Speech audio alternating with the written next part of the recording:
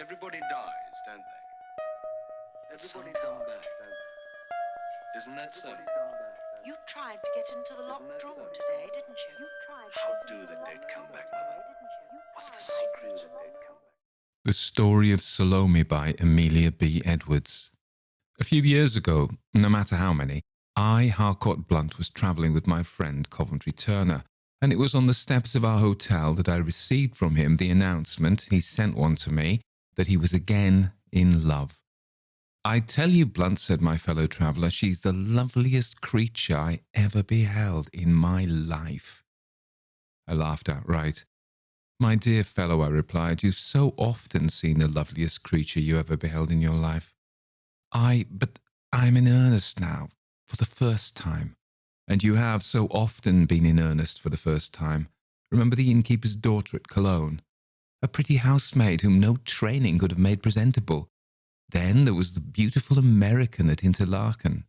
Yes, and the bella Marchese at Prince Torlinia's ball.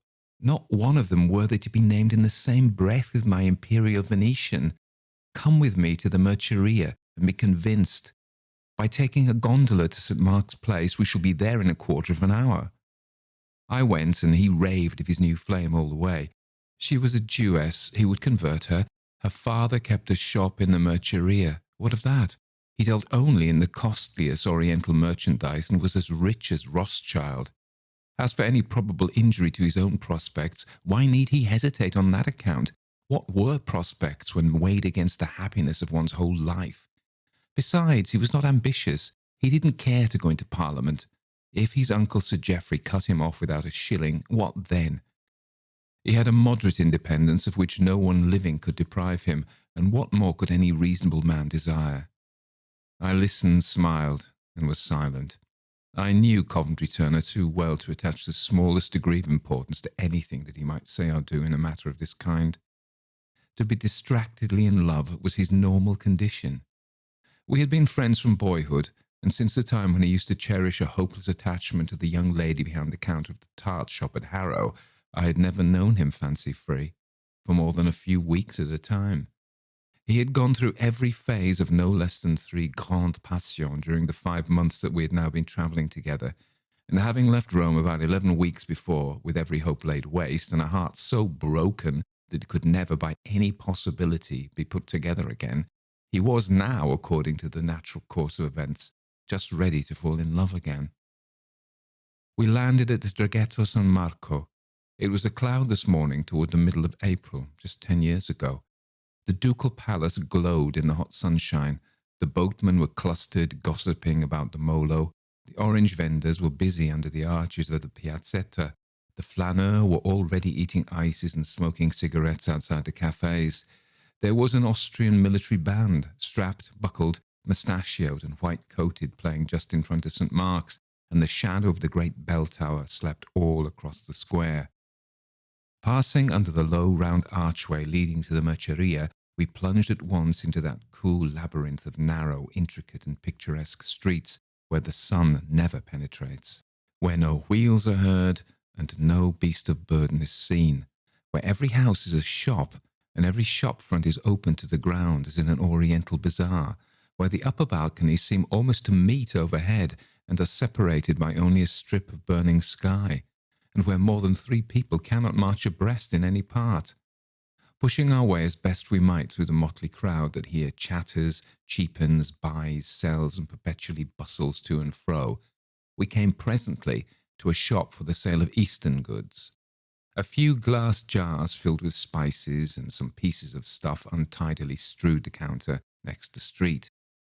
But within, dark and narrow though it seemed, the place was crammed with costliest merchandise.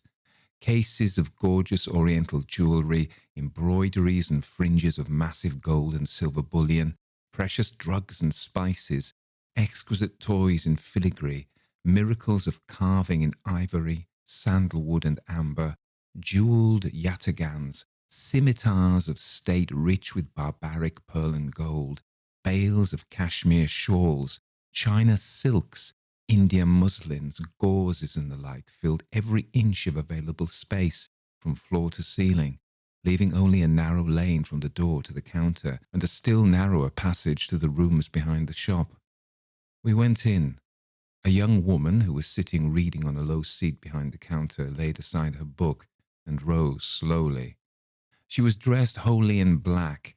I cannot describe the fashion of her garments. I only know that they fell about her in long, soft, trailing folds, leaving a narrow band of fine cambric visible at the throat and wrists, and that, however graceful and unusual this dress may have been, I scarcely observed it. So entirely was I taken up with the admiration of her beauty. For she was indeed very beautiful. Beautiful in a way that I had not anticipated. Coventry Turner, with all his enthusiasm, had failed to do her justice. He had raved of her eyes, her large, lustrous, melancholy eyes, of the transparent paleness of her complexion, of the faultless delicacy of her features, but he had not prepared me for the unconscious dignity, the perfect nobleness and refinement that informed her every look and gesture. My friend requested to see a bracelet at which he had been looking the day before. Proud, stately, silent, she unlocked the case in which it was kept and laid it before him on the counter. He asked permission to take it over to the light. She bent her head, but answered not a word. It was like being waited upon by a young empress. Turner took the bracelet to the door and affected to examine it. It consisted of a double row of gold coins linked together at intervals by a bean-shaped ornament studded with pink coral and diamonds. Coming back into the shop, he asked me if I thought it would please his sister, to whom he had promised a remembrance of Venice. "It's a pretty trifle," I replied, "but surely a remembrance of Venice should be a Venetian manufacture. This, I suppose, is Turkish." The beautiful Jewess looked up. We spoke in English, but she understood and replied, "È greco, signore," she said coldly. At this moment, an old man came suddenly forward from some dark counting-house at the back, a grizzled, bearded, eager-eyed Shylock with a pen behind his ear. "Go in, Salome, go in, my daughter," he said hurriedly. "I will serve these gentlemen." She lifted her eyes to his for one moment, then moved silently away and vanished in the gloom of the room beyond. We saw her no more. We lingered a while, looking over the contents of the jewel cases, but in vain. Then Turner bought his bracelet, and we went out again into the narrow streets and back to the open daylight of the Grand Piazza. "Well," he said breathlessly, "what do you think of her?" "She's very lovely." "Lovelier than you expected?" "Much lovelier, but—" "But what?" "The sooner you succeed in forgetting her, the better." He vowed, of course, that he never would and never could forget her. He would hear of no incompatibilities, listen to no objections, believe in no obstacles. That the beautiful Salome was herself not only unconscious of his passion and indifferent to his person, but ignorant of his very name and station, were facts not even to be admitted on the list of difficulties. Finding him thus deaf to reason, I said no more. It was all over, however, before the week was out. "Look here, Blunt," he said, coming up to me one morning in the coffee room of our hotel, just as I was sitting down to answer a pile of home letters. "Would you like to go on to Trieste tomorrow? There, don't look at me like that. You can guess how it is with me. I was a fool ever to suppose she would care for me. A stranger, a foreigner, a Christian. Well, I'm horribly out of sorts anyhow, and I wish I was 1,000 miles off at this moment." We travelled on together to Athens, and there parted, Turner being bound for England and I for the East. My own tour lasted many months longer. I went first to Egypt and the Holy Land, then joined an exploring party on the Euphrates, and at length, after just 12 months of Oriental life, found myself back again at Trieste about the middle of April in the year following that during which occurred the events I have just narrated. There I found that batch of letters and papers to which I had been looking forward for many weeks past, and amongst the former, one from Coventry Turner. This time he was not only irrecoverably in love, but on the eve of matrimony. The letter was rapturous and extravagant enough. The writer was the happiest of men. His destined bride the loveliest and most amiable of her sex. The future a paradise. The past a melancholy series of mistakes. As for love, he had never, of course, known what it was until now. And what a beautiful Salome. Not one word of her from beginning to end. He had forgotten her as utterly as if she had never existed. And yet how desperately in love and how desperately in despair he was 1 little year ago. Ah, yes, but then it was 1 little year ago. And who that had ever known Coventry Turner would expect him to remember la plus grande des grandes passions for even half that time? I slept that night at Trieste and went on the next day to Venice. Somehow I couldn't get Turner and his love affairs out of my head. I remembered our visit to the Merceria. I was haunted by the image of the beautiful Jewess. Was she still so lovely? Did she still sit reading in her wonted seat by the open counter, with the gloomy shop reaching away behind, and the cases of rich robes and jewels all around? An irresistible impulse prompted me to go to the Merceria and see her once again. I went. It had been a busy morning with me, and I didn't get there until between 3 and 4 o'clock in the afternoon. The place was crowded. I passed up the well-remembered street, looking out on both sides for the gloomy little shop with its unattractive counter, but in vain. When I had gone so far that I thought I must have passed it, I turned back. House by house, I retraced my steps to the very entrance, and still couldn't find it. Then, concluding that I had not gone far enough at first, I turned back again till I reached a spot where several streets diverged. Here I came to a standstill, for beyond this point I knew I had not passed before. It was now only too evident that the Jew no longer occupied his former shop in the Merceria, and that my chance of discovering his whereabouts was exceedingly slender. I could not inquire of his successor because I couldn't identify the house. I found it impossible even to remember what trades were carried on by his neighbours on either side. I was ignorant of his very name. Convinced, therefore, of the inutility of making any further effort, I gave up the search, and comforted myself by reflecting that my own heart was not made of adamant, and that it was perhaps better for my peace not to see the beautiful Salome again. I was destined to see her again, however, and that, ere many days had passed over my head. A year of more than ordinarily fatiguing Eastern travel had left me in need of rest, and I had resolved to allow myself a month's sketching in Venice and its neighbourhood before turning my face homewards. As, therefore, it is manifestly the first object of a sketcher to select his points of view, and as no more luxurious machine than the Venetian gondola were ever invented for the use of man, I proceeded to employ the first days of my stay in endless boatings to and fro, now exploring all manner of canals and canaletti, rowing out in the direction of the Murano, now making for the islands beyond San Pietro Castello, and in the course of these pilgrimages, noting down an infinite number of picturesque sights, and smoking an infinite number of cigarettes. It was, I think, about the 4th or 5th day of this pleasant work when my gondolier proposed to take me as far as the Lido. It wanted about 2 hours to sunset, and the great sandbank lay not more than 3 or 4 miles away, so I gave the word, and in another moment we had changed our route and were gliding farther and farther from Venice at each dip of the oar. Then the long, dull, distant ridge that had all day bounded the shallow horizon rose gradually above the placid level of the laguna, assumed a more broken outline, resolved itself into hillocks and hollows of tawny sand, showed here and there a patch of parched grass and tangled brake, and looked like the coasts of some inhospitable desert beyond which no traveller might penetrate.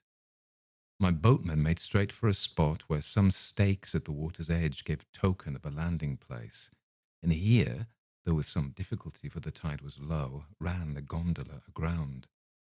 I landed. My first step was among graves. "È il cimitero giudaico, signore," said my gondolier with a touch of his cap. The Jewish cemetery, the ghetto of the dead. I remembered now to have read or heard long since how the Venetian Jews, cut off in death as in life from the neighbourhood of their Christian rulers, had been buried from immemorial time upon this desolate waste. I stooped to examine the headstone at my feet. It was but a shattered fragment, crusted over with yellow lichens, and eaten away by the salt sea air. I passed on to the next. and the next. Some were completely matted over with weeds and brambles. Some were half buried in the drifting sand. Of some, only a corner remained above the surface. Here and there, a name, a date, a fragment of heraldic carving or part of a Hebrew inscription was yet legible, but all were more or less broken and effaced. Wandering on thus among graves and hillocks, ascending at every step and passing some 3 or 4 glassy pools overgrown with gaunt-looking reeds, I presently found that I had reached the central and most elevated part of the Lido, and that I commanded an uninterrupted view on every side. On the one hand lay the broad, silent lagune bounded by Venice and the Euganean hills. On the other, stealing up in long lazy folds and breaking noiselessly against the endless shore, the blue Adriatic. An old man gathering shells on the seaward side, a distant gondola on the laguna, were the only signs of life for miles around. Standing on the upper ridge of this narrow barrier, looking upon both waters and watching the gradual approach of what promised to be a gorgeous sunset, I fell into one of those wandering trains of thought in which the real and unreal succeed each other as capriciously as in a dream. I remembered how Goethe here conceived his vertebral theory of the skull, how Byron, too lame to walk, kept his horse on the Lido, and here rode daily to and fro, how Shelley loved the wild solitude of the place, wrote of it in Julian and Madalo, listened, perhaps from this very spot, to the madhouse bell on the island of San Giorgio. Then I wondered if Titian had ever come hither from his gloomy house on the other side of Venice to study the gold and purple of these western skies, if Othello had walked here with Desdemona, if Shylock was buried yonder, and Lear, whom he loved when he was a bachelor. And then, in the midst of my reverie, I came suddenly upon another Jewish cemetery. Was it indeed another, or but an outlying portion of the first? It was evidently another and a more modern one. The ground was better kept, the monuments were newer. Such dates as I had succeeded in deciphering on the broken sepulchres lower down were all of the 14th and 15th centuries, but the inscriptions upon these bore reference to quite recent interments. I went on a few steps farther. I stopped to copy a quaint Italian couplet on one tomb, to gather a wild forget-me-not from the foot of another, to put aside a bramble that trailed across a third. And then I became aware for the first time of a lady sitting beside the grave not a dozen yards from the spot on which I stood. I had believed myself so utterly alone and was so taken by surprise that for the first moment I could have almost persuaded myself that she also was of the stuff that dreams are made of.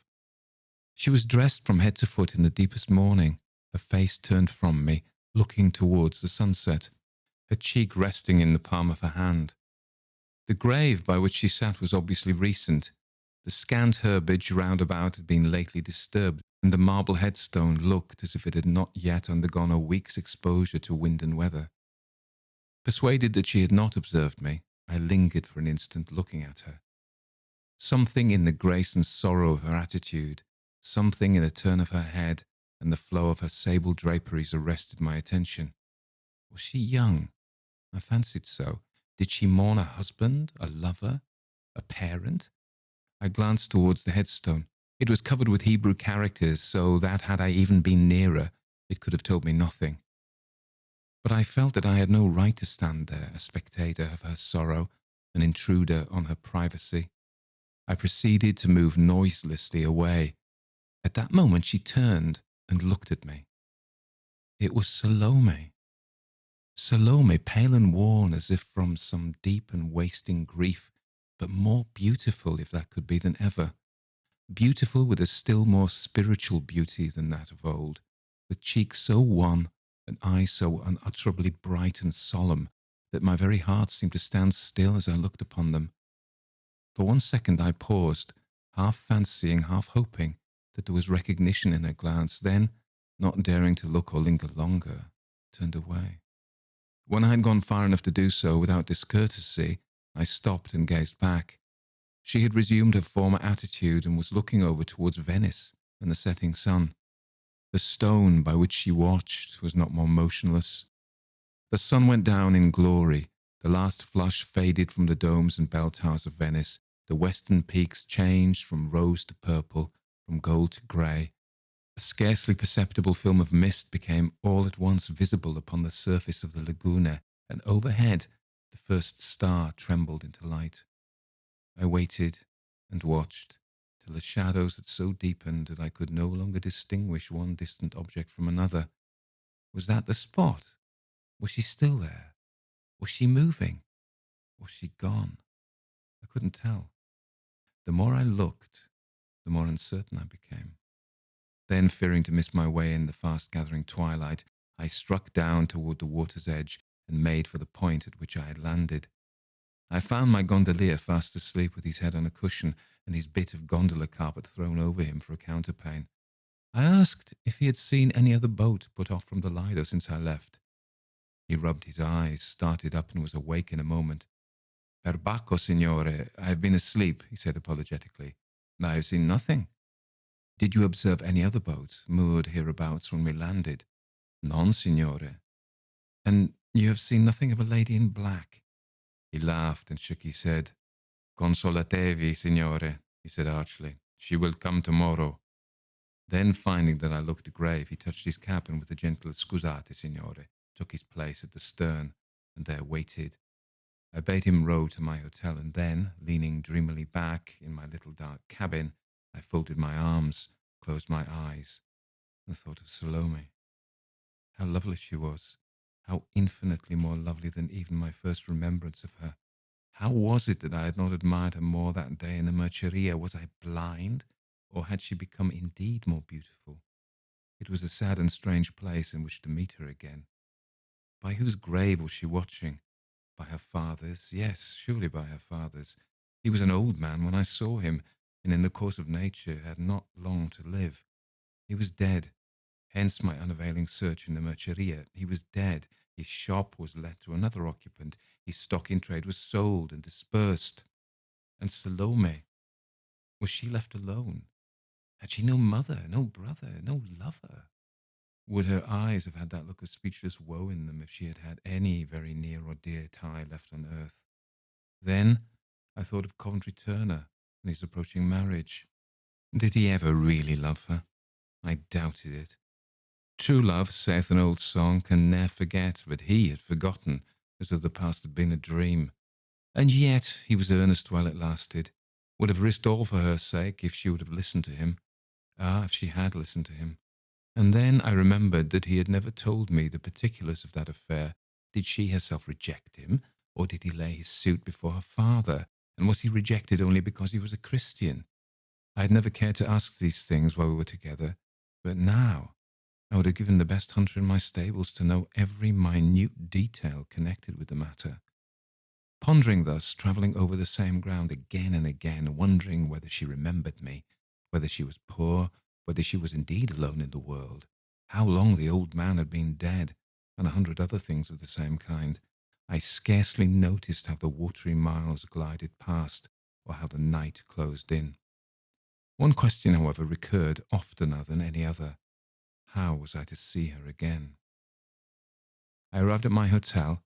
I dined at the table d'hôte. I strolled out after dinner to my favourite cafe in the piazza. I dropped in for half an hour into Fenice, and I heard one act of an extremely poor opera. I came home restless, uneasy, wakeful, and sitting for hours before my bedroom fire, asked myself the same perpetual question. How was I to see her again? Fairly tired out at last, I fell asleep in my chair, and when I awoke, the sun was shining upon my window. I started to my feet. I had it now. It flashed upon me as if it came with the sunlight. I had but to go again to the cemetery, copy the inscription upon the old man's tomb, ask my learned friend Professor Nicolai of Padua to translate it for me, and then, once in possession of names and dates, the rest would be easy. In less than an hour, I was once more on my way to the Lido. I took a rubbing of the stone. It was the quickest way and the surest, for I knew that in Hebrew everything depended on the pointing of the characters, and I feared to trust my own untutored skill. This done, I hastened back, wrote my letter to the professor, and dispatched both letter and rubbing by the midday train. The professor was not a prompt man. On the contrary, he was a preeminently slow man, dreamy, indolent, buried in Oriental lore. From any other correspondent, one might have looked for a reply in the course of the morrow, but from Nicolai of Padua, it would have been folly to expect one under 2 or 3 days. And in the meanwhile, well, in the meanwhile, there were churches and palaces to be seen, sketches to be made, letters of introduction to be delivered. It was, at all events, of no use to be impatient. And yet I was impatient, so impatient that I could neither sketch nor read nor sit still for 10 minutes together. Possessed by an uncontrollable restlessness, I wandered from gallery to gallery, from palace to palace, from church to church. The imprisonment of even a gondola was irksome to me.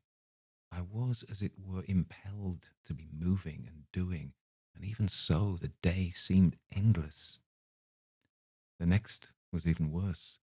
There was just the possibility of a reply from Padua, and the knowledge of that possibility unsettled me for the day. Having watched and waited for every post from 8 to 4, I went down to the traghetto of St. Mark's and was there hailed by my accustomed gondolier.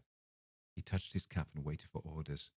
"Where to, signore?" he asked, finding that I remained silent. "To the Lido." It was an irresistible temptation, and I yielded to it, but I yielded in opposition to my judgment. I knew that I ought not to haunt the place. I had resolved that I would not, and yet I went. Going along, I told myself that I had only come to reconnoitre. It was not unlikely that she might be going to the same spot about the same hour as before, and in that case I might overtake a gondola by the way, or find it moored somewhere along the shore. At all events, I was determined not to land. But we met no gondola beyond San Pietro Castello, saw no sign of one along the shore. The afternoon was far advanced, the sun was near going down. We had the Lagune and the Lido to ourselves.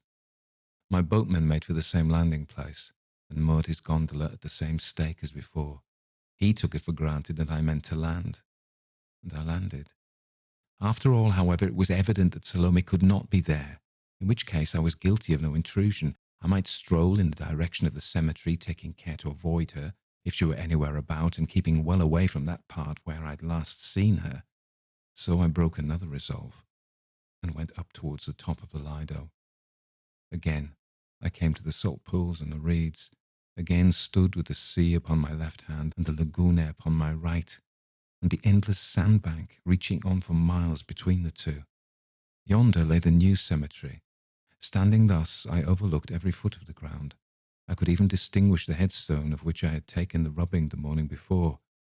There was no living thing in sight.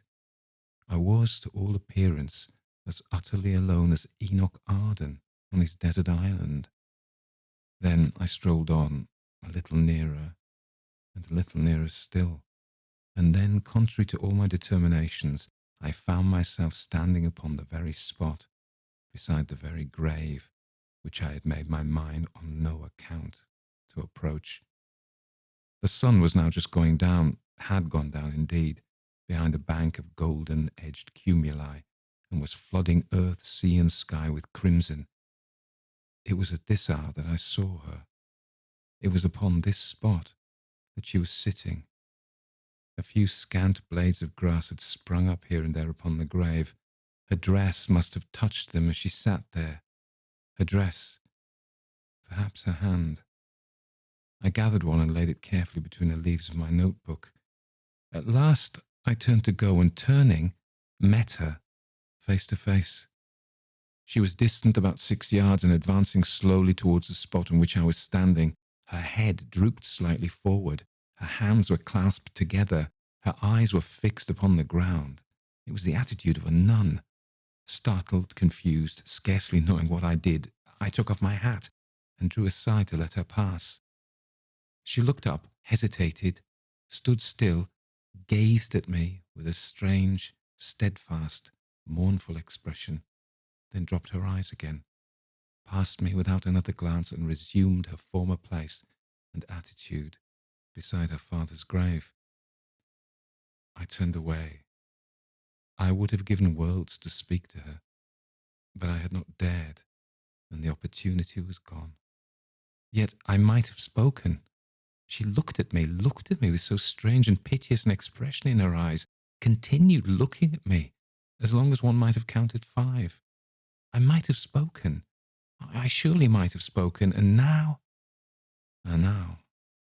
it was impossible. She had fallen into the old thoughtful attitude with her cheek resting on her hand. Her thoughts were far away. She had forgotten my very presence. I went back to the shore more disturbed and uneasy than ever. I spent all the remaining daylight in rowing up and down the margin of the Lido, looking for her gondola, hoping at all events to see her put off, to follow her perhaps across the waste of waters. But the dusk came quickly on, and then darkness, and I left at last, without having seen any further sign or token of her presence. Lying awake that night, tossing uneasily upon my bed and thinking over the incidents of the last few days, I found myself perpetually recurring to that long, steady, sorrowful gaze with which she fixed upon me in the cemetery. The more I thought of it, the more I seemed to feel that there was in it some deeper meaning than I, in my confusion, had observed at the time. It was such a strange look, a look almost of entreaty, of asking for help or sympathy, like the dumb appeal in the eyes of a sick animal. Could this really be? What, after all, more possible than that, left alone in the world, with perhaps not a single male relation to advise her, she found herself in some position of present difficulty, and knew not where to turn for help. All this might well be. She had even perhaps some instinctive feeling that she might trust me. Ah, if she would indeed trust me. I had hoped to receive my Patron letter by the morning delivery, but morning and afternoon went by as before, and still no letter came. As the day began to decline, I was again on my way to the Lido, this time for the purpose and with the intention of speaking to her. I landed and went direct to the cemetery. It had been a dull day. Laguna and sky were both one leaden, uniform grey, and a mist hung over Venice.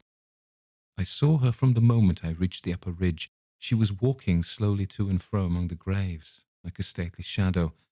I had felt confident somehow that she would be there. And now, for some reason that I could not have defined for my life, I felt equally confident that she expected me.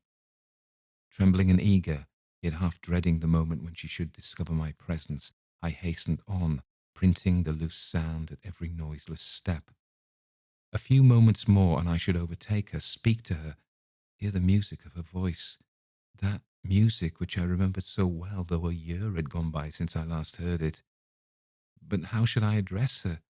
What had I to say? I knew not. I had no time to think. I could only hurry on till, within some 10 feet of her trailing garments, stand still when she turned, and uncover before her as if she were a queen. She paused and looked at me, just as she had paused and looked at me the evening before, with the same sorrowful meaning in her eyes, with even more than the same entreating expression. But she waited for me to speak. I did speak.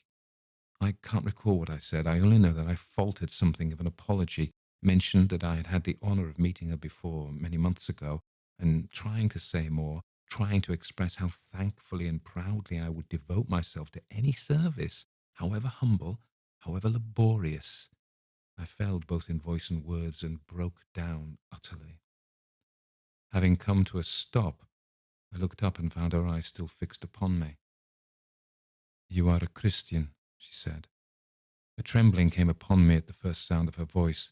It was the same voice, distinct, melodious, scarce louder than a whisper, and yet it was not quite the same. There was a melancholy in the music, and if I may use a word which after all fails to express my meaning, a remoteness that fell upon my ear like the plaintive cadence in an autumnal wind. I bent my head and answered that I was.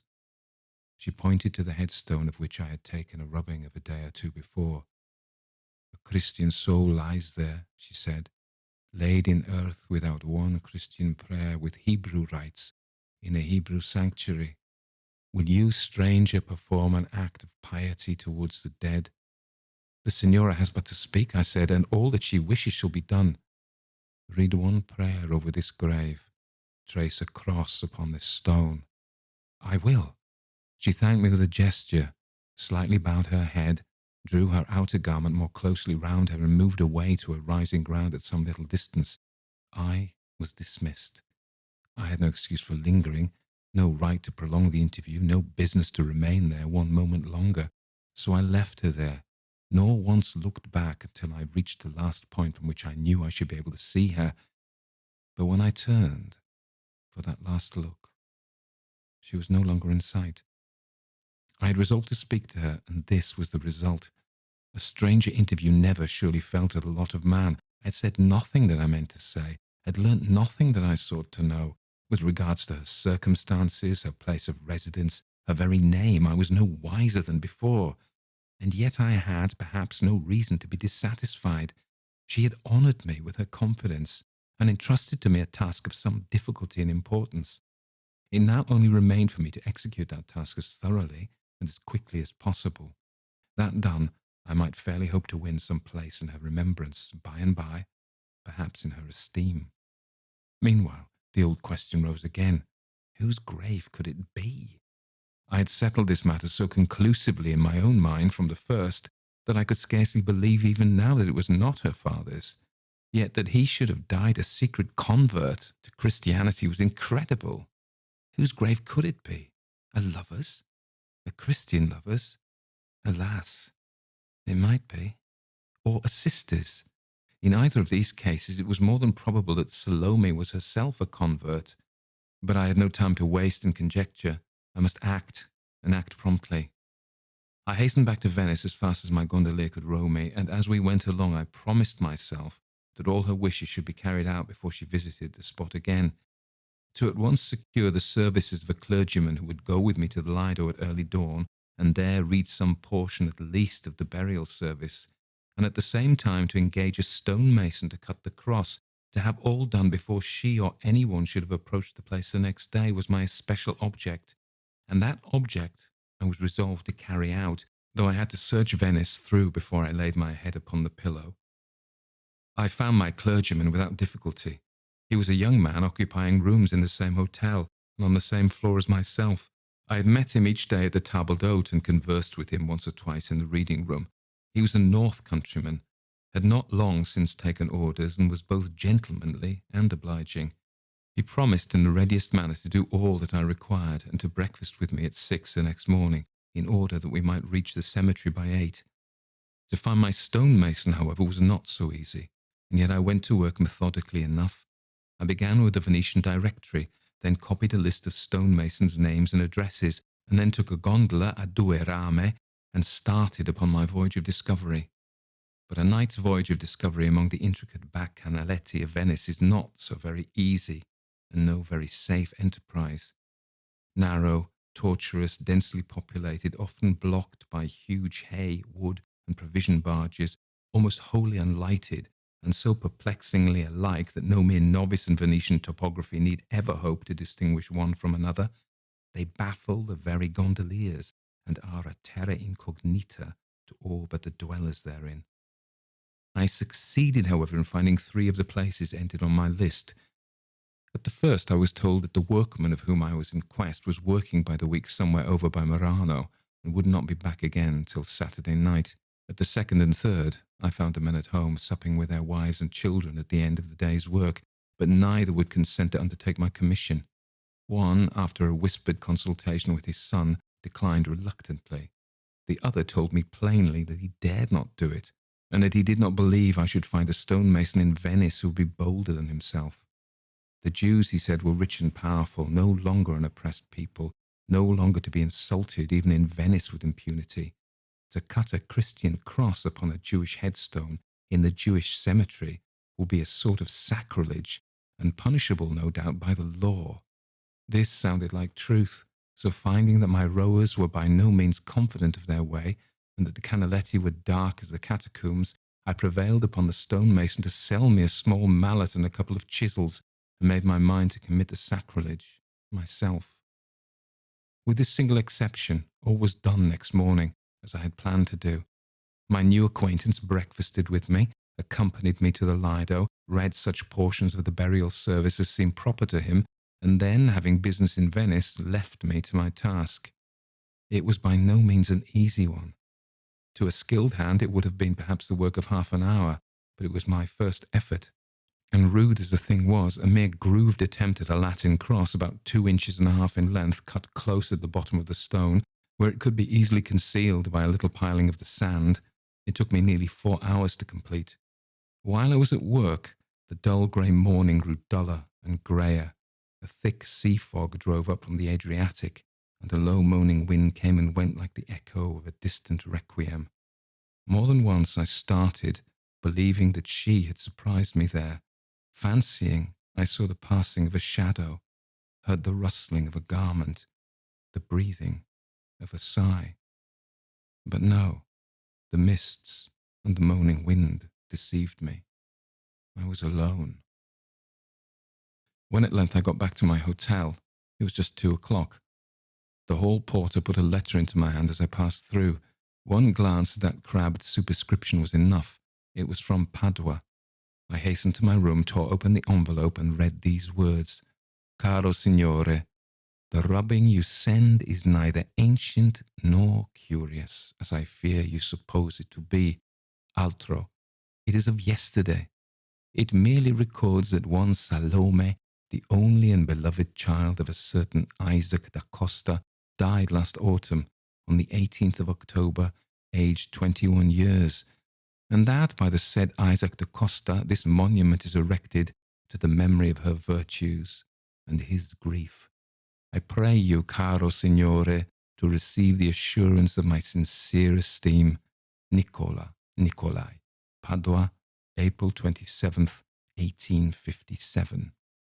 The letter dropped from my hand. I seemed to have read without understanding it. I picked it up, went through it again, word by word, sat down, rose up, took a turn across the room, felt confused, bewildered, incredulous. Could there then be two Salomes? Or was there some radical and extraordinary mistake? I hesitated. I knew not what to do.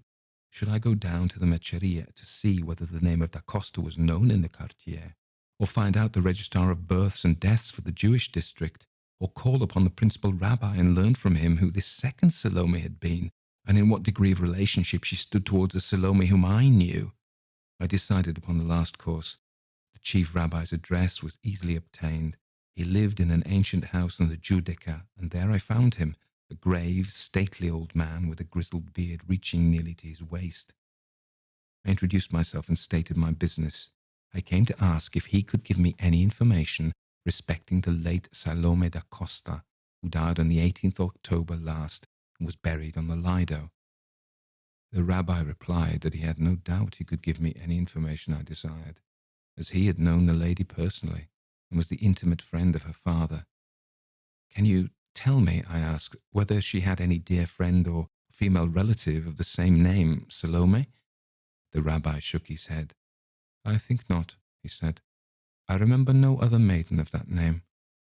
Pardon me, but I know there was another, I replied. There was a very beautiful Salome living in a merceria when I was last in Venice, just this time last year. Salome da Costa was very fair, said the rabbi, and she dwelt with her father in the merceria. Since her death, he hath removed to the neighbourhood of the Rialto. This Salome's father was a dealer in Oriental goods, I said hastily. Isaac da Costa is a dealer in Oriental goods, replied the old man very gently. We are speaking, my son, of the same persons. Impossible. He shook his head again. But she lives, I exclaimed, becoming greatly agitated. She lives. I've seen her. I've spoken to her. I saw her only last evening. Nay, he said compassionately, this is some dream. She of whom you speak is indeed no more. I saw her only last evening, I replied. Where did you suppose you beheld her? On the Lido. On the Lido. When she spoke to me, I heard her voice, heard it as distinctly as I hear my own this moment. The rabbi stroked his beard thoughtfully and looked at me. You think you heard her voice, he ejaculated. That is strange. What said she? I was about to answer. I checked myself. A sudden thought flashed upon me. I trembled from head to foot. Have you any reason for supposing that she died a Christian? I faltered. The older man started and changed colours. That is a strange question, he stammered. Why do you ask it? Yes or no? I cried wildly. Yes or no? He frowned, looked down, hesitated. I admit, he said after a moment or two, I admit that I may have heard something tending that way. It may be that the maiden cherished some secret doubt. Yet she was no professed Christian. Laid in earth without one Christian prayer, with Hebrew rites in a Hebrew sanctuary, I repeated to myself. But I marvel how you come to have heard of this, continued the rabbi. It was known only to her father and myself. Sir, I said solemnly, I know now that Salome da Costa is dead. I have seen her spirit thrice, haunting the spot where... My voice broke. I could not utter the words. Last evening, at sunset, I resumed, was the third time. Never doubting that I indeed beheld her in the flesh, I spoke to her. She answered me. She told me this. The rabbi covered his face with his hands, and so remained for some time, lost in meditation. Young man, he said at length, your story is strange, and you bring strange evidence to bear upon it. It may be as you say. It may be that you are the dupe of some waking dream. I know not. He knew not, but I knew only too well. I knew now why she had appeared to me clothed with such unearthly beauty. I understood now that look of dumb entreaty in her eyes, that tone of strange remoteness in her voice. The sweet soul could not rest amid the dust of its kinfolk, unhouselled, unanointed, unannealed, lacking even one Christian prayer above its grave. And now, was it all over? Should I never see her more? Never, never. How I haunted the Lido at sunset for many a month, till spring had blossomed into autumn, and autumn had ripened into summer. How I wandered back to Venice year after year at the same season, while yet any vestige of that wild hope remained alive. How my heart has never throbbed, my pulse never leaped, for love of mortal woman since that time, are details into which I need not enter here. Enough that I watched and waited, but that her gracious spirit appeared to me no more. I wait still, but I watch no longer. I know now that our place of meeting will not be here.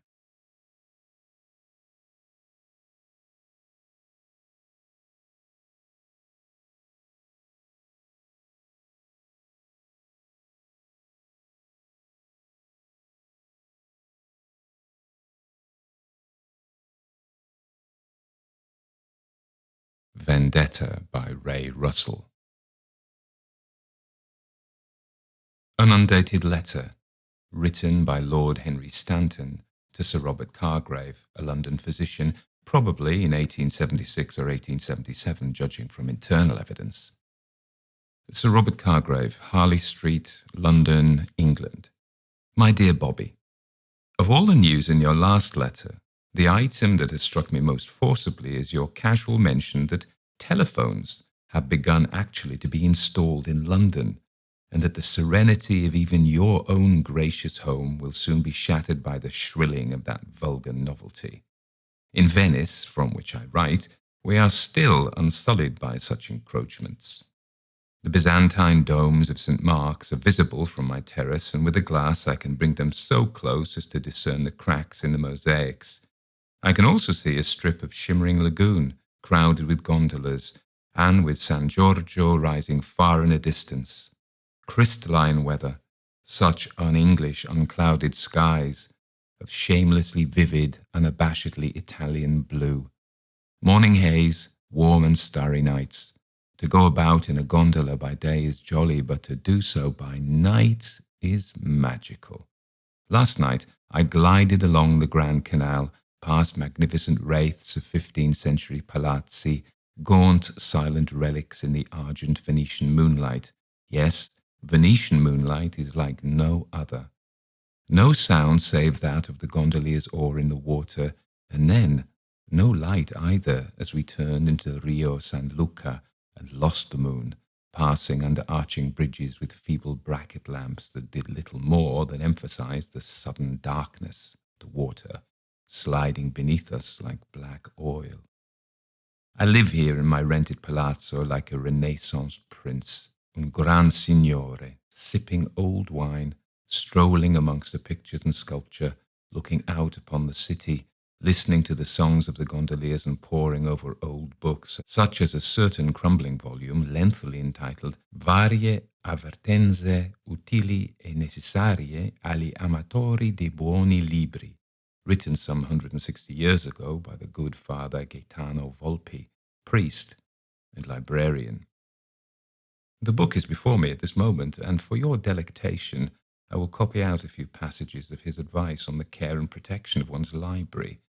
He warns us not to emulate the example of Magliabechi, the famous librarian of Florence, who read during meals and was known to drop a kipper amid the pages to mark his place. Nor use your library to hold meetings, for it is known that bookstalls have been found convenient, o tempore o mores, for gentlemen to relieve themselves. Mark well and profit by those sage words, Bobby. And do not think that this is an ordinary palazzo in which I pass my days.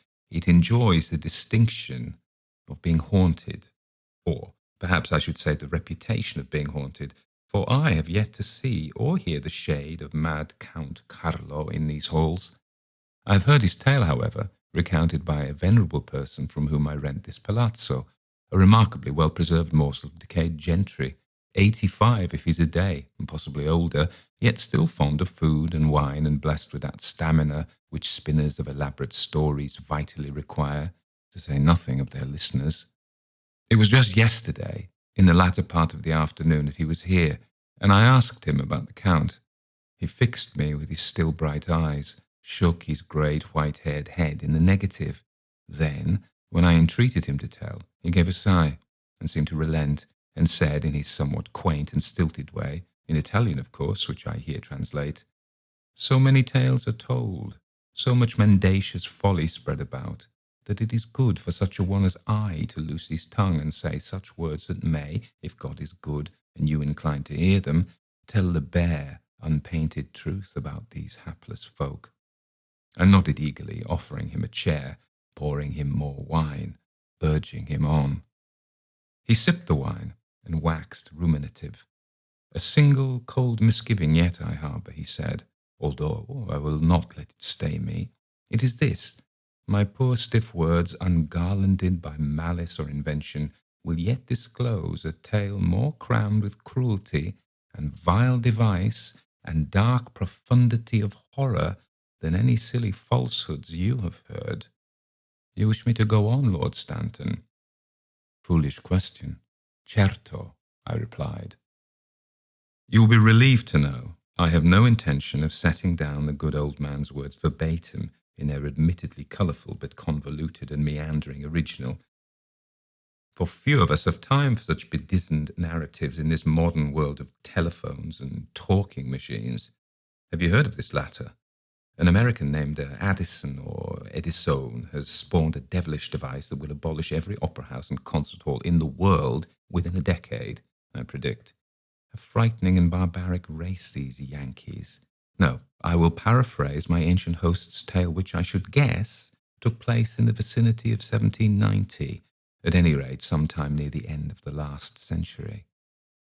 Count Carlo lived in his palazzo with a carefully chosen minimum of servants and retainers, and no other kin but his sister Fiammetta, who was as fair as he was plain.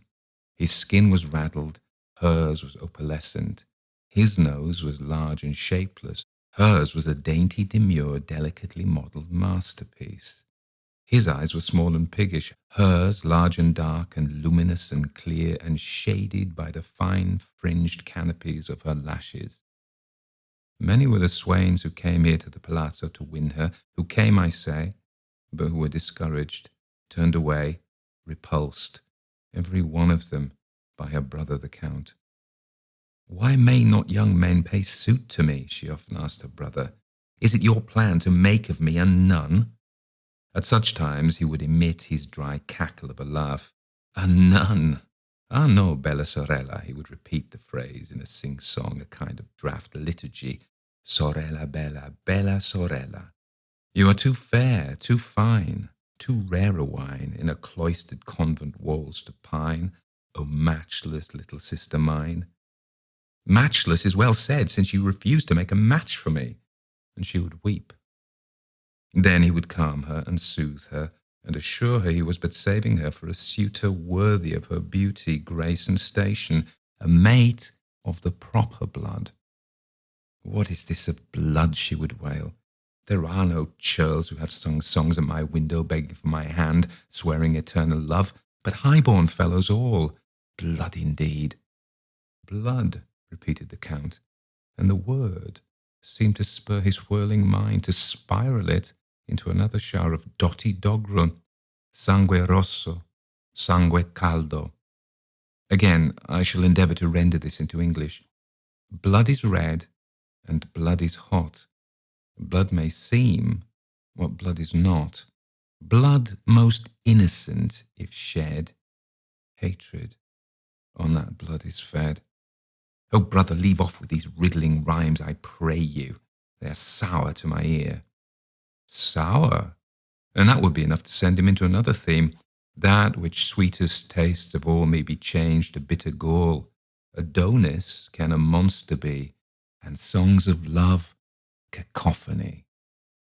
Did you not tell me once, Bobby, that there is a form of mental disorder in which the patient expresses himself exclusively in rhyme? Count Carlo seems to be an early example. There came to the palazzo one fateful day a traveller from Spain, a handsome young man of good family, who sued to see not Fiammetta, but Carlo.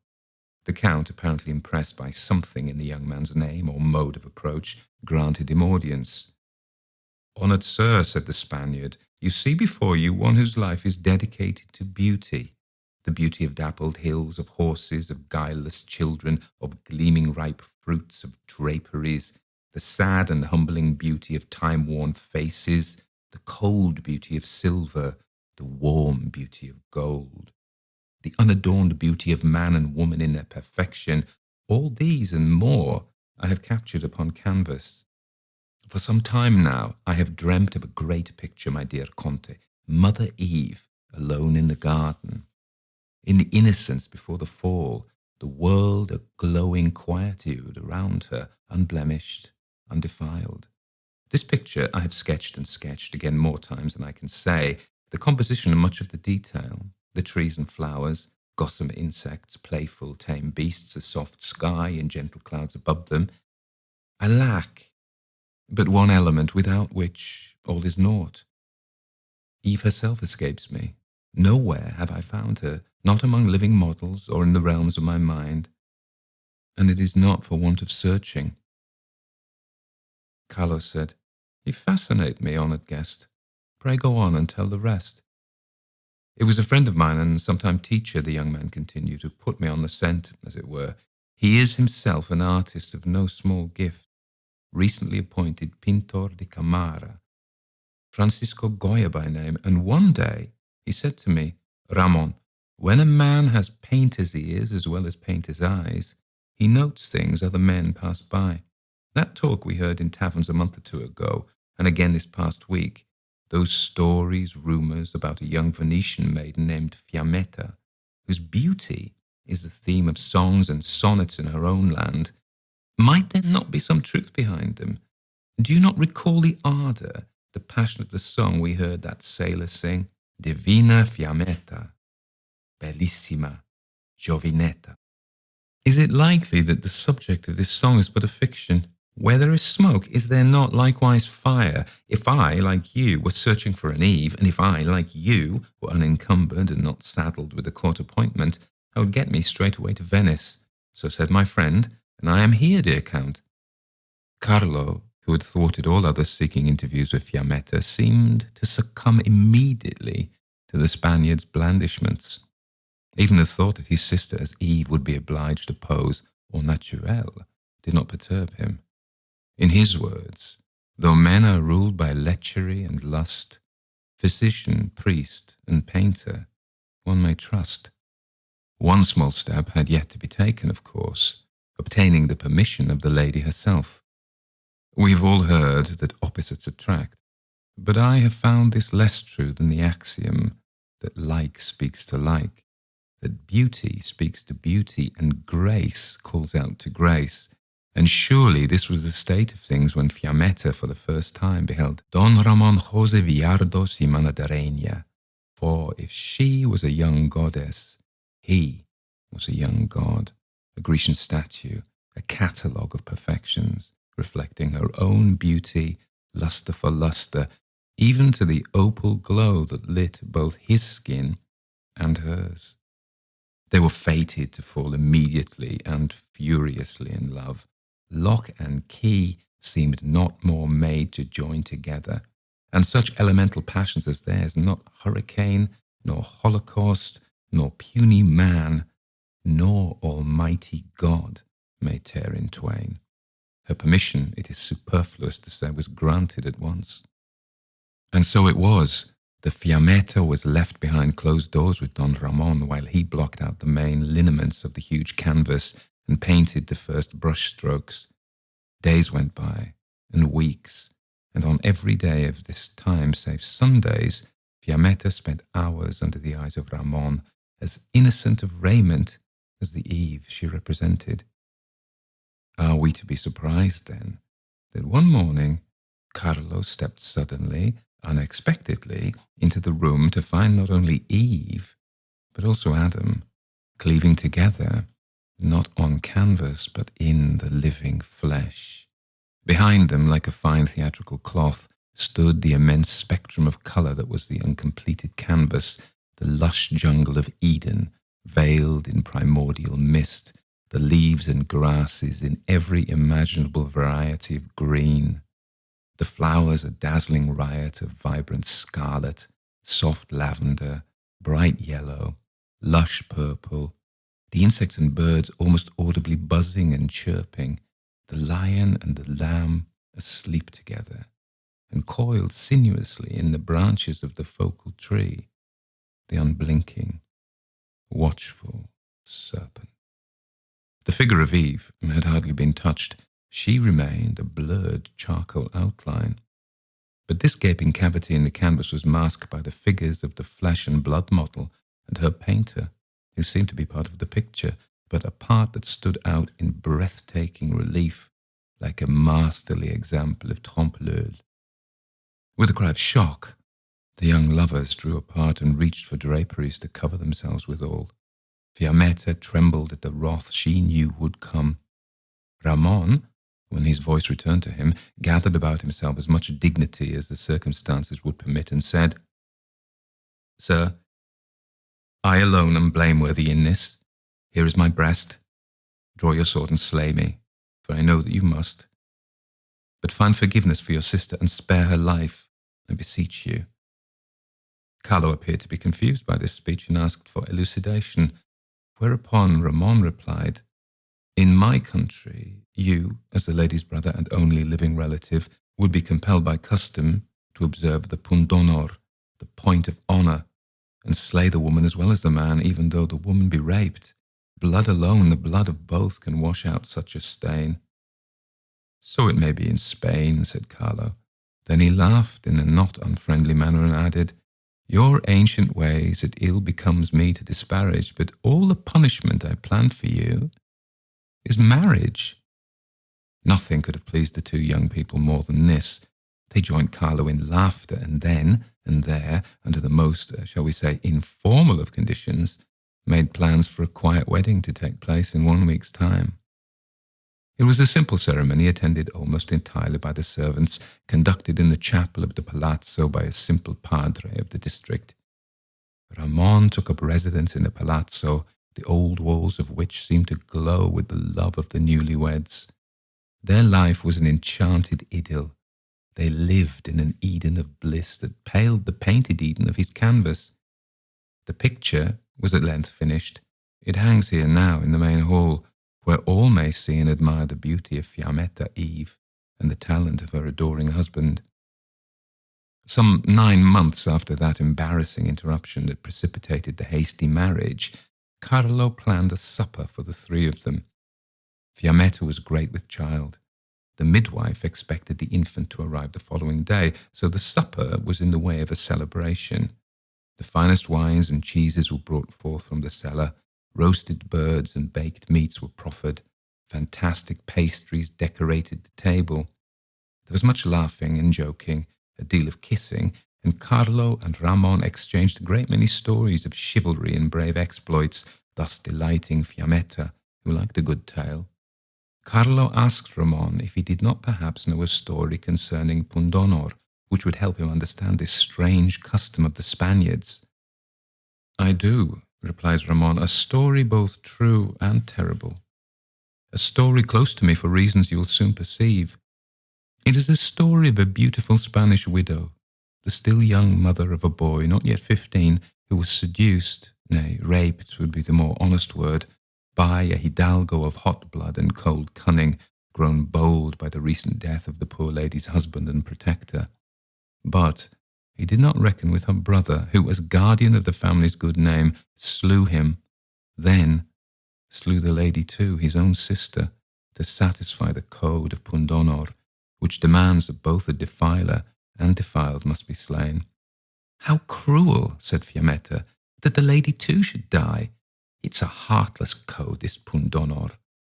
Carlo, agreeing with her in his jangling way, said that the Italian Vendetta was much more sensible and fair than pundonor, since it would demand the death of the traducer only, not of the wronged woman as well.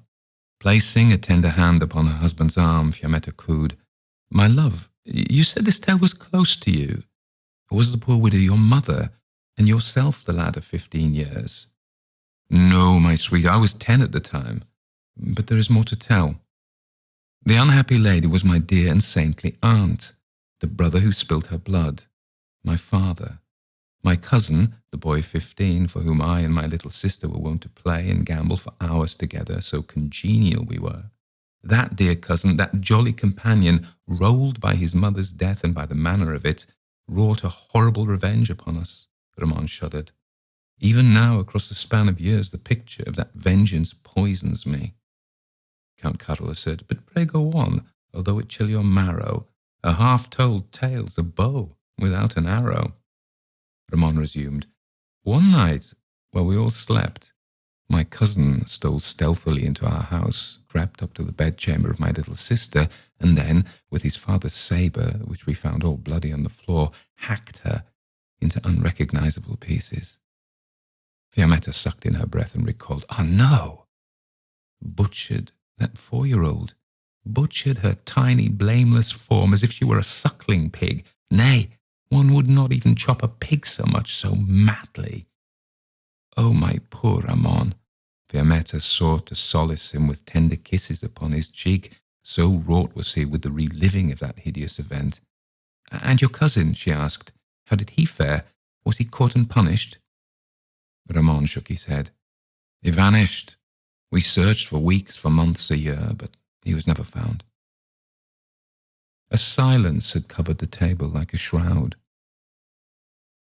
The setting sun cast a ruddiness upon the room that, at any other time, would have been lovely, but now looked like nothing more nor less than a film of blood. At length Carlo rose from the table, stroking his chin reflectively, and paced, saying, "This haunted tale of hellish hate I might yet elaborate." "Elaborate," said Ramon wonderingly. "That story?" Carlo nodded. "Suppose by devilish design indeed your cousin killed a swine, made of it a mincemeat mess, wrapped in the silk nightdress of your sister, and then fled, bearing her away, not dead, but very much alive, to such a place where she should thrive and grow more beautiful each day in a palazzo far away." He turned suddenly to the puzzled Spaniard. In a palazzo?" said Ramon. You mean in Italy?" Carlo nodded.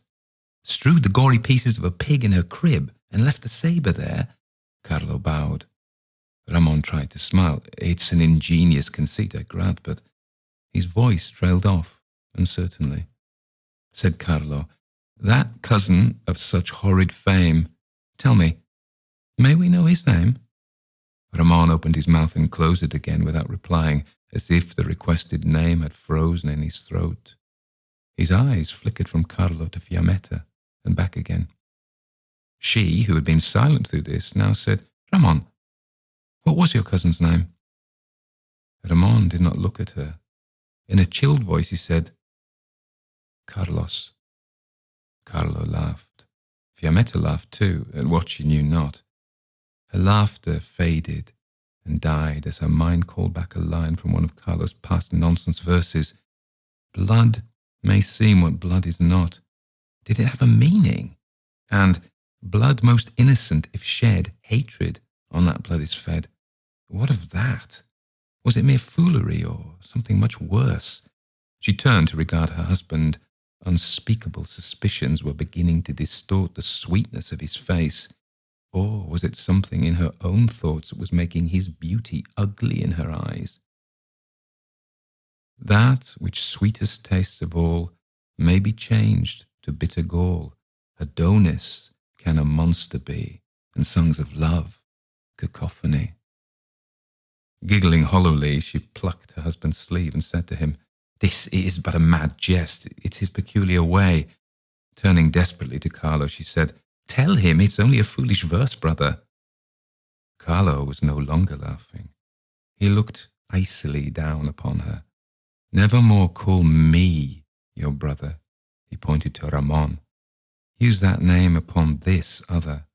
No, she shouted, hoarse with disbelief. Ramon, my brother? This is your silly fancy. Ramon howled. It cannot be. But he had grown pale. Now rising, staggering under the full implications of Carlo's words, he upset the table, sending chalices of wine clanging to the marble floor, their crimson contents gushing like sanguinary floods.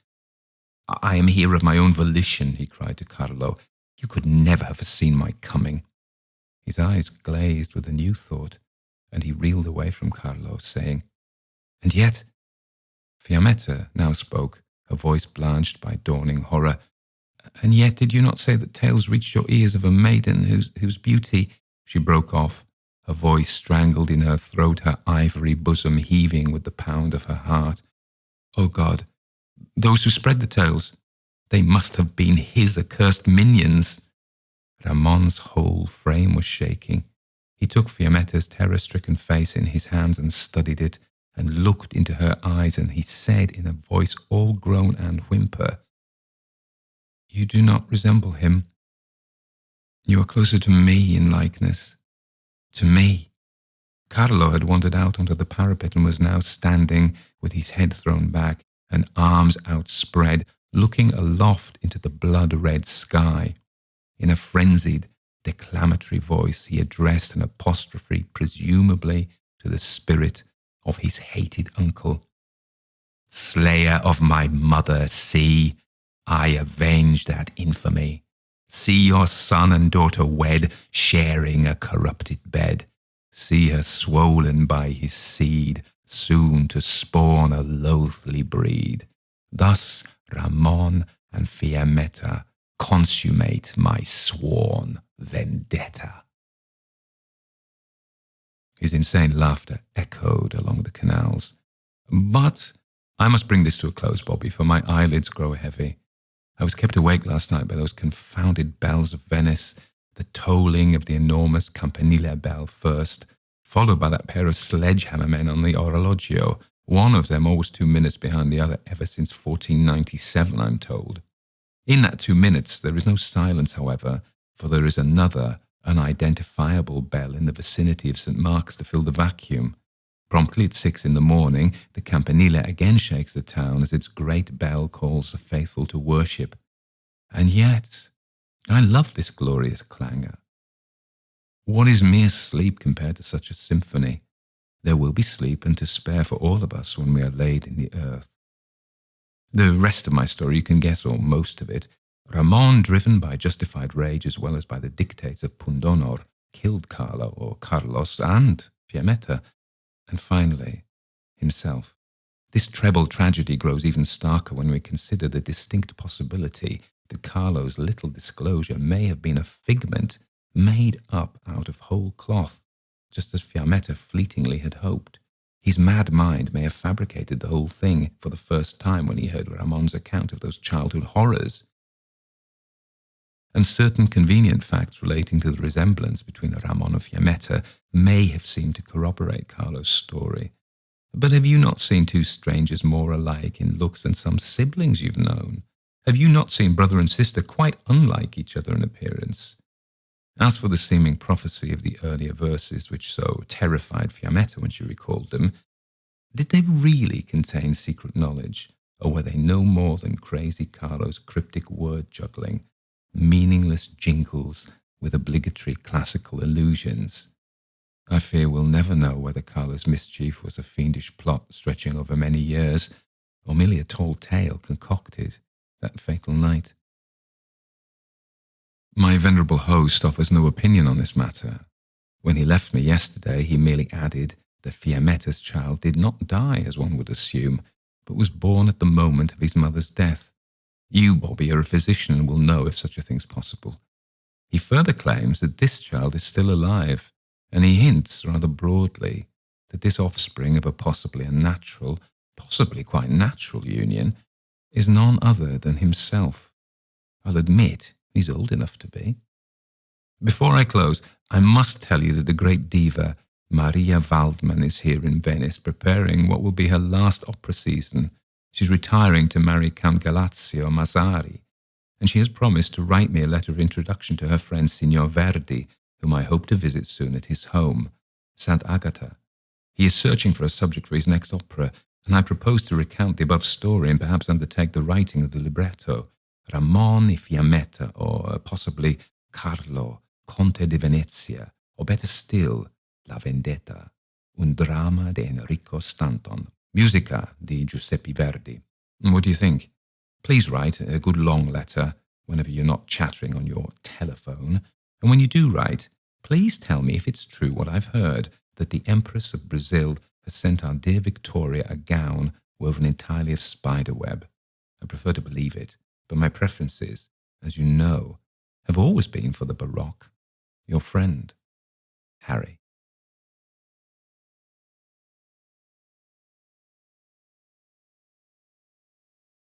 The Patron Saint of Thieves, written and narrated by Tony Walker.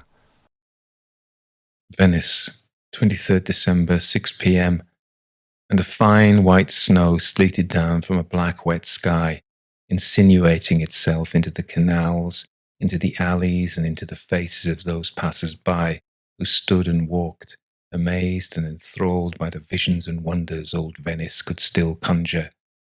Even after all those centuries, the city of masks was always full of magic and shadows. Coloured Christmas lights strung over the bridges, twined between balconies of ancient buildings, sparkled in the chill air and reflected in the still waters of the narrow rios. These festive lights, reflections of a million hopes and 1,000 wishes, skipped over the slight waves of the Grand Canal. Christmas, an opportunity for relaxation, an opportunity for company, an opportunity for profit. Alfonso the snake wiped the snow from his eyes. At another time, snow in Venice was a marvel, but now, to him, it was an annoyance. Alfonso was a thief, a handbag thief to be precise, but this particular night, sidelong to Christmas, work hadn't gone so well, and he was running late. Handbag theft was a day job, but it was now night, and Alfonso was working late. As usual, he had left his present buying to the last moment and didn't yet have enough cash to get the gifts he had set his heart on. He wanted gorgeous, generous things for his children and an elegant necklace for his beloved wife Elena. By day a thief, by night a devoted father. By this time, he should have been with his children already, so he had ground to cover. The tree decorations glittered, and the illuminations of the Christmas market stalls spangled in the canal water as Alfonso hurried over the Accademia Bridge, heading to St. Mark's Square via the Fenice Theatre. Someone offered him spiced wine scented with nutmeg and cloves. It was free too. Another time. But now no time, so Alfonso sped on. He took a few trifles along his way, pilfered lightly from unguarded pockets, but nothing really worth his while. He cut the bags by snipping their straps with a knife honed razor sharp, but chose his opportunities carefully. Slicing off a finger end would not do. People tended to raise the alarm once bloodied. Alfonso preferred subtlety. His father had said that to him once when he was only 10, adding, "You're a sly fox, Alfonso." And his father, being a police officer, did not mean that as a compliment. Yes, Alfonso's father was a policeman. Funny how things turn out. Or not. What was technically called wrong always attracted Alfonso with greater force than what might officially be called legal. Alfonso disputed those over-polarized, rather straight-jacketed criteria, but being an open-minded man, he was aware that others did not always agree with his freer understanding of the laws of property. Mildly religious, Alfonso stepped into the tiny church of St. Dismas, dipped his fingers in the stoop, crossed himself and said a prayer to the patron saint of thieves. Again, a technicality suggested St. Dismas was the patron saint of repentant thieves only, and Alfonso could not yet afford to be repentant. He had presents to buy. He kneeled and crossed himself. Ahead, the altar glimmered in the sacred gloom, crusted with semi-precious stones, quartz, calcite, and chalcedony. A bas-relief of the crucifixion on Golgotha was hammered in silver on the wall behind the altar. On Christ's left was the impious thief who challenged Jesus to save them all if he was indeed the Messiah. We know Dismas's name, but the impenitent thief is forgotten, his name lost in history and his soul lost in hell. Think on that as a lesson, if you will. Alfonso took a moment and took in the vestments and sculptures. A statue of the Virgin stood on the sinister side, her forgiving son on the dexter, glittering gold in the candlelight.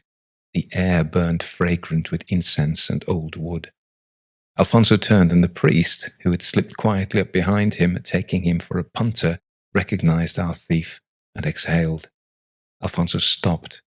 A brief exchange of glances ensued. In the end, the priest lowered his gaze and muttered, "Are you here for your confession, Alfonso?" "Not yet, father, but soon." Alfonso gave a rakish smile, exited, and outside the church looked back. Regrets flooded him like soft, sweet candy floss. Melancholy was our man's favourite mood. "One day," Alfonso whispered, "I will repent, but for now, I have a family to feed." That sharpened him. The air was cold. He longed to be back home with his wife and 2 little daughters and their cousin Simone. And it grew late. But first, just one fish, just one big fish hauled out of the sea of lady shoppers was all he needed. With one little success, he would feed the 5,000, or at least the 5 who would be at his house when he got back. Venice is full of narrow alleys, and it is easy for those who do not know their way to get lost, very lost, almost irredeemably lost. But Alfonso, he didn't get lost, he knew his way. The thief darted from alley to alley down the quick routes and the shortcuts, but then something startled him, and he stopped short. Alfonso's heart fluttered. His eyes disbelieved their seeing. Someone giving off light like Christmas itself, crossed his route at the end of the narrow way. It seemed to Alfonso that he could see the dirty wall through this flitting figure, this luminescent figure, this figure you could see through. What was this? A ghost? Surely these Venetian streets had seen enough death to raise a multitude of revenants, but there was something about this man that was not ghost-like at all. He was supernatural, perhaps, but not simply a spectre. Alfonso held his throat and stared. He was no believer in wraiths. In fact, he scoffed at the weak-minded who gave credence to such things. He shook his head and blinked, and then the glowing, cowled man was gone. Standing, getting damp, Alfonso shrugged. There must be an explanation for this that would stand in the light of day. It must all be because of the good gorgonzola he ate for lunch. That, taken with the Aperol spritz he had guzzled, would account for it. Alfonso certainly wasn't going to start believing in spirits now. He clicked his tongue as if to chide his unreliable eyes and hurried on. The snow continued to fall, but fall without sticking. It simply dissolved where it lay. Still, it drifted down like a soft, wet flitter float of falling swan's down. St. Mark's Square had a beautiful Christmas tree down towards the Doge's Palace side, opposite San Marco's Cathedral. The tree was modern-looking, with a shining angel on top, lights on the branches twinkling, and thin tinsel streamers in gold fluttering in the slight breeze, sparkling among the electric stars clustered on the tree's golden branches. The air here was warmer, and the snowflakes fewer. The crowd smelled of eau de cologne and coffee. A band played Italian favourites while tourists thronged the area between the colonnades and occupied the cafe tables, wrapped up in hats and scarves and gloves against the December weather. These were prime hunting waters for Alfonso the shark, but there were carabinieri here who knew him. He saw one tip off another of his arrival. The shark would not be fishing here tonight. Alfonso grunted, then slipped up into the narrow, twisting alleys of the merceria.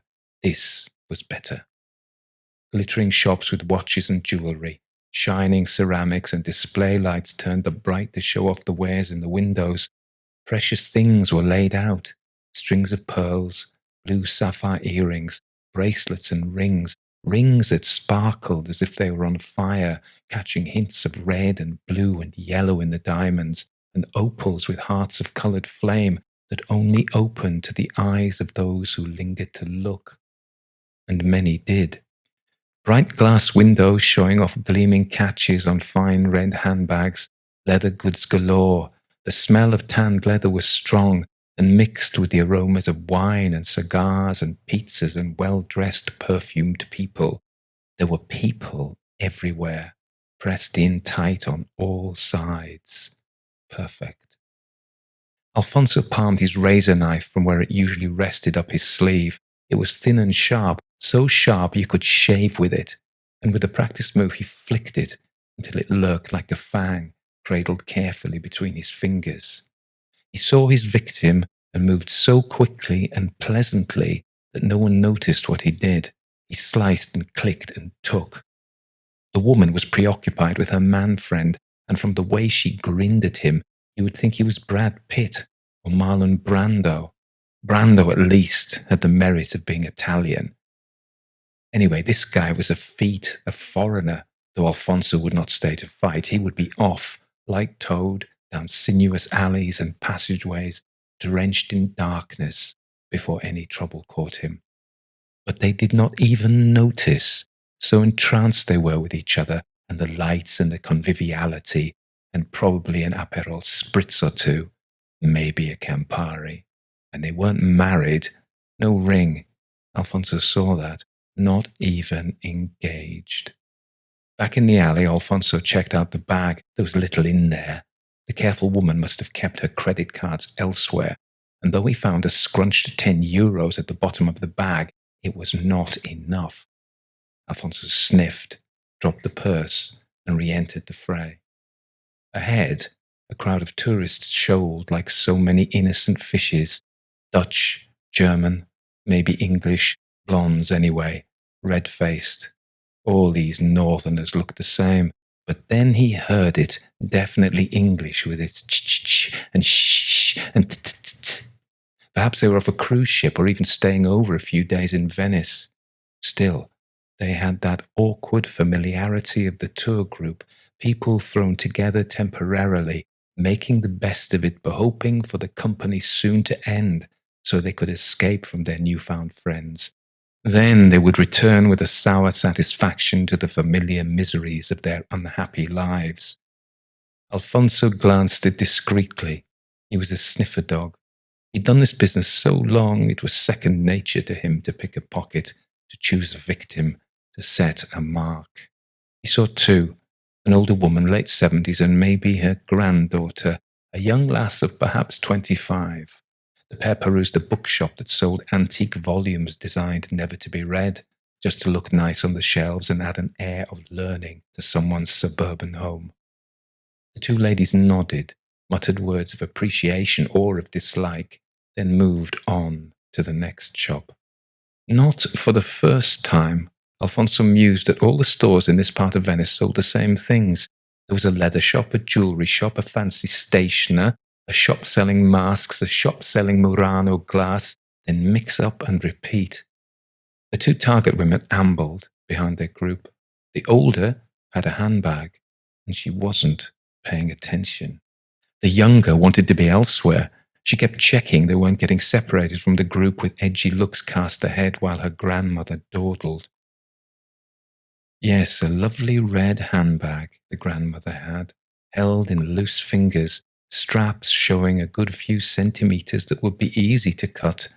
And now was the time. Alfonso swooped like an eagle coming in undetected. The grandmother didn't even turn her head, didn't even flinch, didn't even notice as he severed her straps and relieved her of the handbag's weight.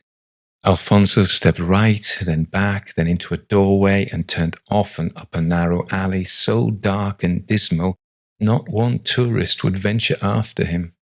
For the victim, a theft is a monstrous grievance, but for the thief, it's merely graft. And now, thought Alfonso, not even a grievance because neither the old dear nor her granddaughter had noticed. He slipped into shadows, moving like a cat on a cloudy night, like an octopus, vanishing into ink. Then he stopped and stood under a street light so he could see his prize. It was amazing how much distance he could cover in an eye blink, but then he had had much practice.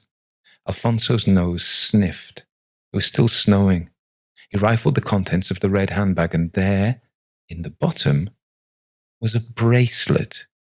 He stopped, his fingers hovered. Could it be as nice as it looked? The bracelet glittered and gleamed even more brightly as he turned it in the light the street lamp shed. He marveled at the hard-pointed jewels and fingered the smooth, cool gold, twisting it round in his fingers. The bracelet was big and heavy. It spangled under a seedy Venetian alley light. Wow, he said. Alfonso was no jeweller, but to him this looked to be worth a ton. Alfonso lifted his head to heaven and thanked St. Dismas for his patronage. Christmas in Alfonso's humble house was going to be special this year. He dropped the red leather bag without a thought and stuffed the bracelet into his jacket pocket. With a happy heart, Alfonso almost skipped down the alley. No need for him to risk more jobs tonight. He would treat himself to a bottle of Aperol to celebrate when he got home. Feeling like all his dreams had come true, he dashed at a run over the Rialto Bridge, but then stopped with a skid to look down the Grand Canal. Crowds of merrymakers lifted his heart. He hoped that all those people would have the most beautiful Christmas, just like him. Oh, how he loved Venice, and oh, how he loved this night. The Grand Canal smelled of moonlight and mystery. The dreams of a million lovers drifted along its bobbing waves like roses on the Ganges, like Chinese lanterns rising in a winter's sky. Coloured Christmas lights from the palazzos that lined the canal rippled like diamonds, emeralds, or sapphires, and glittered on the water like a broken necklace, all the stones gone scattered and hiding in alcoves and shadowed corners until the dark canal doused their light, a light that was reborn with the next pulse of electricity through the midwinter wires. Snow kissed his cheek, but this time he found its caress was lovely. Bellissimo, bellissimo, he yelled at the clouds, causing passers-by to look and grin at his merriment, joining in with his mirth and wishing him a Merry Christmas. He wished it back. Coming down off the bridge then into a maze of streets, a left, a right, a left, then several more twists, and then he stopped at a corner shop off a campo where he was well known. "You're in a good mood," the shopkeeper said, flicking the ash from her cigarette into a cup. He bought a bottle of Aperol and some tiramisu as a treat. "Oh, yes, Chiara, my dear, what a lovely night it is. Merry Christmas, by the way. I hope you and your family have a lovely time." The shopkeeper laughed. "Thanks, Alfonso, you too. Give my regards to Elena and the kids." Everyone knew Alfonso was a thief, but he was funny, and he didn't steal from them, only tourists, so they didn't mind. Alfonso couldn't get over how beautiful the night was, what with the lights and the snow and everyone happy and on holiday. He crossed the campo with its church and strings of Christmas stars reflecting on the water of the little Rio that ran to the left. A more expansive stretch of water confronted him, the Rio di San Lorenzo. A bridge arched over the water to his right, but Alfonso was so bright-hearted with his stolen prize that he glanced at the moored boats and grinned. That would make an alternative bridge. Not as safe as the other, but he was enjoying a streak of luck, born lucky, favoured by saints and angels. He got to the edge, laughed out loud, then leapt. The boat rocked as he landed. He laughed and jumped again, and having jumped, plunged from boat to boat until he was over the canal and tiptoed, almost overbalanced, onto the lip of dry land and into the Campo di San Lorenzo. And then, in front of him, flashed the apparition. The same ethereal figure he'd seen at the end of the alley earlier. The glowing thing loomed up, and Alfonso fell back. Alfonso toppled into the dirty canal water. Once it had been the home of dolphins, now it was a rat's highway, smelling of diesel from the countless small boats, drifting not with lovers' dreams, but with orange peel and plastic water bottles, sometimes condoms.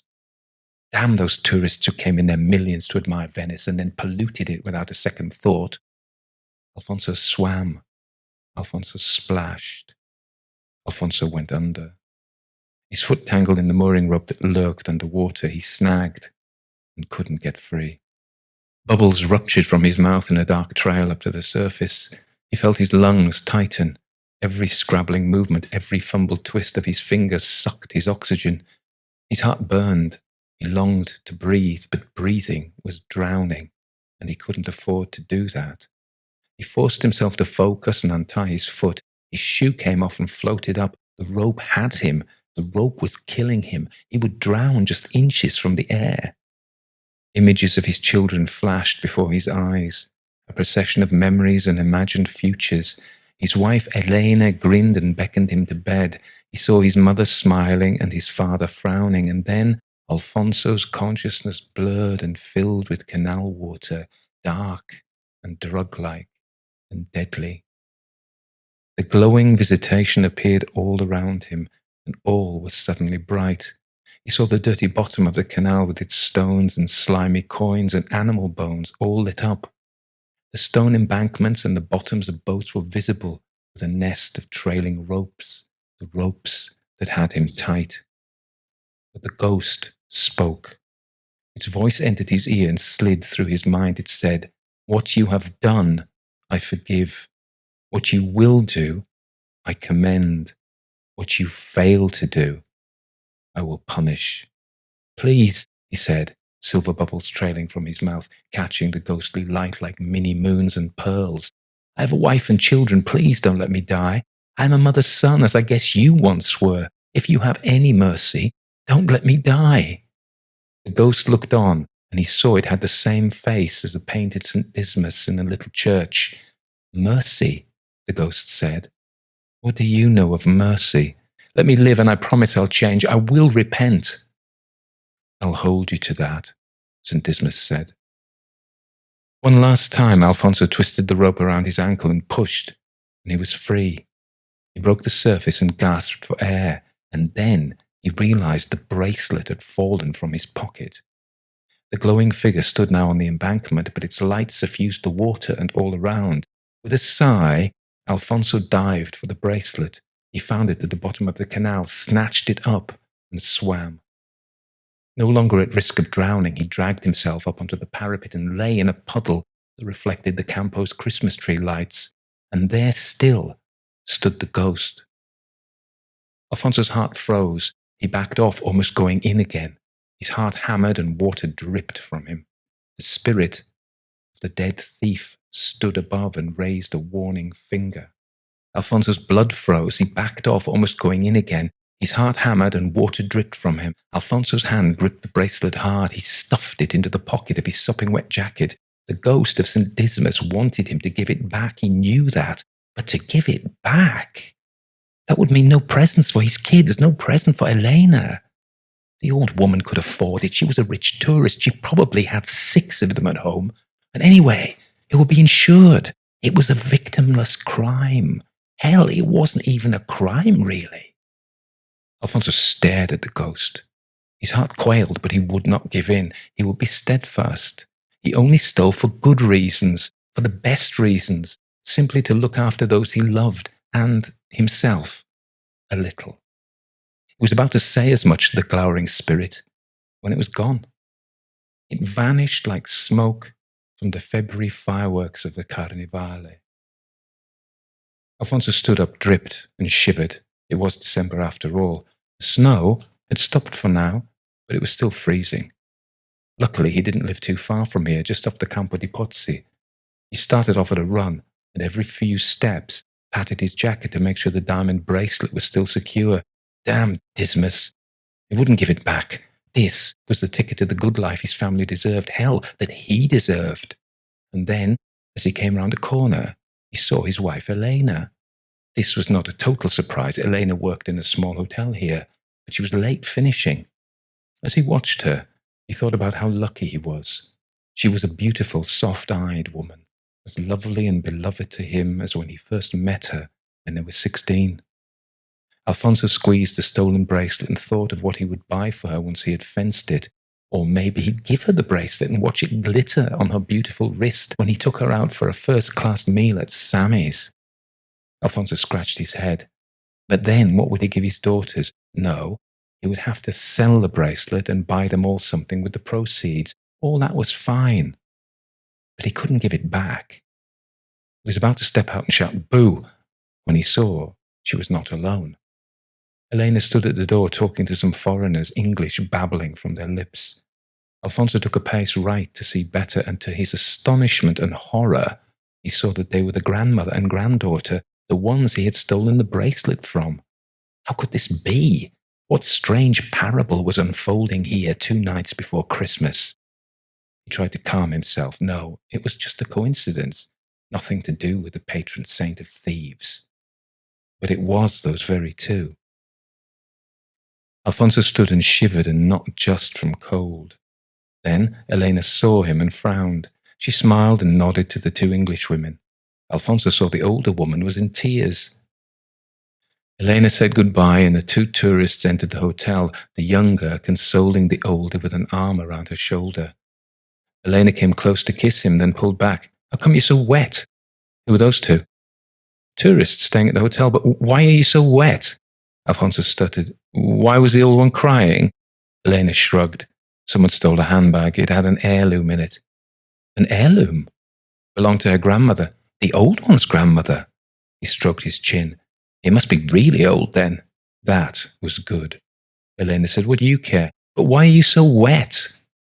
I fell in the canal." Elena burst out laughing. She couldn't speak because of the sobs of laughter that racked her. She even had to lean against the wall for support. Alfonso scowled. "It's not funny. Come on, let's go home. I'm freezing." He went to link arms with her, but she instantly recoiled. "No, you're drenched." Alfonso's mind was on the stolen bracelet. Indeed, the stolen bracelet suffused all his thoughts. There wasn't even room for a thought about Aperol spritz or betting on the horses. If the bracelet was old, the grandmother's grandmother's bracelet, and kept so long in the family, it must be worth a fortune. Behind his dreams of avarice, one quiet image of an old woman in tears presented itself. He exhaled and thrust that picture away. Seeking to keep thoughts of the old woman out of his head, he asked, "What's for dinner?" "You tell me," Elena said. "You're cooking it." In the house, he stuffed the stolen bracelet in the drawer in the bedroom chest under his socks after once gazing at it and sighing. No sooner did they get home than he changed into dry clothes. In the living room, he greeted his family and was hugged in return. Then a virtuoso improvisation, and Alfonso ushered his 2 daughters, their cousin, and Elena to a plate of Sicilian caponata. "It's good, Papa," the little one, Aurora, said. Alfonso smiled. He was an intuitive and enthusiastic chef. Elena worked long hours at the hotel, but the hours of a handbag thief were much less regular, so he had time to study cooking. His own grandmother was Sicilian, and he had learned the spicy recipes of that island from her. Also at dinner was the babysitter of his 2 daughters, who was also their cousin. He fed them all, and with laughter and wine for Alfonso and Elena and for Simone, the babysitter, as she was now 15, they laughed and joked among the Christmas decorations. At the table, Elena said, "It was sad about that old lady." "What old lady?" Simone asked, raising the glass to her lips. Elena told her the tale. Simone glanced at Alfonso, who frowned deeply. He didn't want to talk about some sad old woman, so he asked his daughters how their day had been and listened to their excitement about what they would be getting for Christmas. Tomorrow was Christmas Eve, the day for Christmas shopping. He listened to his girls and thought how he would get up early and fence the bracelet and be back in time to buy them toys and sweets and clothes and pretty shiny things they'd love. Maybe even a puppy. They'd love a puppy. He turned back to Elena to hear her say, and the worst thing is the old one. The grandmother's dying. She has heart failure. Simone said, "Oh, that's so sad." Alfonso said, "Why did she come to Venice if she's dying?" Elena frowned. "She's never been here before. The family's quite poor." "Poor? Then how come she had a valuable bracelet?" Elena's eyes narrowed. "I didn't say bracelet. I said heirloom. How did you know it was a bracelet?" Alfonso shrugged. "Don't know. Guessed." Elena gave him a shrewd look, but said nothing. Alfonso went on, "But I don't believe they're poor. The heirloom, bracelet. Bracelet? It'd be insured. Apparently not. That's why she's so upset." He sniffed. "And it's her own fault. People should insure valuable things." Elena and Simone both glared at him. Simone said, "Uncle Alfonso, that's a very cold and cruel thing to say." Alfonso shrugged, but he couldn't meet her eyes. There was an awkward silence, and in the end he said, "Anyone want any tiramisu? I bought some earlier." "Bought?" Simone giggled, the wine gone to her head. "Simone," Elena said sharply, and Simone stifled her giggle. Later that night, Alfonso dreamed of St. Dismas. The saint said nothing, just glowed in his corner staring at Alfonso, who still saw him through his closed eyes. Give it back? What would he use to treat his family then? Fairy dust? He muttered, "No, Dismas, I will stand firm." Minutes went by, and he thought he heard the saint say, "Honesty begins with yourself. It's not too late, though it soon will be." Through clenched teeth, Alfonso said, "No, Dismas, I will stand firm." Alfonso lay awake for a long time, but he must have slept, because when he awoke, St. Dismas was gone. Elena was on an early shift, so she was gone before he got up. In the early morning darkness, Alfonso got out of bed. With a heavy heart, Alfonso went to the drawer where he'd hidden the bracelet.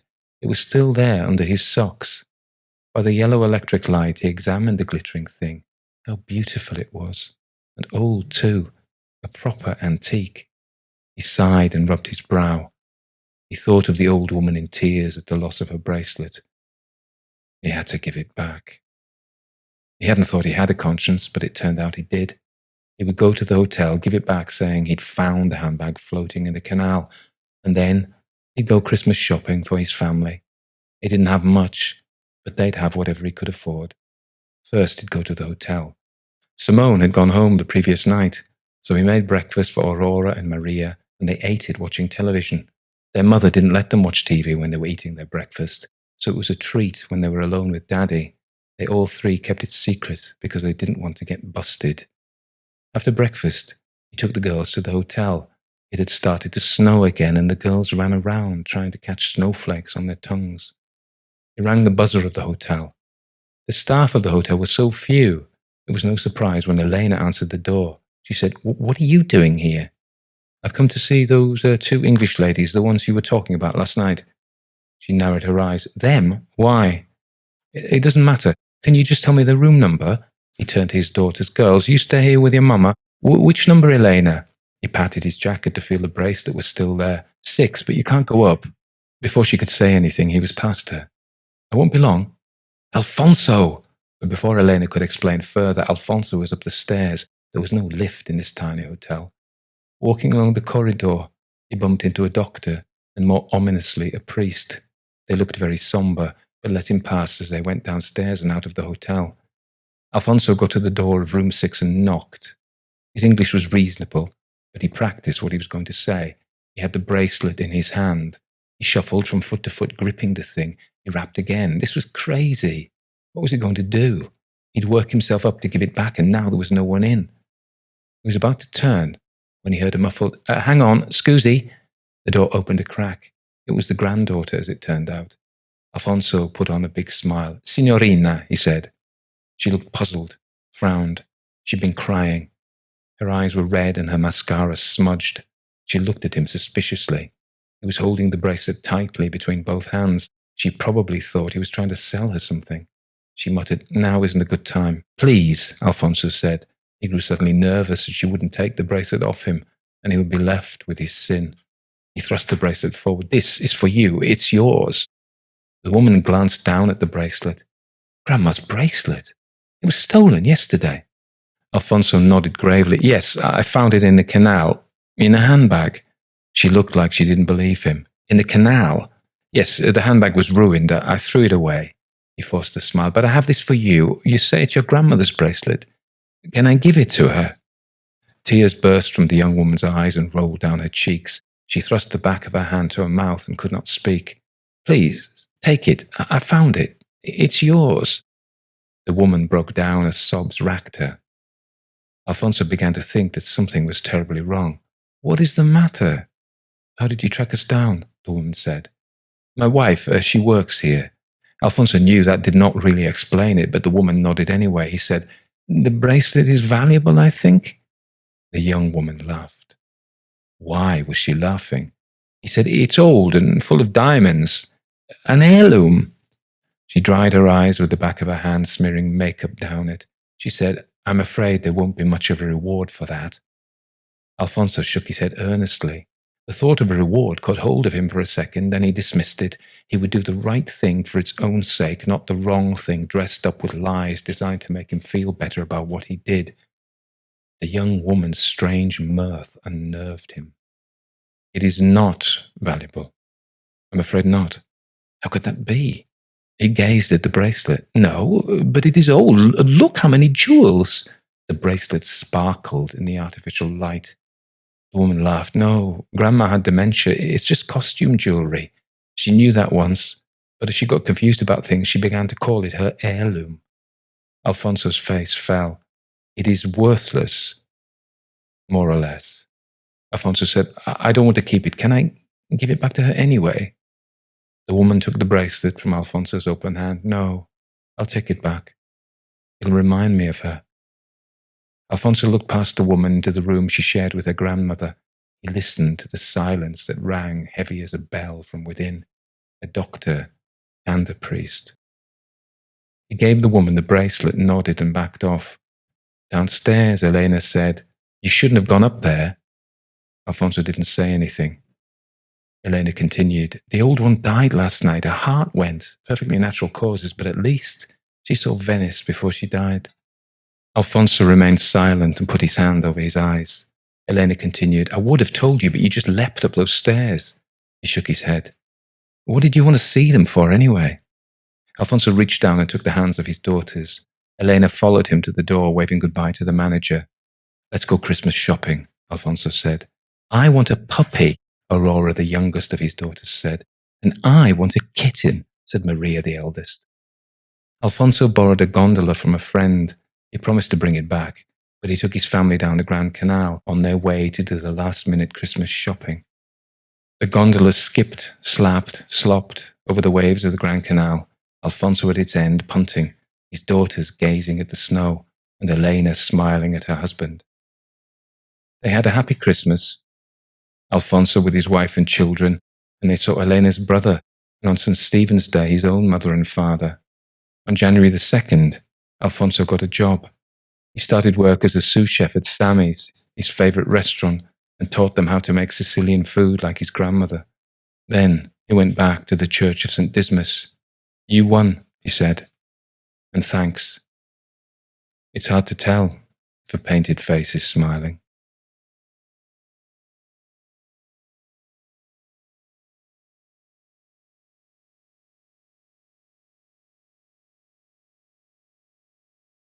A Wicked Voice by Vernon Lee. To M.W. in remembrance of the last song at Palazzo Barbaro. Chi ha intenso, intenda. They have been congratulating me again today upon being the only composer of our days, of these days of deafening orchestral effects and poetical quackery, who has despised the newfangled nonsense of Wagner and returned boldly to the traditions of Handel and Gluck and the divine Mozart, to the supremacy of melody and the respect of the human voice. O cursed human voice, violin of flesh and blood, fashioned with the subtle tools, the cunning hands of Satan. O execrable art of singing, have you not wrought mischief enough in the past, degrading so much noble genius, corrupting the purity of Mozart, reducing Handel to a writer of high-class singing exercises, and defrauding the world of the only inspiration worthy of Sophocles and Euripides, the poetry of the great poet Gluck? Is it not enough to have dishonoured a whole century in idolatry of that wicked and contemptible wretch, the singer, without persecuting an obscure young composer of our days, whose only wealth is his love of nobility in art, and perhaps some few grains of genius? And then they compliment me upon the perfection with which I imitate the style of the great dead masters, or ask me very seriously whether, even if I could gain over the modern public to this bygone style of music, I could hope to find singers to perform it. Sometimes when people talk as they have been talking today and laugh when I declare myself a follower of Wagner, I burst into a paroxysm of unintelligible, childish rage and exclaim, "We shall see that some day." Yes, some day we shall see. For after all, may I not recover from this strangest of maladies? It is still possible that the day may come when all these things shall seem but an incredible nightmare. The day when Ogier the Dane shall be completed, and men shall know whether I am a follower of the great master of the future, or the miserable singing masters of the past. I am but half bewitched, since I am conscious of the spell that binds me. My old nurse far off in Norway used to tell me that werewolves are ordinary men and women half their days, and that if during that period they become aware of their horrid transformation, they may find the means to forestall it. May this not be the case with me? My reason, after all, is free, although my artistic inspiration be enslaved, and I can despise and loathe the music I am forced to compose, and the execrable power that forces me. Nay, it is not because I have studied with the doggedness of hatred this corrupt and corrupting music of the past, seeking for every little peculiarity of style and every biographical trifle merely to display its vileness. Is it not for this presumptuous courage that I have been overtaken by such mysterious, incredible vengeance?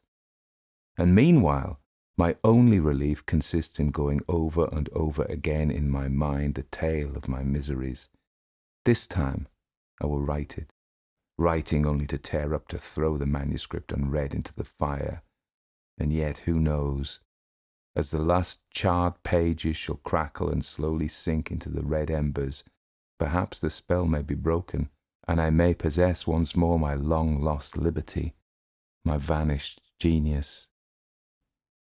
It was a breathless evening under the full moon, that implacable full moon beneath which, even more than beneath the dreamy splendour of noontide, Venice seemed to swelter in the midst of the waters, exhaling like some great lily, mysterious influences which make the brain swim and the heart faint, a moral malaria, distilled, as I thought, from those languishing melodies, those cooing vocalizations which I had found in the musty music books of a century ago. I see that moonlight evening as if it were present. I see my fellow lodgers of that little artist's boarding house. The table on which they lean after supper is strewn with bits of bread, with napkins rolled in tapestry rollers, spots of wine here and there, and at regular intervals chipped pepper pots, stands of toothpicks, and heaps of those huge hard peaches which nature imitates from the marble shops of Pisa. The whole pensione full is assembled, and examining stupidly the engraving which the American etcher has just brought for me, knowing me to be mad about 18th century music and musicians, and having noticed, as he turned over the heaps of penny prints in the square of San Polo, that the portrait is that of a singer of those days. Singer, thing of evil, stupid and wicked slave of the voice, of that instrument which was not invented by the human intellect, but begotten of the body, and which, instead of moving the soul, merely stirs up the dregs of our nature. For what is the voice but the beast calling, awakening that other beast sleeping in the depths of mankind, the beast which all great art has ever sought to chain up, as the archangel chains up, in old pictures, the demon with his woman's face? How could the creature attach to this voice its owner and its victim, the singer, the great, the real singer, who once ruled over every heart, be otherwise than wicked and contemptible? But let me try to get on with my story. I can see all my fellow boarders leaning on the table, contemplating the print, this effeminate beau, his hair curled in aile de pigeon, his sword passed through his embroidered pocket, seated under a triumphal arch somewhere among the clouds, surrounded by puffy cupids and crowned with laurels by a bouncing goddess of fame. I hear again all the insipid exclamations, the insipid questions about this singer. When did he live? Was he very famous? Are you sure, Magnus, that this is really a portrait, etc., etc.? And I hear my own voice, as if in the far distance, giving them all sorts of information, biographical and critical, out of a battered little volume called The Theatre of Musical Glory, or Opinions upon the Most Famous Chapel Masters and Virtuosi of this Century, by Father Prostocimo Sabatelli, Barnalite, Professor of Eloquence at the College of Modena, and member of the Arcadian Academy under the pastoral name of Evander Lilybæen, Venice, 1785, with the approbation of the superiors. I tell them how this singer, this Balthazar Cesari, was nicknamed Zaffarino because of a sapphire engraved with cabalistic signs presented to him one evening by a masked stranger, in whom wise folk recognized that great cultivator of the human voice, the devil. How much more wonderful had been this Zaffarino's vocal gifts than those of any singer of ancient or modern times.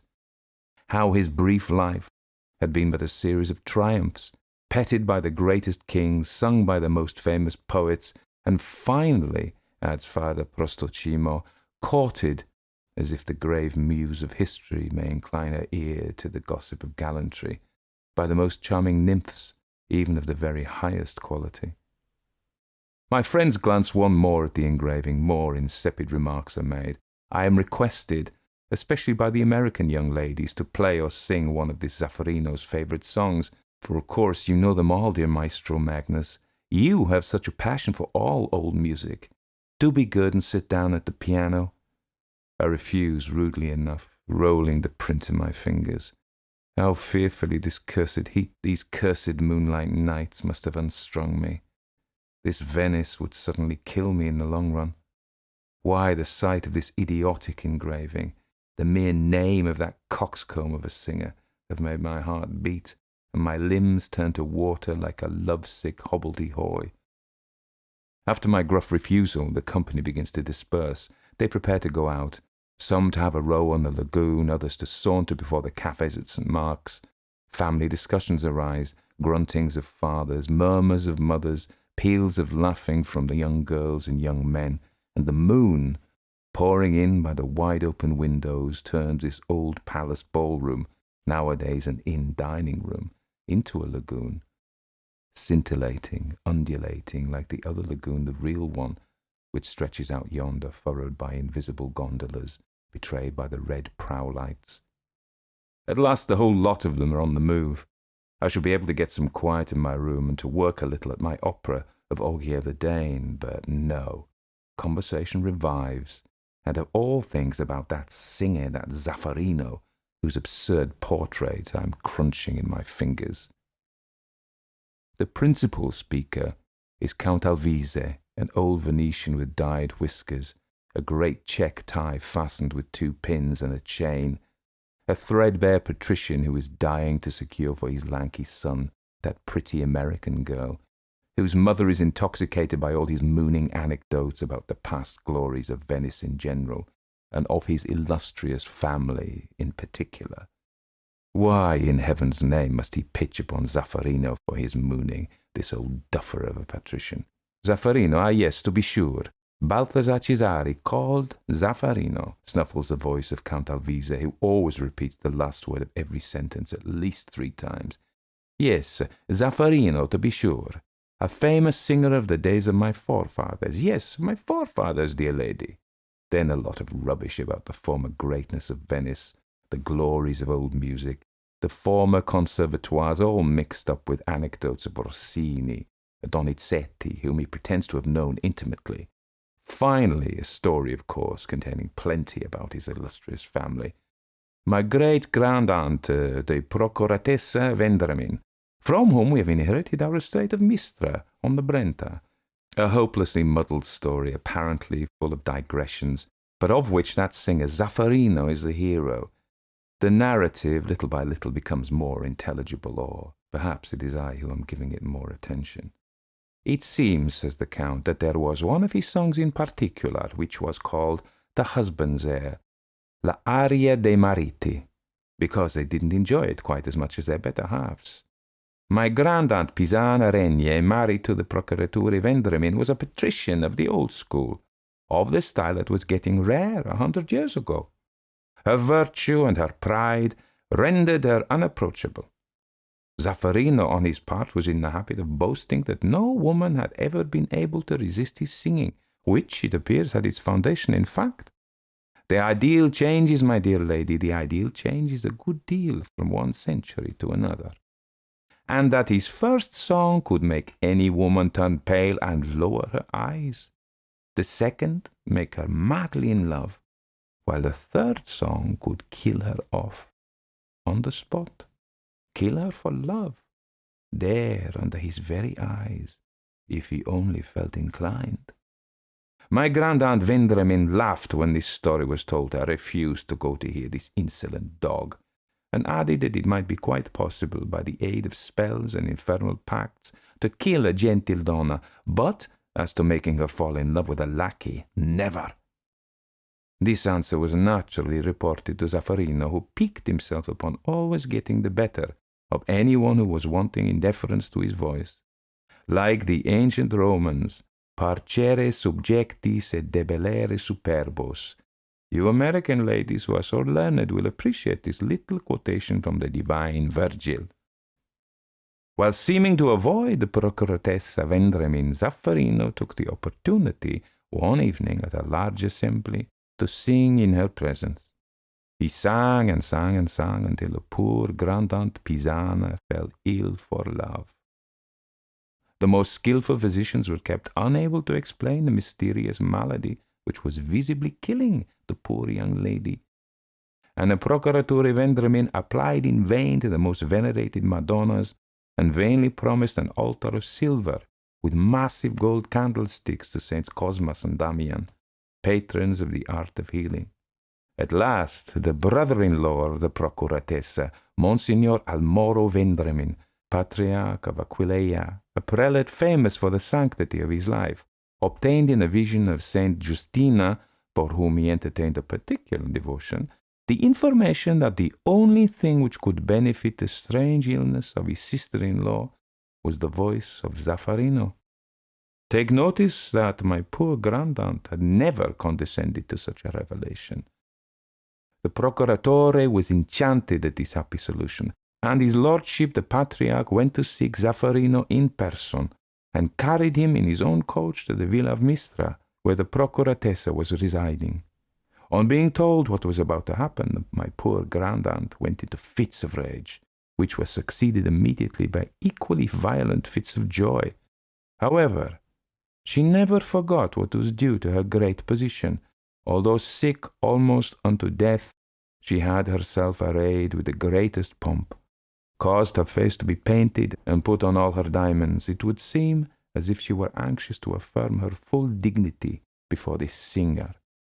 Accordingly, she received Zaffarino reclining on a sofa which had been placed in the great ballroom of the villa of Mistra, and beneath the princely canopy, for the Vendramins, who had intermarried with the house of Mantua, possessed imperial fiefs, and were princes of the Holy Roman Empire.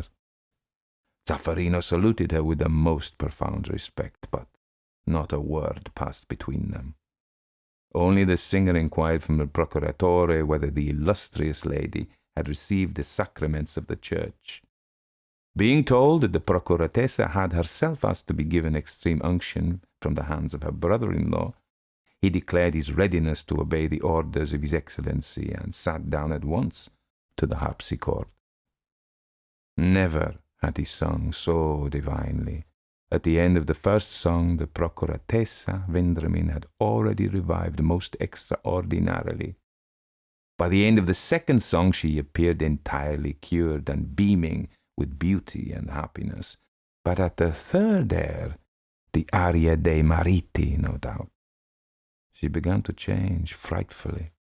She gave a dreadful cry and fell into the convulsions of death. In a quarter of an hour, she was dead. Zaffarino did not wait to see her die. Having finished his song, he withdrew instantly, took post horses, and travelled day and night as far as Munich. People remarked that he had presented himself at Mistra, dressed in mourning, although he had mentioned no death among his relatives. Also, that he had prepared everything for his departure, as if fearing the wrath of so powerful a family.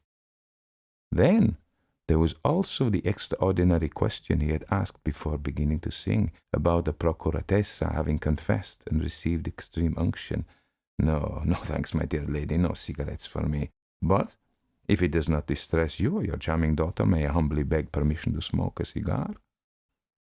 And Count Alvise, enchanted with his talent for narrative, and sure of having secured for his son the heart and the dollars of his fair audience, proceeds to light a candle, and at the candle one of those long, black Italian cigars which require preliminary disinfection before smoking.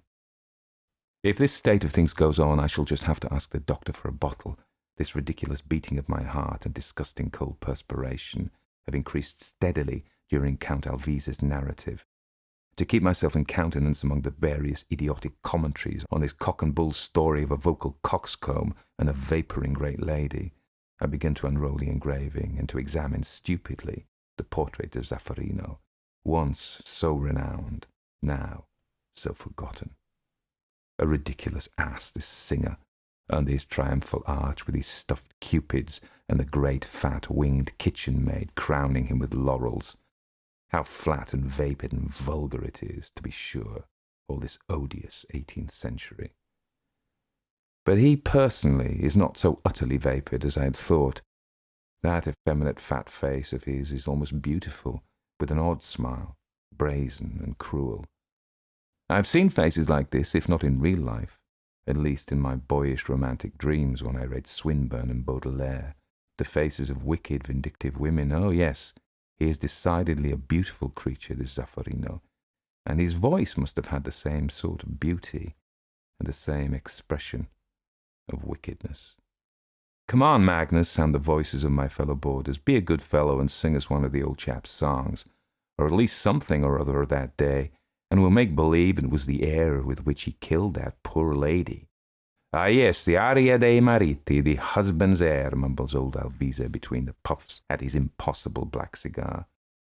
My poor grand-aunt Pisana Vendremin, he went and killed her with those songs of his, with that aria dei mariti. I feel a senseless rage overcoming me.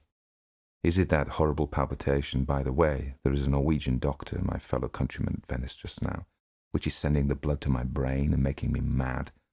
The people round the piano, the furniture, everything together seems to get mixed and to turn into moving blobs of colour.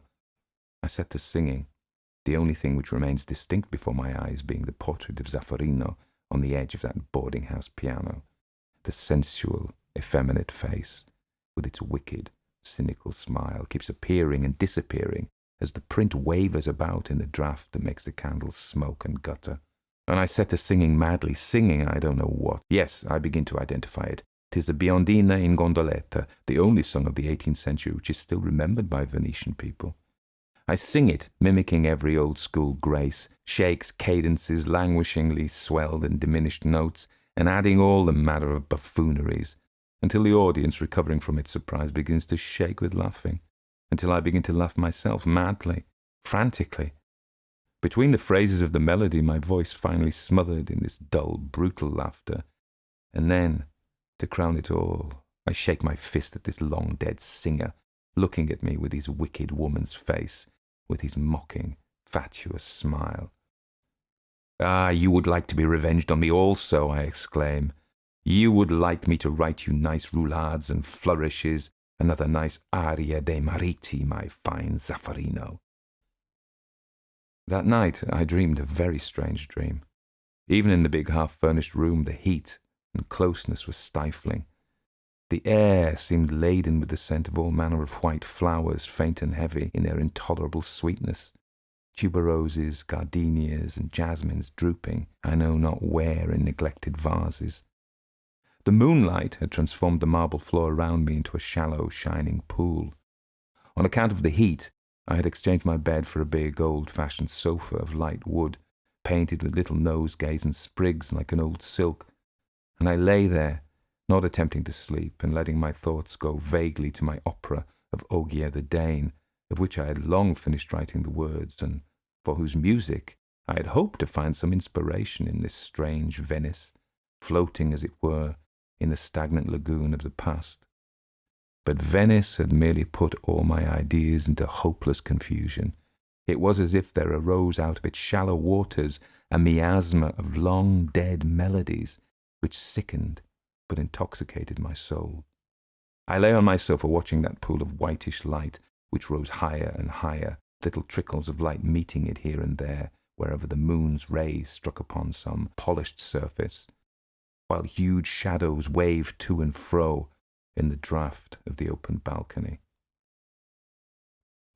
I went over and over that old Norse story, how the paladin Ogier, one of the knights of Charlemagne, was decoyed during his homeward wanderings from the Holy Land by the arts of an enchantress, the same who had once held in bondage the great Emperor Caesar and had given him King Oberon for a son.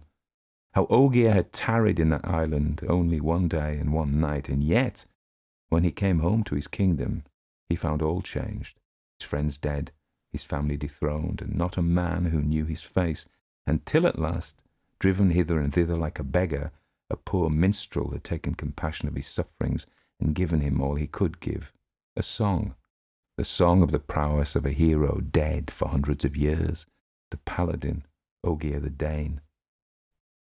The story of Ogier ran into a dream, as vivid as my waking thoughts had been vague. I was looking no longer at the pool of moonlight spreading round my couch with its trickles of light and looming waving shadows, but the frescoed walls of a great saloon. It was not, as I recognized in a second, the dining room of that Venetian palace now turned into a boarding house. It was a far larger room, a real ballroom, almost circular in its octagon shape, with 8 huge white doors surrounded by stucco mouldings, and high on the vault of the ceiling 8 little galleries or recesses like boxes at a theatre, intended no doubt for musicians and spectators. The place was imperfectly lighted by only one of the 8 chandeliers, which revolved slowly like huge spiders, each on its long cord. But the light struck upon the gilt stuccos opposite me, and on a large expanse of fresco, the sacrifice of Iphigenia with Agamemnon and Achilles in Roman helmets, lappets and knee breeches. It discovered also one of the oil panels let into the mouldings of the roof, a goddess in lemon and lilac draperies, foreshortened over a great green peacock. Round the room, where the light reached, I could make out big yellow satin sofas and heavy gilded consoles.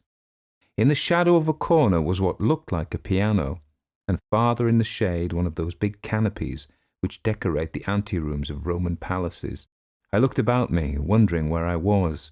A heavy, sweet smell, reminding me of the flavour of a peach, filled the place. Little by little I began to perceive sounds, little sharp metallic detached notes, like those of a mandolin, and there was united to them a voice, very low and sweet, almost a whisper, which grew and grew and grew, until the whole place was filled with that exquisite vibrating note, of a strange, exotic, unique quality. The note went on swelling and swelling. Suddenly there was a horrible piercing shriek and the thud of a body on the floor, and all manner of smothered exclamations. There, close by the canopy, a light suddenly appeared, and I could see, among the dark figures moving to and fro in the room, a woman lying on the ground, surrounded by other women. Her blonde hair, tangled, full of diamond sparkles which cut through the half-darkness, was hanging dishevelled. The laces of her bodice had been cut, and her white breast shone among the sheen of jewelled brocade. Her face was bent forwards, and a thin white arm trailed like a broken limb across the knees of one of the women who were endeavouring to lift her. There was a sudden splash of water against the floor. more confused exclamations, a hoarse, broken moan, and a gurgling, dreadful sound. I awoke with a start and rushed to the window. Outside, in the blue haze of the moon, the church and belfry of St. George loomed blue and hazy with the black hull and rigging, the red lights of a large steamer moored before them. From the lagoon rose a damp sea breeze. What was it all? Ah, I began to understand. That story of old Count Alvise's, the death of his grandaunt, Pisana Vendramin. Yes, it was about that I had been dreaming. I returned to my room. I struck a light and sat down to my writing table. Sleep had become impossible. I tried to work at my opera. Once or twice I thought I had got hold of what I had looked for so long, but as soon as I tried to lay hold of my theme, there arose in my mind the distant echo of that voice, of that long note swelled slowly by insensible degrees, that long note whose tone was so strong and so subtle. There are in the life of an artist moments when, still unable to seize his own inspiration, or even clearly to discern it, he becomes aware of the approach of that long-invoked idea. A mingled joy and terror warn him that before another day, another hour have passed, the inspiration shall have crossed the threshold of his soul and flooded it with its rapture. All day I had felt the need of isolation and quiet, and at nightfall I went for a row on the most solitary part of the lagoon. All things seemed to tell that I was going to meet my inspiration, and I awaited its coming, as a lover awaits his beloved. I had stopped my gondola for a moment, and as I gently swayed to and fro on the water, all paved with moonbeams, it seemed to me that I was on the confines of an imaginary world. It lay close at hand, enveloped in luminous pale blue mist, through which the moon had cut a wide and glistening path. Out to sea, the little islands, like moored black boats, only accentuated the solitude of this region of moonbeams and wavelets, while the hum of the insects in orchards hard by merely added to the impression of untroubled silence. On some such seas, I thought, must the paladin Ogier have sailed, when about to discover that during that sleep at the enchantress's knee centuries had elapsed, and the heroic world had set, and the kingdom of prose had come. While my gondola rocked stationary on that sea of moonbeams, I pondered over that twilight of the heroic world. In the soft rattle of the water on the hull, I seemed to hear the rattle of all that armour, of all those swords swinging rusty on the walls, neglected by the degenerate sons of the great champions of old. I had long been in search of a theme which I had called the theme of the prowess of Ogier. It was to appear from time to time in the course of my opera, to develop at last into that song of the minstrel, which reveals to the hero that he is one of a long-dead world. And at this moment I seemed to feel the presence of that theme. Yet an instant, and my mind would be overwhelmed by that savage music, heroic, funereal. Suddenly there came across the lagoon, cleaving, checkering, and fretting, the silence with a lacework of sound, even as the moon was fretting and cleaving the water, a ripple of music, a voice breaking itself in a shower of little scales and cadences and trills. I sank back upon my cushions. The vision of heroic days had vanished, and before my closed eyes there seemed to dance multitudes of little stars of light, chasing and interlacing like those sudden vocalizations. "To shore, quick!" I cried to the gondolier. But the sounds had ceased, and they came from the orchards with their mulberry trees glistening in the moonlight and their black swaying cypress plumes, nothing save the confused hum, the monotonous chirp of the crickets.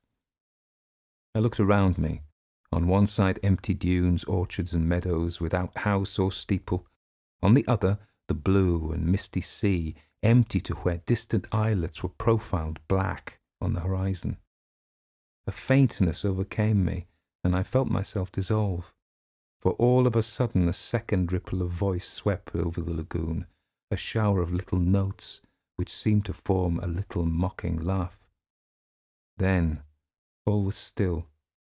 This silence lasted so long that I fell once more to meditating on my opera. I lay in wait once more for the half-caught theme, but no, It was not that theme for which I was waiting and watching with bated breath.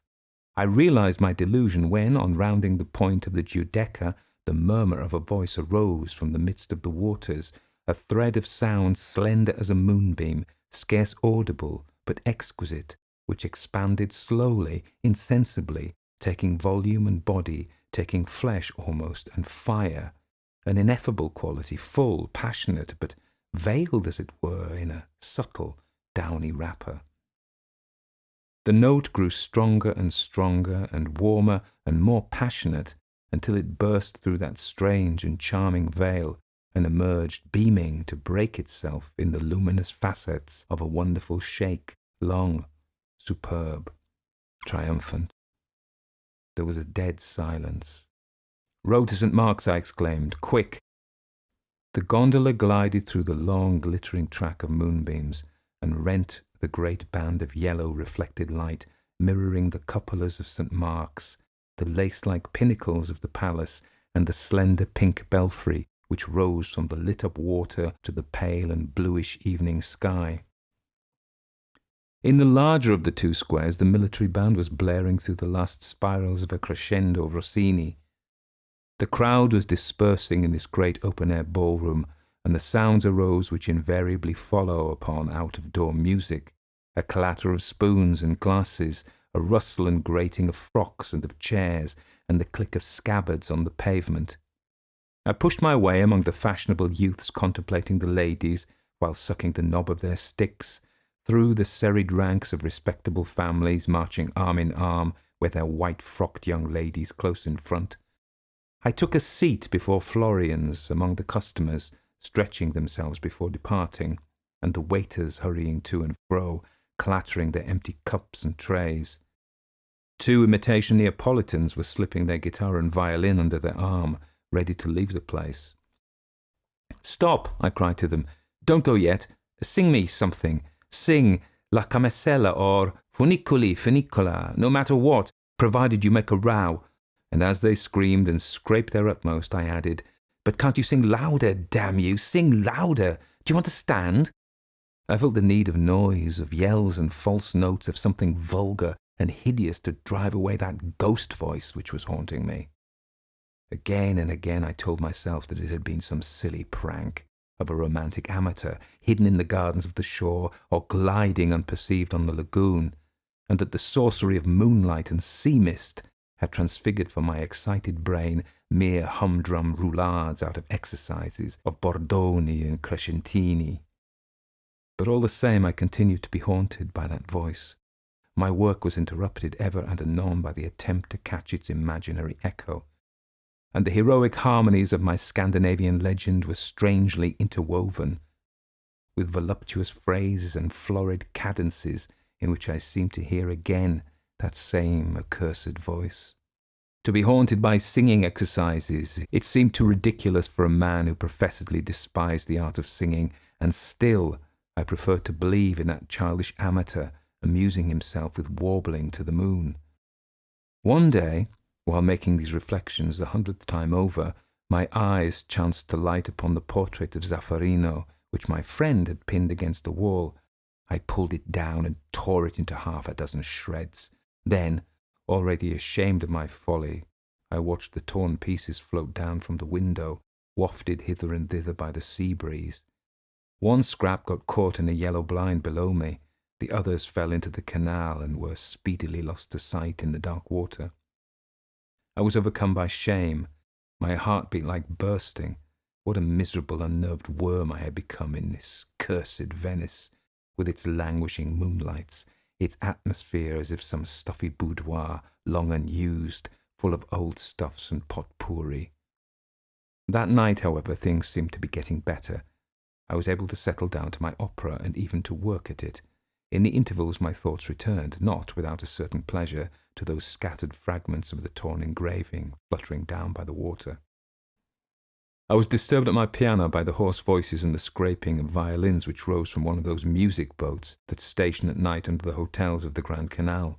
The moon had set. Under my balcony the water stretched black into the distance, its darkness cut by the still darker outlines of the flotilla of gondolas in attendance on the music boat, where the faces of the singers and the guitars and violins gleamed reddish under the unsteady light of the Chinese lanterns. "Jamo, jamo, jamo, ja," sang the loud, hoarse voices, then a tremendous scrape and twang, and the yelled-out burden, "Funiculi, funicula, funiculi, funicola, jamo, jamo, jamo, jamo, jamo, ja." Then came a few cries of "Bis, bis" from a neighbouring hotel, a brief clapping of hands, the sound of a handful of coppers rattling into the boat, and the awe-stroke of some gondolier making ready to turn away. "Sing the Camisella," ordered some voice with a foreign accent. "No, no, Santa Lucia." "I want the Camisella." "No, Santa Lucia." "Hi, sing Santa Lucia, do you hear?" The musicians under their green and yellow and red lamps held a whispered consultation on the manner of conciliating these contradictory demands. Then, after a minute's hesitation, the violins began the prelude of that once famous air, which has remained popular in Venice, the words written some 100 years ago by the patrician Gritti, the music by an unknown composer, La Biondina in Gondoletta. That cursed 18th century. It seemed a malignant fatality that made these brutes choose just this piece to interrupt me. At last the long prelude came to an end, and above the cracked guitars and squeaking fiddles there arose, not the expected nasal chorus, but a single voice singing below its breath. My arteries throbbed. How well I knew that voice. It was singing, as I have said, below its breath, yet none the less it sufficed to fill all that reach of the canal with its strange quality of tone, exquisite and far-fetched. There were long drawn-out notes of intense but peculiar sweetness, a man's voice, which had much of a woman's, but even more of a chorister's, but a chorister's voice without its limpidity and innocence. Its youthfulness was veiled, muffled, as it were, in a sort of downy vagueness, as if a passion of tears withheld. There was a burst of applause, and the old palaces re-echoed with the clapping. "Bravo, bravo, thank you, thank you. Sing again, please sing again. Who can it be?" And then a bumping of hulls, a splashing of oars, and the oaths of gondoliers trying to push each other away as the red prow lamps of the gondolas pressed round the gaily lit singing boat. But no one stirred on board. It was to none of them that this applause was due. And while everyone pressed on and clapped and vociferated, one little red prow lamp dropped away from the fleet. For a moment, a single gondola stood forth black upon the black water, and then was lost in the night. For several days the mysterious singer was the universal topic. The people of the music boat swore that no one besides themselves had been on board, and that they knew as little as ourselves about the owner of that voice. The gondoliers, despite their descent from the spies of the old republic, were equally unable to furnish any clue. No musical celebrity was known or suspected to be at Venice, and everyone agreed that such a singer must be a European celebrity. The strangest thing in this strange business was that even among those learned in music, there was no agreement on the subject of this voice. It was called by all sorts of names and described by all manner of incongruous adjectives. People went so far as to dispute whether the voice belonged to a man or to a woman. Everyone had some new definition. In all these musical discussions, I alone brought forward no opinion. I felt a repugnance, an impossibility almost of speaking about that voice, and the more or less commonplace conjectures of my friend had the invariable effect of sending me out of the room. Meanwhile, my work was becoming daily more difficult, and I soon passed from utter impotence to a state of inexplicable agitation. Every morning I rose with fine resolutions and grand projects of work, only to go to bed that night without having accomplished anything. I spent hours leaning on my balcony or wandering through the network of lanes with their ribbon of blue sky, endeavouring vainly to expel the thought of that voice, or endeavouring in reality to reproduce it in my memory, for the more I tried to banish it from my thoughts, the more I grew to thirst for that extraordinary tone, for those mysteriously downy veiled notes. And no sooner did I make an effort to work at my opera than my head was full of scraps of forgotten 18th century airs, of frivolous or languishing little phrases, and I fell to wondering with a bittersweet longing how those songs would have sounded if sung by that voice. At length it became necessary to see a doctor, from whom, however, I carefully hid away all the strangest symptoms of my malady. The air of the lagoons, the great heat, he answered cheerfully, had pulled me down a little. A tonic and a month in the country with plenty of riding and no work would make me myself again. That old idler, Count Alvise, who had insisted on accompanying me to the physician's, immediately suggested that I should go and stay with his son, who was boring himself to death superintending the maize harvest on the mainland. He could promise me excellent air, plenty of horses, and all the peaceful surroundings and the delightful occupations of a rural life. Be sensible, my dear Magnus, and just go quietly to Mistra. Mistra. The name set a shiver all down me. I was about to decline the invitation when a thought suddenly loomed vaguely in my mind. Yes, dear Count, I answered. I accept your invitation with gratitude and pleasure. I will start tomorrow for Mistra. The next day found me at Padua, on my way to the villa of Mistra. It seemed as if I had left an intolerable burden behind me. I was, for the first time since how long, quite light of heart.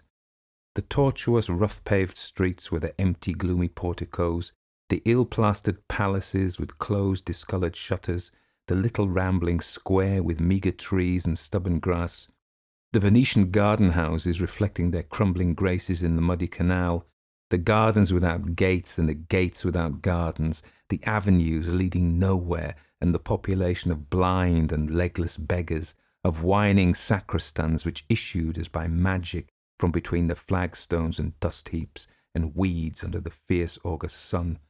All this dreariness merely amused and pleased me. My good spirits were heightened by a musical mass which I had the good fortune to hear at St. Anthony's. Never in all my days had I heard anything comparable, although Italy affords many strange things in the way of sacred music.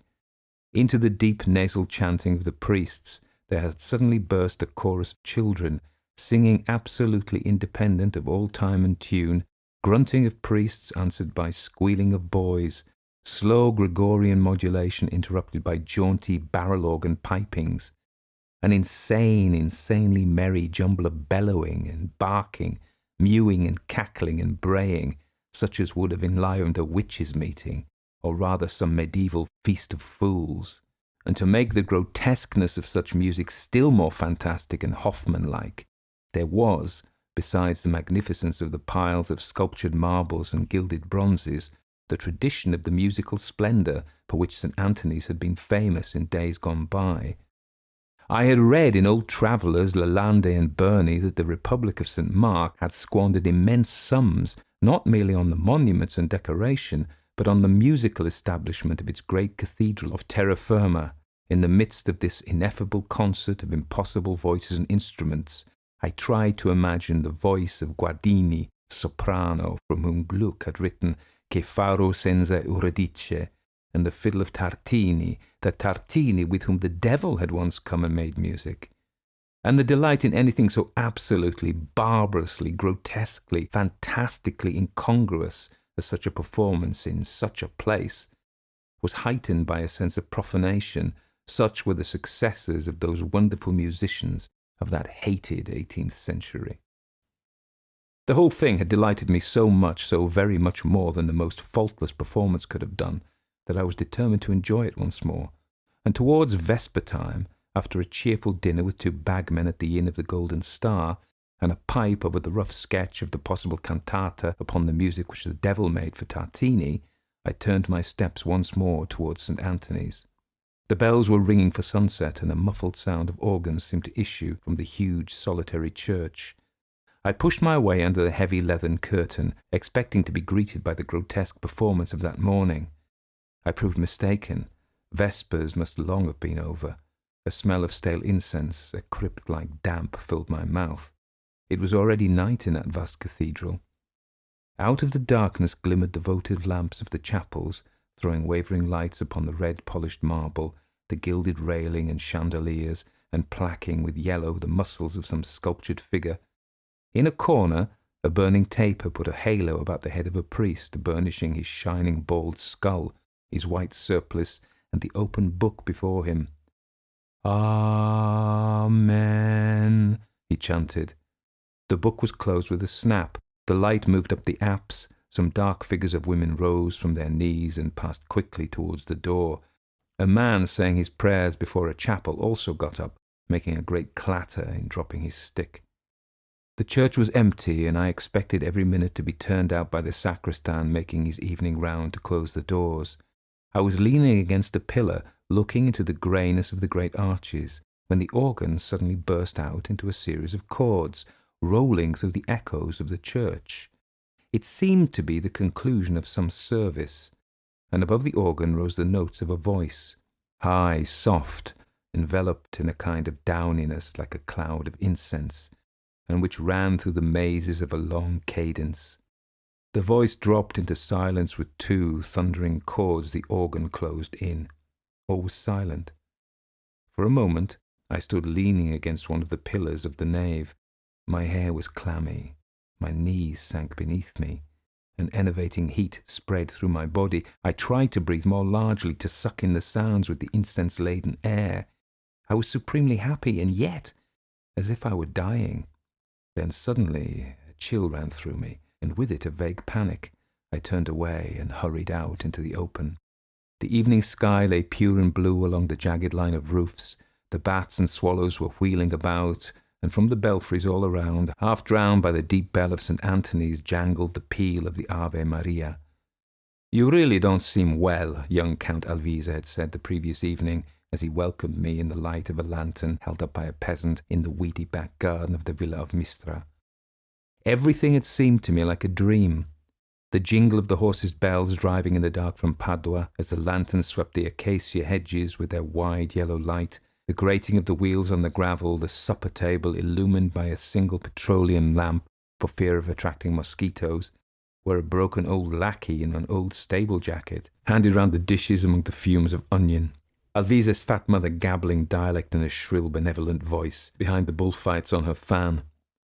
The unshaven village priest perpetually fidgeting with his glass and foot and sticking one shoulder up above the other. And now, in the afternoon, I felt as if I had been in this long, rambling, tumble-down villa of Mistra, a villa 3/4 of which was given up to the storage of grain and garden tools, or to the exercise of rats, mice, scorpions, and centipedes, all my life. As if I had always sat there, in Count Alvise's study among the pile of undusted books on agriculture, the sheaves of accounts, the samples of grain and silkworm seed, the ink stains and the cigar ends, as if I had never heard of anything save the cereal basis of Italian agriculture, the diseases of maize, the prianospora of the vine, the breeds of bullocks and the iniquities of farm labourers, with the blue cones of the Euganean hills closing in the green shimmer of plain outside the window. After an early dinner, again with the screaming gabble of the fat old countess, the fidgeting and shoulder-raising of the unshaven priest, the smell of fried oil and stewed onions, Count Alvise made me get into the cart beside him and whirled me along among clouds of dust between the endless glister of poplars, acacias and maples to one of his farms. In the burning sun, some 20 or 30 girls in coloured skirts, laced bodices and big straw hats were threshing the maize on the big red brick threshing floor, while others were winnowing the grain in great sieves.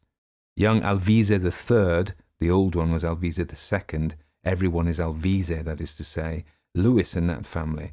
The name is on the house, the carts, the barrows, the very pails. Picked up the maize, touched it, tasted it, said something to the girls that made them laugh, and something to the head farmer that made him look very glum, and then led me into a huge stable where some 20 or 30 white bullocks were stamping, switching their tails, hitting their horns against the mangers in the dark. Alvise III patted each, called him by his name, gave him some salt or a turnip, and explained which was the Mantuan breed, which the Apulian, which the Romanolo, and so on. Then he bade me jump into the trap, and off we went again through the dust, among the hedges and ditches, till we came to some more brick farm buildings with pinkish roofs smoking against the blue sky. Here there were more young women threshing and winnowing the maize, which made a great golden darnay cloud, more bullocks stamping and lowing in the cool darkness, more joking, fault-finding, explaining, and thus through 5 farms until I seemed to see the rhythmical rising and falling of the flails against the hot sky, the shower of golden grains, the yellow dust from the winnowing sieves onto the bricks, the switching of innumerable tails and plunging of innumerable horns, the glistening of huge white flanks and foreheads whenever I closed my eyes. "A good day's work," cried Count Alvise, stretching out his long legs with the tight trousers riding up over the Wellington boots. "Mamma give us some aniseed syrup after dinner. It is an excellent restorative and precaution against the fevers of this country." "Oh, you've got fever in this part of the world, have you? Why, your father said the air was so good." Nothing, soothed the old countess. "The only thing to be dreaded are mosquitoes. Take care to fasten your shutters before lighting the candle." "Well," rejoined young Alvise with an effort of conscience, "of course there are fevers, but they needn't hurt you. Only don't go out into the garden at night if you don't want to catch them. Papa told me you have fancies for moonlight rambles. It won't do in this climate, my dear fellow, it won't do. If you must stalk about at night, being a genius, take a turn inside the house. You can get quite exercise enough."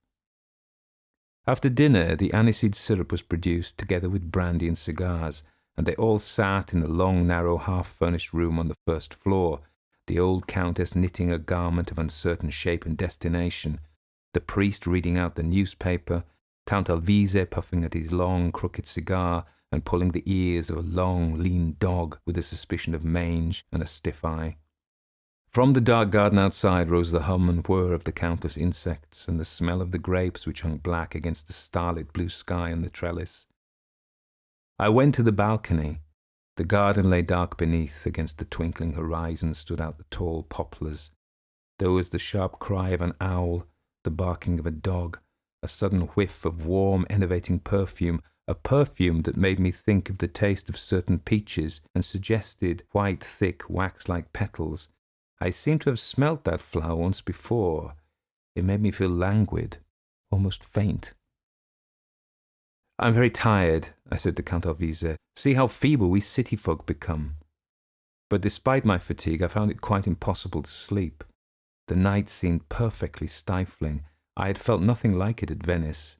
Despite the injunctions of the Countess, I opened the solid wooden shutters hermetically closed against mosquitoes and looked out. The moon had risen, and beneath it lay the big lawns, the rounded tree-tops bathed in a blue luminous mist, every leaf glistening and trembling in what seemed a heaving sea of light. Beneath the window was the long trellis with the white shining piece of pavement under it.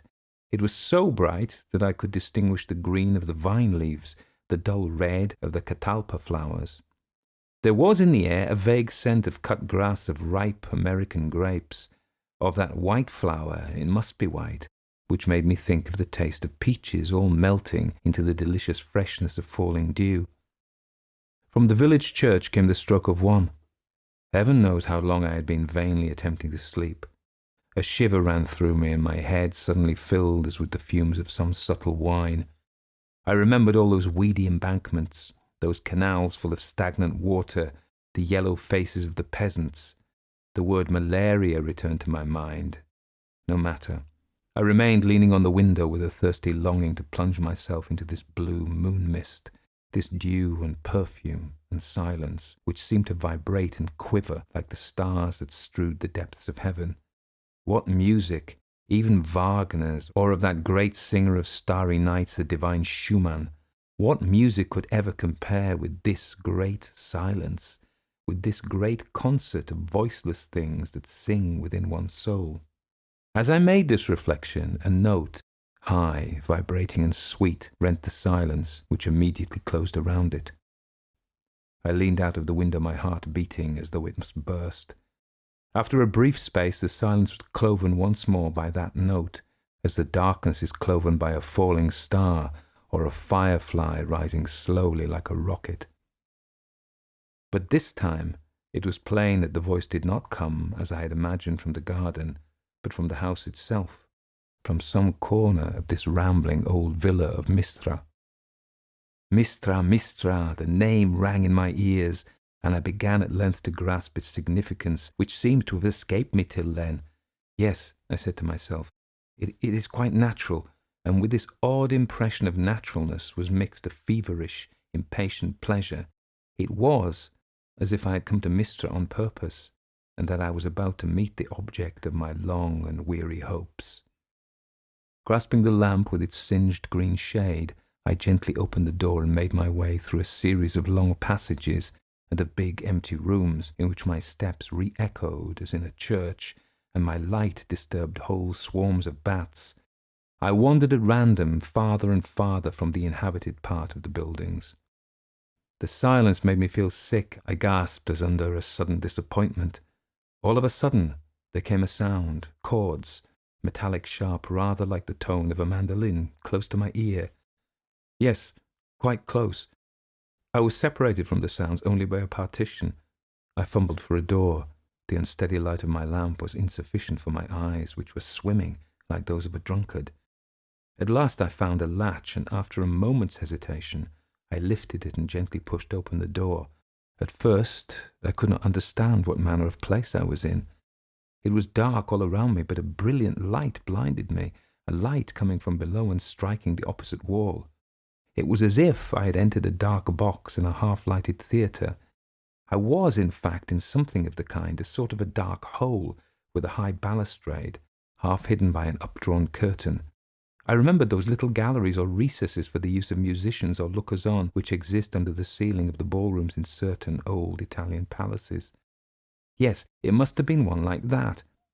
Opposite me was a vaulted ceiling covered with gilt mouldings which framed great time-blackened canvases, and lower down, in the light thrown up from below, stretched a wall covered with faded frescoes. Where had I seen that goddess in lilac and lemon draperies foreshortened over a big green peacock?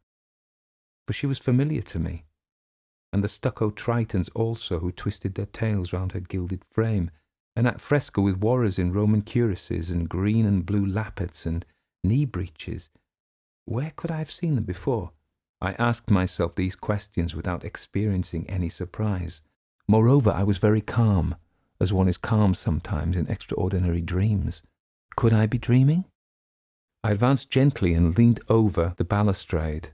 My eyes were met at first by the darkness above me where, like gigantic spiders, the big chandeliers rotated slowly, hanging from the ceiling. Only one of them was lit, and its Murano glass pendants, its carnations and roses shone opalescent in the light of the guttering wax. This chandelier lighted up the opposite wall, and that piece of ceiling with the goddess and the green peacock. It illumined, but far less well, a corner of the huge room where, in the shadow of a kind of canopy, a little group of people were crowding round a yellow satin sofa, of the same kind as those that lined the walls. On the sofa, half screened from me by the surrounding persons, a woman was stretched out. The silver of her embroidered dress and the rays of her diamonds gleamed and shot forth as she moved uneasily, and immediately under the chandelier, in the full light, a man stooped over a harpsichord, his head bent slightly, as if collecting his thoughts before singing. He struck a few chords and sang. Yes, sure enough, it was the voice that had been so long persecuting me. I recognized at once that delicate, voluptuous quality, strange, exquisite, sweet beyond words, but lacking all youth and clearness. That passion veiled in tears which had troubled my brain that night on the lagoon, and again on the Grand Canal singing the Biodina, and yet again only 2 days since in the deserted cathedral of Padua. But I recognized now what seemed to have been hidden from me till then, that this voice was what I cared for most in all the wide world. The voice wound and unwound itself in long, languishing phrases, in rich, voluptuous rifiorituras, all fretted with tiny scales and exquisite crisp shakes. It stopped ever and anon, swaying as if panting in languid delight, and I felt my body melt even as wax in the sunshine. And it seemed to me that I too was turning fluid and vaporous in order to mingle with those sounds as the moonbeams mingle with the dew.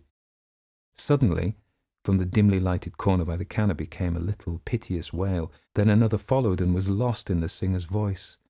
During a long phrase on the harpsichord, sharp and tinkling, the singer turned his head towards the dais, and there came a plaintive little sob, but he, instead of stopping, struck a sharp chord, and with a thread of voice so hushed as to be scarcely audible, slid softly into a long cadenza. At the same moment he threw his head backwards, and the light fell full upon the handsome, effeminate face, with its ashy pallor and big black brows, of the singer Zaffarino. At the sight of that face, sensual and sullen, of that smile which was cruel and mocking like a bad woman's, I understood. I knew not why, by what process, that his singing must be cut short, that the accursed phrase must never be finished. I understood that I was before an assassin, that he was killing this woman and killing me also with his wicked voice. I rushed down a narrow stair which led down from the box, pursued as it were by that exquisite voice, swelling by insensible degrees. I flung myself on the door, which must be that for the big saloon. I could see its light between the panels. I bruised my hands in trying to wrench the latch.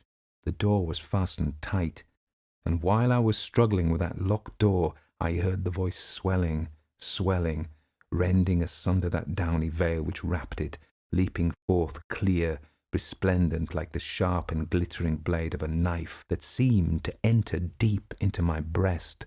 Then, once more, a wail, a death groan, and that dreadful noise, that hideous gurgle of breath strangled by a rush of blood, and then a long shake, acute, brilliant, triumphant. The door gave way beneath my weight. One half crashed in. I entered. I was blinded by a flood of blue moonlight. It poured in through 4 great windows, peaceful and diaphanous, a pale blue mist of moonlight, and turned the huge room into a kind of submarine cave, paved with moonbeams, full of shimmers of pools of moonlight. It was as bright as at midday, but the brightness was cold, blue, vaporous, supernatural.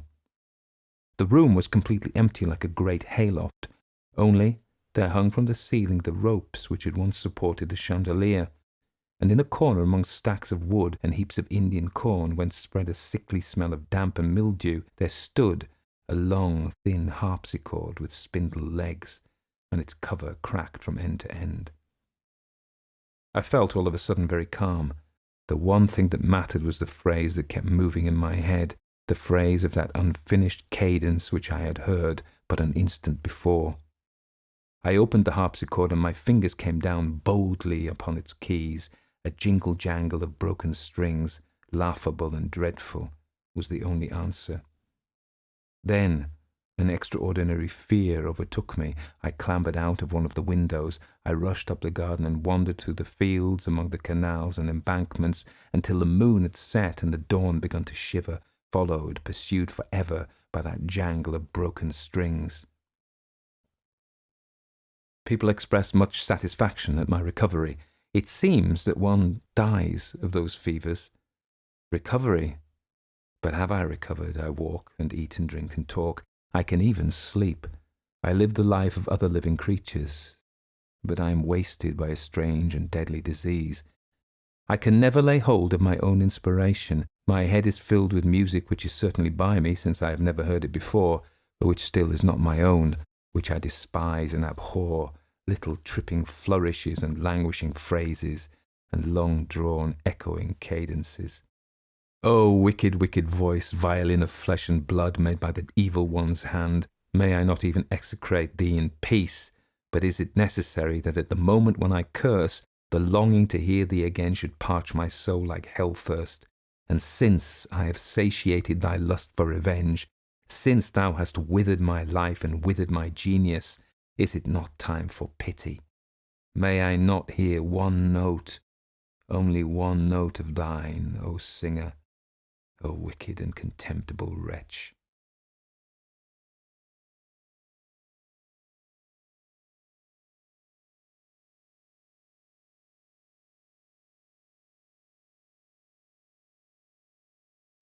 Never Visit Venice by Robert Aickman. Travel is a good thing. It stimulates the imagination. Everything else is a snare and a delusion. Our own journey is entirely imaginative. Therein lies its strength. Louis Ferdinand Céline.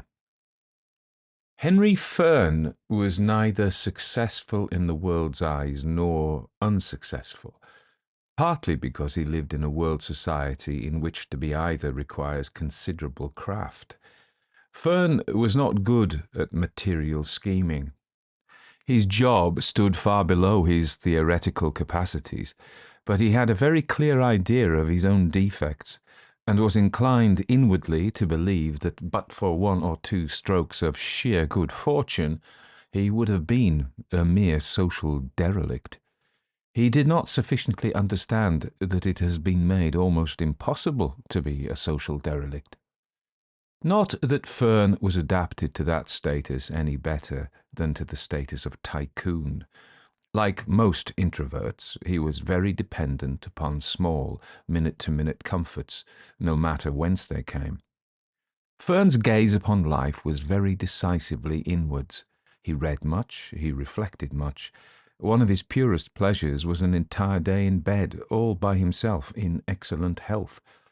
He lived in a quite pleasant suburban flat, with a view over a park. Unfortunately, the park, for the most part, was more beautiful when Fern was not there, because, when he was there, it tended to fill with raucous loiterers and tiny, piercing radios. Fern was an only child. His parents were far off and in poorer circumstances than when he had been a boy. He had much difficulty, not perhaps in making friends, but in keeping up an interest in them. There seemed to be something in him which made him different from most of the people he encountered in the office, or in the train, or in the park, or at the houses of others. He couldn't succeed in defining what this difference was, and he simultaneously congratulated and despised himself for having it. He would sincerely have liked to be rid of it, but at the same time was pretty sure it was the best thing about him. If only others were interested in the best. One thing it plainly did was hold Fern back in what people call his career. Here it did damage in several different ways. That it disconnected him from the network of favour and promotion was only the most obvious. Much worse was that it made favour and promotion seem to Fern doubtfully worthwhile. Worse still was that it made him see through the work he had to do, see that, like so much that is called work, it was little more than protective coloration, but see also that the blank disclosure of this fact would destroy not merely the work itself and his own income, but the hopes of the many who were committed to at least a half-belief in its importance, even when they chafed against it.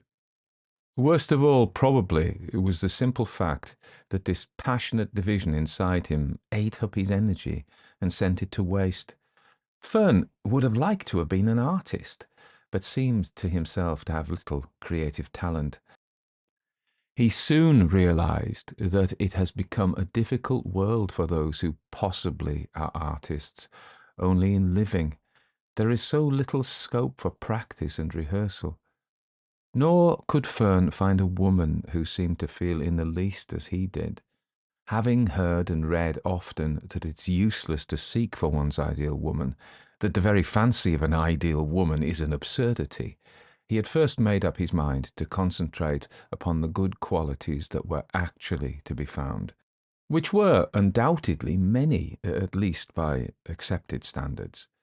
He even became engaged to be married on 2 occasions, but the more he saw of each fiancée, despite her beauty and charm of character, the more he felt himself an alien and an impostor. Unable to dissemble any more, he had himself broken off the engagement. He had felt much anguish, but it was not, he felt, anguish of the right kind. Even in that he seemed isolated. The women must have realized something of the truth, because though both, when he spoke, expressed aggressive dismay, since marriage is so much sought after for itself, they soon went quietly and were heard of by Fern no more. Now he was nearing 40, not, he thought, unhappy, when all was considered, but he could not do so much considering every day, and often he felt puzzled and sadly lonely. Things could have been very much worse, and that very easily, as none knew better than Fern. But this reflection, well justified though it was, did not prevent Fern from thinking, not infrequently, of suicide. or from letting the back of his mind dwell pleasurably and recurrently upon the thought of death's warm, white, and loving arms. One thing about which Fern felt true anguish was the problem of travel, or, as others put it, his holidays. Here the shortage of money really mattered. Why do I not go out for more? He asked himself. He had no difficulty in answering himself. Apart from the obvious thought as to whether it was a good bargain to sell himself further into slavery in order to receive in return perhaps 7 more days each year for travel and enough money to travel a very little, more comfortably, he saw well that even these rewards might be vitiated by the extra care that would probably travel with the recipient of them. He realized early that, except for a few natural bohemians, travel can be of value only when based upon private resources, hence the almost universal adulteration of travel into organized tourism, an art into a science, so that the shrinking surface of the earth, in its physical aspect as in its way of life, becomes a single place, not worth leaving home to see. Fern saw this very clearly, but it was considerably too wide and theoretical a consideration to deter one so truly a traveller, but who had yet travelled so little, as Fern. What really held Fern back from travel, as from much else, was the lack of a fellow traveller, remembering always that this fellow traveller had to comply pretty nearly with an ideal which Fern could by no means define, but could only sense and serve, present or, as almost always, absent beyond reasonable hope. He had shared a holiday with both his fiancées, one holiday in each case.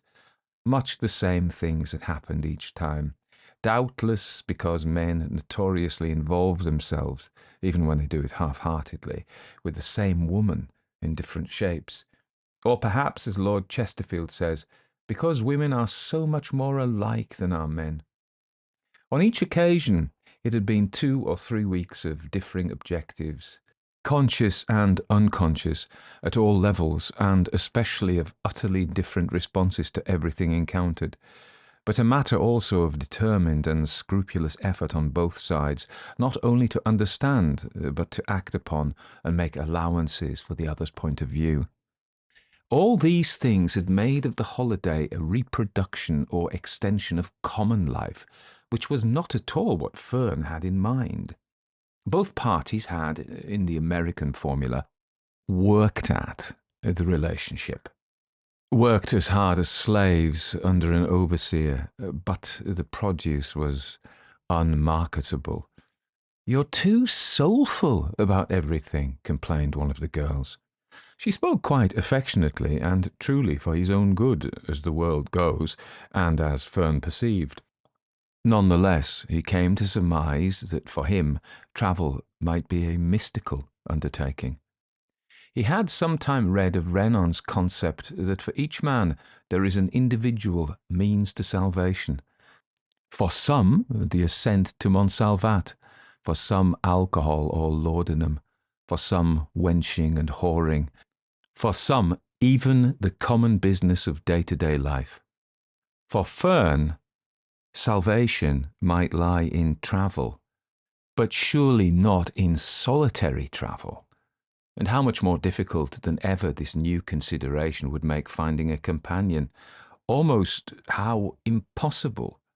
Fern felt his soul, as the girl had called it, shrink when he first clearly sensed the hopeless conflict between deepest need and inevitable absence of response. The conflict which makes even men and women who are capable of better things live as they do. He and the girl were on a public seat in Bruges at the time, among the trees along the Diva, looking at the swans on the canal. At least politeness had been maintained on these trips, from first to last. It was something by no means to be despised. Moreover, when Fern had travelled with others, with a man friend or with a party, he had fared considerably worse. Then there had been little in the way of manners and no obligation even to essay mutuality. In the longer run, therefore, Fern had travelled little and enjoyed less. This in no way modified his unworldly attitude to travel. He knew that few people do enjoy it, despite the ever-increasing number who set forth, and resented the fact that actual experience of travel had seemed, for practical purposes, to put him among the majority. Of them, but not with them, as usual. Nor could he see even the possibility of a solution. Not enough money, not enough time, and no intimates, let alone initiates. It had been quite bad enough even when he had only been 25. Fern began to have a dream. Foreshadowings or intimations came to him at first. Thereafter, at irregular intervals, the whole experience, in so far as it could be described as whole, or bits or scraps of it, portions or distortions. There seemed to be no system in its total or partial recurrence. As far as Fern was concerned, it merely did not come often enough. He felt that it would be unlucky, by which he meant destructive, to note too precisely the dates of the dream's reappearances. But Fern was soon musing about the content of the dream during waking hours, sometimes even by policy and on purpose. To the infrequent dream of the night, he added an increasing habit of deliberate daydreaming, a pastime so disapproved of by the experts. Fern's dream, though glowing, was simple. He dreamed that he was in Venice, where he had never been. He was drifting in a gondola across an expanse of water he'd read about called the lagoon. Lying in his embrace at the bottom of the boat was a woman in evening dress or party dress or gay dress of some kind. He didn't know how he'd met her, whether in Venice or in London. Conceivably even, he knew her already outside the dream, had long known her, or at least set eyes on her. When he awoke, he could never remember her face with sufficient clarity, or perhaps could remember only for a moment or two after waking, in the manner of dreams. It was a serious frustration because the woman was very desirable, and because between Fern and her, and between them only, as far as Fern was concerned, was understanding and affinity. Such understanding could not last, Fern realized, even in the dream. It might not last beyond that one night, or it might last as long as 6 or 7 days. Fern could always remember the woman's dress, but it was not always the same dress. It was sometimes white, sometimes black, sometimes crimson, sometimes mottled like a fish. Above the boat were always stars, and always the sky was a peculiarly deep lilac, which lingered with Fern, and which he had never seen in the world exterior to the dream. There was never a moon, but behind the gondola, along some kind of waterfront, sparkled the raffish, immemorial, and evocative lights of Fern's hypothetical Venice. Ahead, in contrast, lay a long dark reef, with occasional and solitary lights only. There were tiny waves lapping round the gondola, and Fern was in some ways aware of bigger waves beating slowly on the far side of the reef. He never knew where the two of them were going, but they were going somewhere, because journeys without destinations are as work without product. The product may disappoint, but it is indispensable and has to be borne. Fern wished that he could enter the dream at an earlier point, so that he might have some idea of how he had met the woman. But always, when awareness began, the pair of them were a long way out across the water, with the string of gaudy lights far behind. For some reason, Fern had an idea that he had met the woman by eager but slightly furtive arrangement outside an enormous hotel, very fashionable and luxurious. The gondolier was always vague. Fern had read and been told that since the advent of powered craft, gondoliers were costly and difficult. Nonetheless, this one seemed, whatever the explanation, to be devoted and amenable. The beginning and the end of the dream were lost in the lilac night. The beginning, Fern thought, the beginning of the whole wonderful experience, might have been only a few hours earlier. The end he hesitated to speculate about, nor could he even, upon waking, remember anything that he and the woman had said to one another. A curious, disembodied feeling came back with him, however, and remained with him until the demands of the day ahead dragged him within minutes to full consciousness. He felt that his personal identity had been in partial dissolution, and that in some measure he had been also the knight, the gondola, and even the woman with him. This sense of disembodiment he could even sometimes recapture in his daydreams when circumstances permitted sufficient concentration. Above all, the dream, possibly more tender than passionate, brought a boundless feeling of plain and simple relief. Fern could not conceive of the world's cares ever diminishing to permit so intense a relief in waking life.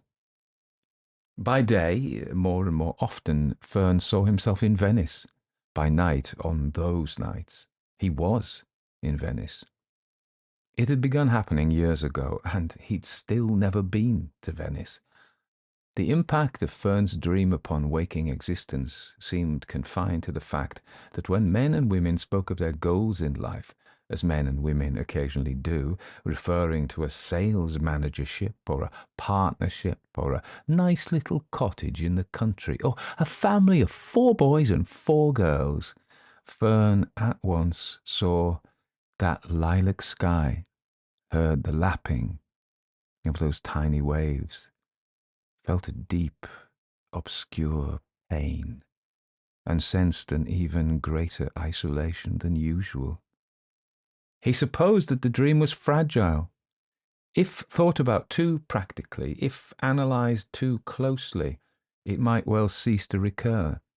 The dream was probably best left in the back of the mind, at the edges of the mind, within that mental area which comes into its own between waking and sleeping, and, less happily, between sleeping and waking. Possibly, therefore, the dream had the effect of actually deterring Fern from looking out much more practical knowledge about Venice. All he knew about the place was scrappy, uncoordinated stuff ingathered from before the time when the dream had first visited him. For example, he had read a steam-rollered abridgment of Arthur Machen's Casanova translation, and long before that, a costumed legend in the Renaissance by Raphael Sabatini, which belonged to his mother. Fern fully realized that, even geographically, the real Venice could hardly be much like his dream. And it scarcely needs adding that the woman in the dream seemed outside the bounds of possibility, let alone the money to pay for her and the gondola. Just as the real Venice could not resemble the dream Venice, so real life could not resemble life in the dream. For years, then, Fern teetered along the tightrope between content and discontent, between mild self-congratulation and black frustration, between the gritty disillusionments of human intimacy and travel. For Fern, the two became more and more inseparable, and the truth and power of his dream. It might be a twilight tightrope, but twilight was not an hour which Fern despised. So when trouble was added unto Fern in the end, he failed for a long time to be aware of it. Then, one spring day, and what was more, in the office, he suddenly realized that his dream had not returned for a long time. He thought that it must have been months since it had last visited him, perhaps more than a year, and in consequence he perceived that the dream of the day, always so much paler, of course, but normally, and given even reasonably right circumstances, almost summonable at will, had become totally bloodless and faintly hysterical. Instead of advancing to meet him halfway when he felt the need of it, it was more and more requiring to be conjured, even compelled. It had become much like an aspirin, an anodyne strictly exterior, and so a deceiver. Fern soon came to see that for months he had been standing naked against life's stones and spears, without knowing it. Even though it was the spring, always the most difficult season of the year, he looked himself over confirmed that he was surviving, and seemed to inaugurate an inner change. This was perhaps the moment, which comes to so many, when Fern simultaneously matured and withered. He became more practical, as people call it, less demanding of life. He was sincerely astonished when during that same summer he was given significant promotion in his work. In due course he was equally surprised to find that the additional responsibilities of his new position by no means outweighed the advantage of the greater pay, as he had always supposed it would. The truth being that the tendency is for all to carry the same responsibility, so that soon all will receive the same reward, if reward will any longer be the word. People felt vaguely, but approvingly, that Fern had taken more of a grip on himself. Fern cheated of his dream, sometimes even felt something of the kind himself. 2 or 3 years passed, while the land steadily receded beneath Fern's tightrope. When the dream snapped off, as seemed to Fern to have happened, so abrupt had been discovery, its place was taken in the back and the edges of Fern's mind by the sentiment of death. God, he thought earlier, feeling pierced by a sword through the stomach, as at that moment we all do. God, I'm going to have to die.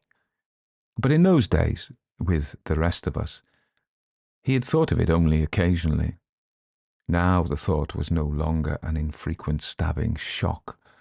It was a soft-footed, never absent familiar, neither quite an enemy to him, nor quite a friend. The thought was steadily making Fern dusty, mangy, less visible, all in the midst of his perceptibly greater successfulness. And it was almost as if it were these two things in conjunction, the new practicality and the faint, ever-spinning sentiment of death, that brought about Fern's ultimate decision actually to see Venice, as if he had abruptly said out loud, "After all, a man should visit Venice before he dies." With departure in sight, and upon the advice of an older man, he read the Prince of Lampesuda's Gatto Pardo in an English paperback. "It happens to be about Sicily," observed Fern's friend, "but it applies to the whole of Italy, and it's concerned with the only thing that matters there, unless you're an actual archaeologist." Fern gathered that the only thing which mattered was that Italy had undergone a great change. 2. Despite his ruminations and his hopes, Fern had never before travelled beyond France, the Low Countries, and Scandinavia, to all of which regions he considered himself comparatively acclimatized and much attached.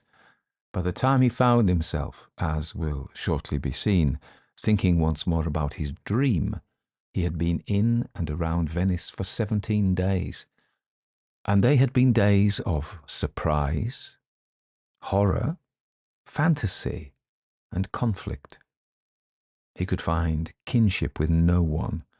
There was something terrifyingly insane about the total breakdown of the place, the utter discrepancy between the majesty and mystery of the monuments, and the tininess of all who dwelt around them or came supposedly to gaze upon them. Fern looked upon these mighty works and despaired. Now he sat on an 18th century stone bollard at the tip of the Punta di Salute and summed it all up. Many times Fern had read or been told that the great trouble with Venice was the swarm of visitors. You could hardly see the real people, he'd always been informed. Indeed, the real people were often said to be dying out. But by now it was the visitors who seemed to him a mere mist, a flutter of small, anxious sparrows, endlessly twittering, whether rich or poor, about currency. Fern could fully understand only those who twittered in English, endlessly pecked and gashed by the local hawks, endlessly keeping up with neighbours at home, who were as unqualified to visit Venice as themselves. All visitors had at once too little time and too much. As he wandered down a calle or through a palazzo, He perceived that very few indeed of the visitors visited anything beyond the cathedral and seat of the former rulers, or saw much even of these, if only because of the crowd inside and the shouting of the guides, as mechanical and stereotyped as the swift mutterings of the priests. The visitors sat about the Piazza San Marco, proclaimed by so many wise voices as the world's most beautiful work of men, though infested with pigeons, shot or mutilated elsewhere in Italy, in a constant stew, rich or poor, about the prices, a preoccupation which was thoroughly justified. The women took off their shoes because they had walked a few hundred yards. They stuck out their poor legs, and, to do them justice, endeavoured intermittently, but with pathetic unproficiency, to catch a life as it passed, to utter the right cries. If life, their faces inquired, could not be caught in Venice, where could it be caught? For a few, right back at home, Fern felt. For the majority, no longer anywhere. Of the men, most were past even making the attempt. They sat looking foolish, fretful, bored, insufficiently occupied, and, above all, out of place. Nor could Fern but agree it was hard that one could not buy an aniseed or a cup of coffee in a place so beautiful without the beauty being tarnished by the price. A price probably unavoidable from the caterer's point of view, because of forces as uncontrollable by him as by Fern.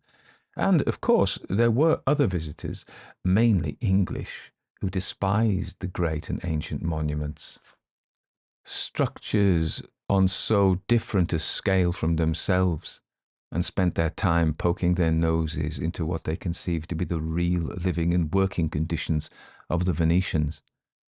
It was not so much the visitors, with their fleeting passage, their phantom foreign money, that startled Fern, but these same Venetians. So far from the place being half empty, as he had been led to expect, it was swarming from edge to edge, and it swarmed with sentimental, self-satisfied Philistines, more identical and mass-produced than he would have thought possible, inescapable except inside the faded, ill-kept palazzi where one had to pay to enter.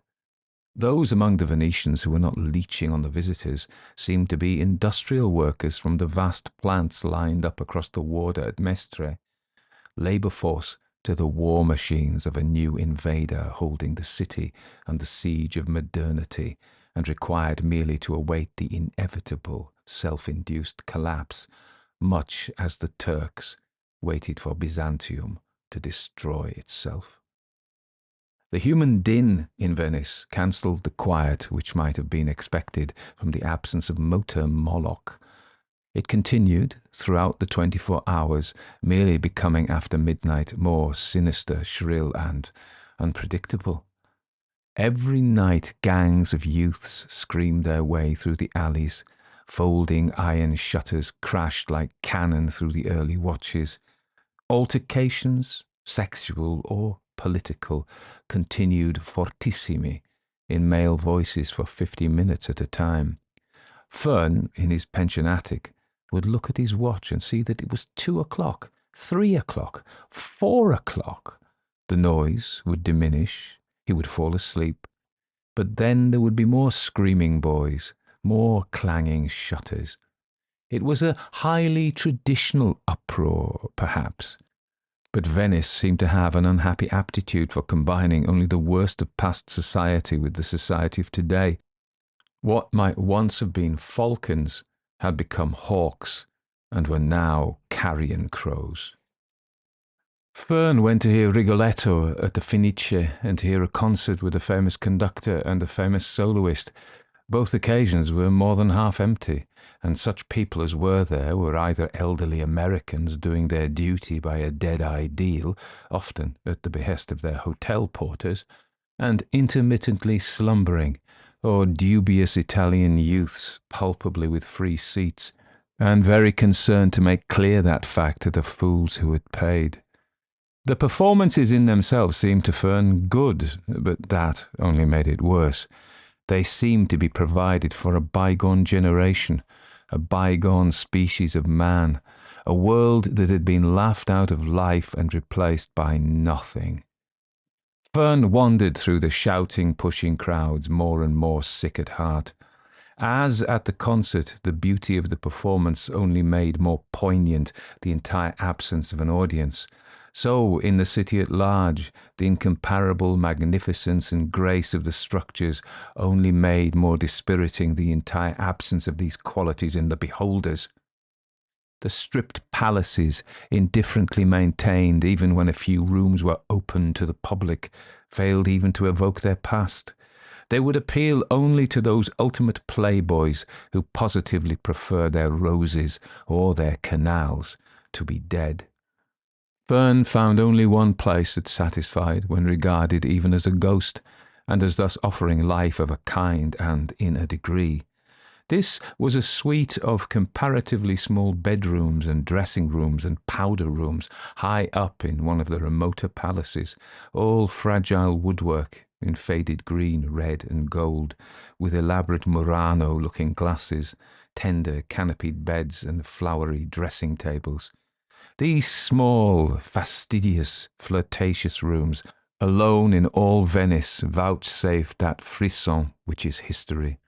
Obviously, few came near them other than the occasional perfunctory cleaner from year's end to year's end.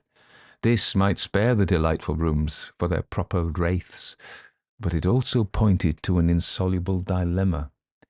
In most of the palazzi, Fern could spend a morning or afternoon and see only a handful of his kind in the whole building, and all of them rushing through in 20 minutes. Nor could this be sensibly objected to. With the destruction of their owners, the palazzi had been destroyed also. It was offensive to pretend that these corpses still lived, odious to seek profit from their corruption. Between the beauty of Venice and the people, there was no link, not even of ignorant awe, perhaps that least of all. Much as the folk had pillaged the Roman villas, so Venice was being pillaged now, and Fern sensed that the very fact of the pillage being often called preservation implied that total dissolution was in sight. Venice was rotted with the world's new littleness. To many her beauty was actually antagonistic, as imposing upon them a demand to which they were unable to rise. Soon the lagoon would be reclaimed, and the Venetian dream submitted to a new law of values, a Puritan law antithetical to the law of pleasure that had prevailed there for so long. The terrain applied to the uses of the post-Garibaldian mass, existing only in its own expansion. Mestre and multiplication would compel unconditional surrender. The state of affairs that Fern now looked upon was more of a pretense, more of a masquerade than anything even in Venice's past. It was perhaps proper that Venice should end with a divertissement, but Fern felt that the fires of dawn were visible through the holes in the scenery, the decapitation overdue. The Venetian dream? Perched on his bollard, Fern realized with a start that he had been in Venice 17 days and not given a thought to his own dream. During those 17 days, he had not spoken to a single person except in the ways of triviality and cross purposes. He never struck up acquaintance easily, but the conflictual impact of Venice, at once so lovely and so appalling, had transfixed him into even more of a trance than usual.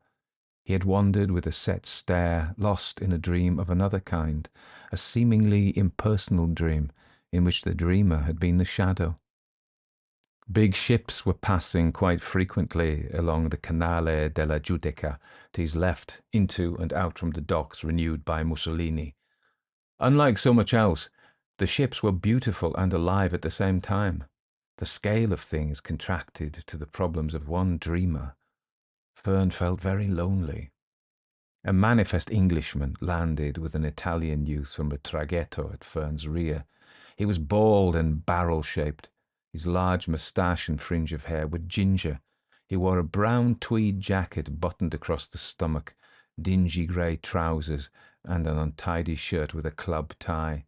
One might see him presiding knowledgeably over a weekend rally of motor cars in Surrey or Hampshire. He walked out at the end of the stone promontory, dragging the Italian boy, in open white shirt and tight bright trousers, by the hand. The Italian boy was making a girlish show of reluctance. The Englishman, a few feet away from Fern's bollard, pointed with his free hand to some object in the distance, something about which it was inconceivable to him that no one else should care, let alone a person for whom he himself cared so much. All the same, the boy did not care at all. He was no longer going through the motions of petulance, but stood quite still, looking blank, bored, resistant of new knowledge, and professionally handsome. "Damn it," said the Englishman, "you might show some interest." The boy said nothing.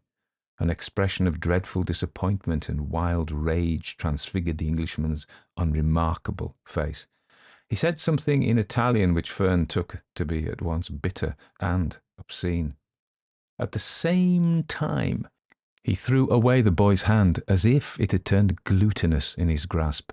He then strutted off by himself toward the Sartere. The Italian still stood looking fixedly at the paving stones. Then he thrust one hand into the back pocket of his trousers and produced a neat pocket-book, possibly a gift from the Englishman. After examining the contents with almost comic care, he returned the pocket-book to its place and strolled off. In pursuit, Fern imagined, though he did not turn round to see. Judging from many experiences since his arrival, he thought that were he to do so, the next approach might be to him. He had found it a situation that put him at a loss in all its aspects. He simply could not live up to what was expected of a lone Englishman in Italy. By now he felt so alone that he almost wished that he could. Hitherto in Venice he had been neither happy nor unhappy, but simply amazed, on occasion aghast. Now the recollection of his dream had coincided with the rapid dissolution of the perambulating philosopher in him. Acclimatization to Venice had set in with a rush. The September breeze blew gently up the Canale di San Marco in Fern's face, sweet and cool, as it sighed for the slow sickness of Venice's stifling summer.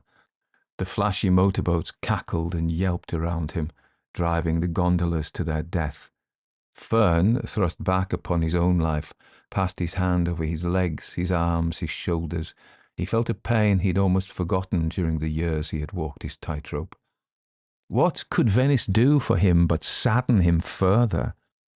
Fern decided to go home the next day, if the owner of the pension would permit him to depart ahead of his time. He rose, extended and contracted his legs, stumped up and down a bit, gazed for the last time upon one particularly incomparable Venetian prospect, and felt quite equal to weeping, had it not been for the self-consciousness of solitude in a foreign land. He walked away. 3. That evening, Fern pushed his way along the Molo. He wanted no more unsettled business in his heart. The owner of the pension had indicated that for a room in modern Venice, as for so much else, there is always a queue. He tried to charge Fern up to the end of the week, but did not try to keep him. Fern had already suspected that in the campaign between the visitors and the Venetians there are few clear-cut victories on either side. Fern had even an excuse for his promenade. It was to be his last night in Venice, and, as he might have put it in his manly and practical aspect, you can't leave Venice without ever having been in a gondola. Gondolas may not last much longer, nor may people, but gondolas, no longer very functional, are not much good without someone to love on the journey. On the Molo, Americans stood about japing one another uneasily or overconfidently, wondering how to fill in before flying on to Athens or back to Paris the next morning, questing for highballs or local vintages on the rocks. Uncontrolled Italian children and their plump, doting parents effortlessly dominated the prospect. Away to the south, over towards Chioggia, single lights gleamed romantically. The sky was turning to deep lilac and filling with festive silvery stars. Fern turned leftwards up an alley where it was quieter, then wound about through dark courts and passages like a beetle through a tomb. Immediately he was alone, or almost so, among the great dark buildings. His mind returned to those small, elegant bedrooms and boudoirs at the top of the palazzo he had visited. The recollection of them made him shiver with the pathos of something so hopelessly irrecoverable that was still so hopelessly necessary. Thinking about them, feeling still the intensity of their atmosphere, he could smell the perfume of the Venetian decadence, that long century when the lion drowsed awaiting Napoleon, the city fell irrevocably to pieces, and all the fashionable wore curious enveloping masks, so that they looked partly like strange animals, partly like comedians, and partly like ravishers, and ravished. There was such a figure standing before him, dark and motionless against the rail along the side of a canal which edged the small piazzetta Fern entered, neither quite in the light from the one lamp in the piazzetta, nor quite out of it. Fern slipped into a shadowy doorway and stared, silent, and listening to his heartbeat. On the other side of the canal loomed a formless stone structure, from all the windows of which seemed to shine an even, pale light, something between pink and blue, and Fern, whose hearing was at all times excessively acute, thought he could detect the faint echo of music and revelry seeping through the thick walls and closed casements. Then he realized that the pale light was the reflection of the late evening sky on the glass, and that the sound was no more than the general cry of Venice. He drew himself together. Almost in silence down the canal came a gondola. Fern, however sharp his ears, could hear only the softest plash, plash, plash. Then the ferro came into view, and the gondola stopped by the figure against the railing. The gondolier seemed to be dressed in black, but Fern's attention was concentrated upon the equally dark passenger, the person for whom the gondola had come.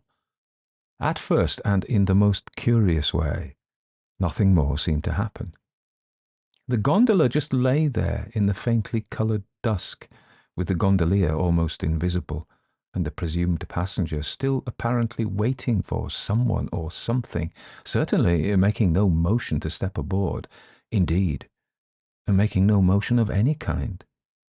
Two middle-aged men, both dressed in light colours, crossed the piazzetta from the opposite corner and proceeded in the direction from which Fern had come. They were talking loudly and simultaneously in the usual way, and gave no sign of noticing the gondola and the figure by the railing. Of course, there was no reason why they should notice them.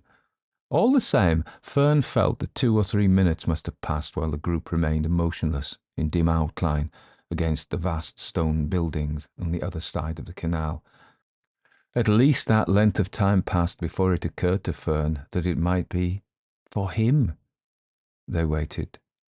He had set forth to destroy his dream, even though he had not expressed it quite like that, and thereby, as so often, might have wound up the mechanism for making it come true, because life goes ever crabwise, as the great Venetian Baron Corvo constantly proclaimed.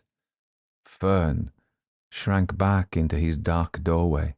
He feared lest the whiteness of his face give him away. The strange set piece lingered for a few moments.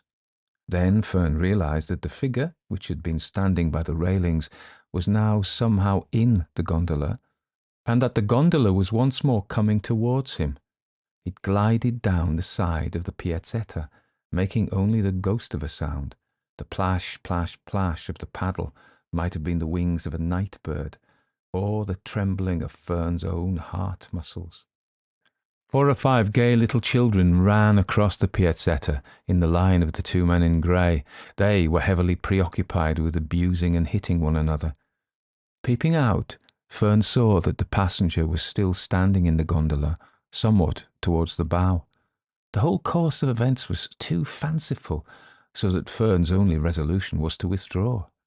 He was waiting until the disappearance of the gondola should make this possible. The gondola could hardly have taken more than a minute to pass, but before it had departed from Fern's view, as he hid in his doorway, the standing passenger made a slight movement. From within the dark hooded cloak, a woman looked straight into Fern's pale face and seemed to smile in welcome. In an instant, the gondola was gone. A narrow fondamenta continued alongside the canal from out of the piazzetta. Fern ran to the corner and hastened after the vanishing boat, which seemed now to be travelling very much faster. As he sped on, his shoes clattering on the stones, he wondered if insidious Venice had promoted an insanity in him, a mad confusion between dream and dread. He was pretty sure that if he should run at all, he should by rights run in the opposite direction. But having started to run, having begun such a disturbance of the night, he had to run on. He nearly managed to overtake the boat just as it was passing under the next bridge. One would have been convinced that the gondolier at least must have heard him and seen him, but the gondola slid on undeflected. Fern realized that beyond the bridge the fondamenta did not continue. He stood on the crest of the arch and watched. He did not care, had no title to call after.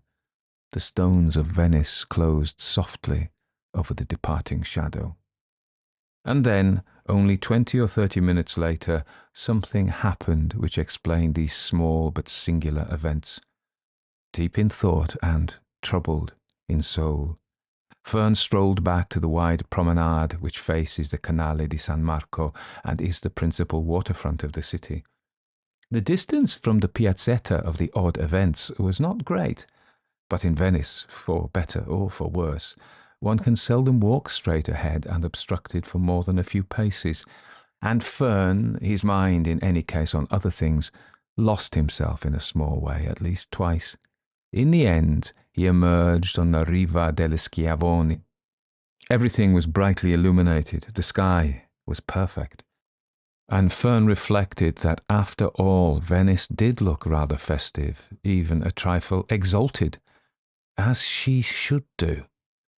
But his mind was on his own loneliness and on his dream, if at this late hour he had, after all, made a tiny concession to Venice. He wanted someone with whom to join hands on it, wanted that person badly. Even so, he stood still, uncertain whether to turn leftwards, where it would be quieter, or rightwards, where adventure was more likely. Now that the chance had gone, he very positively wished that he had spoken to the woman in the piazzetta. It could hardly have been a matter of life or death. Fern trembled slightly. He was indeed an irresolute creature. By now, reason told him, it could hardly matter less which way he turned. He simply lacked the heart, the energy, the curiosity to wander off towards the darker area to the left, to take a brisk, solitary constitution along the front, safe except perhaps from cut purses, as his father would certainly do, and think nothing of it, indeed, be all the better for it. Fern turned towards Danieli's. A line of American women leaned like beautiful wasting candles over the rail of the roof garden high above, towards the piazza, towards life in the commercial or Thomas Cook connotation of the word. Within a minute or two, he thought he saw again the woman whose face he had seen so momentarily in the gondola. She was standing by herself in much the same way at the edge of the canal, though this time it was the Canale di San Marco, almost the sea. She was still wearing the hooded black cloak as in a picture by one of the Longis, but was no longer so muffled in it. It looked to Fern that beneath it she was wearing a spreading period dress. Despite the crowd, which had by no means ceased to push and bawl in his ears, he was really frightened.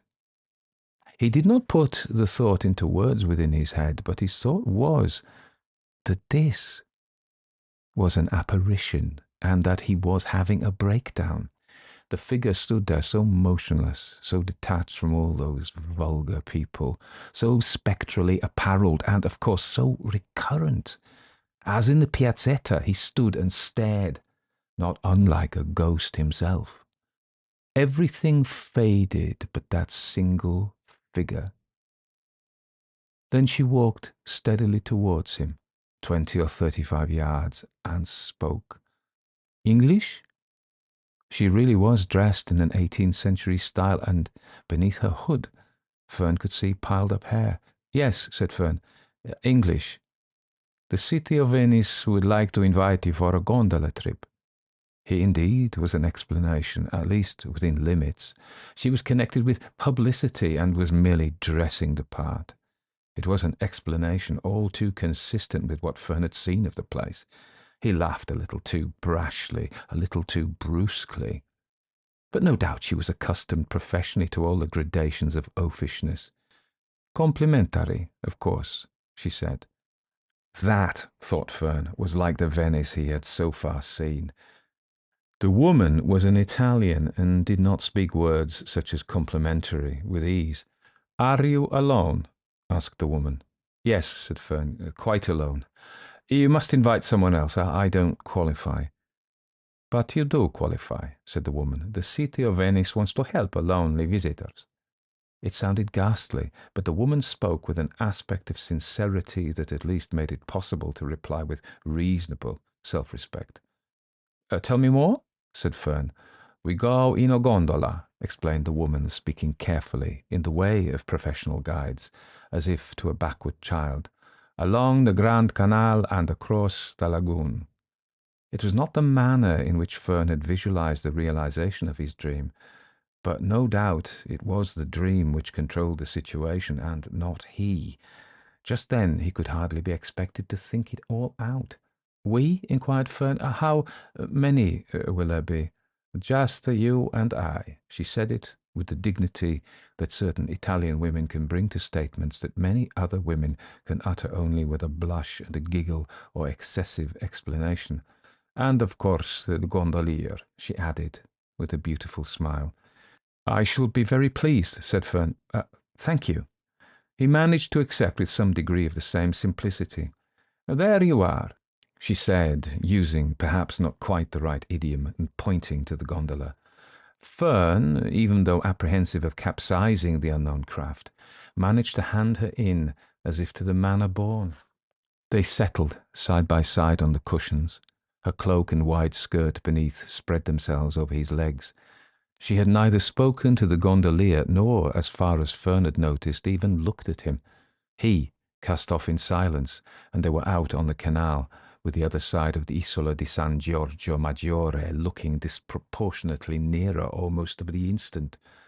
Fern tried to squint backwards in order to examine the gondolier, but it was difficult to see more than his shoes. Fern squinted backwards a second time. They were not shoes. They were black feet. But now there was nothing to worry about. Indeed, when things were rightly conceived, there never had been anything to worry about. I think I saw you earlier this evening, said Fern conversationally, on one of the narrower canals.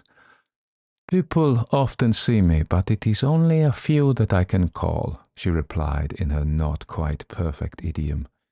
She began to describe the sights they were passing.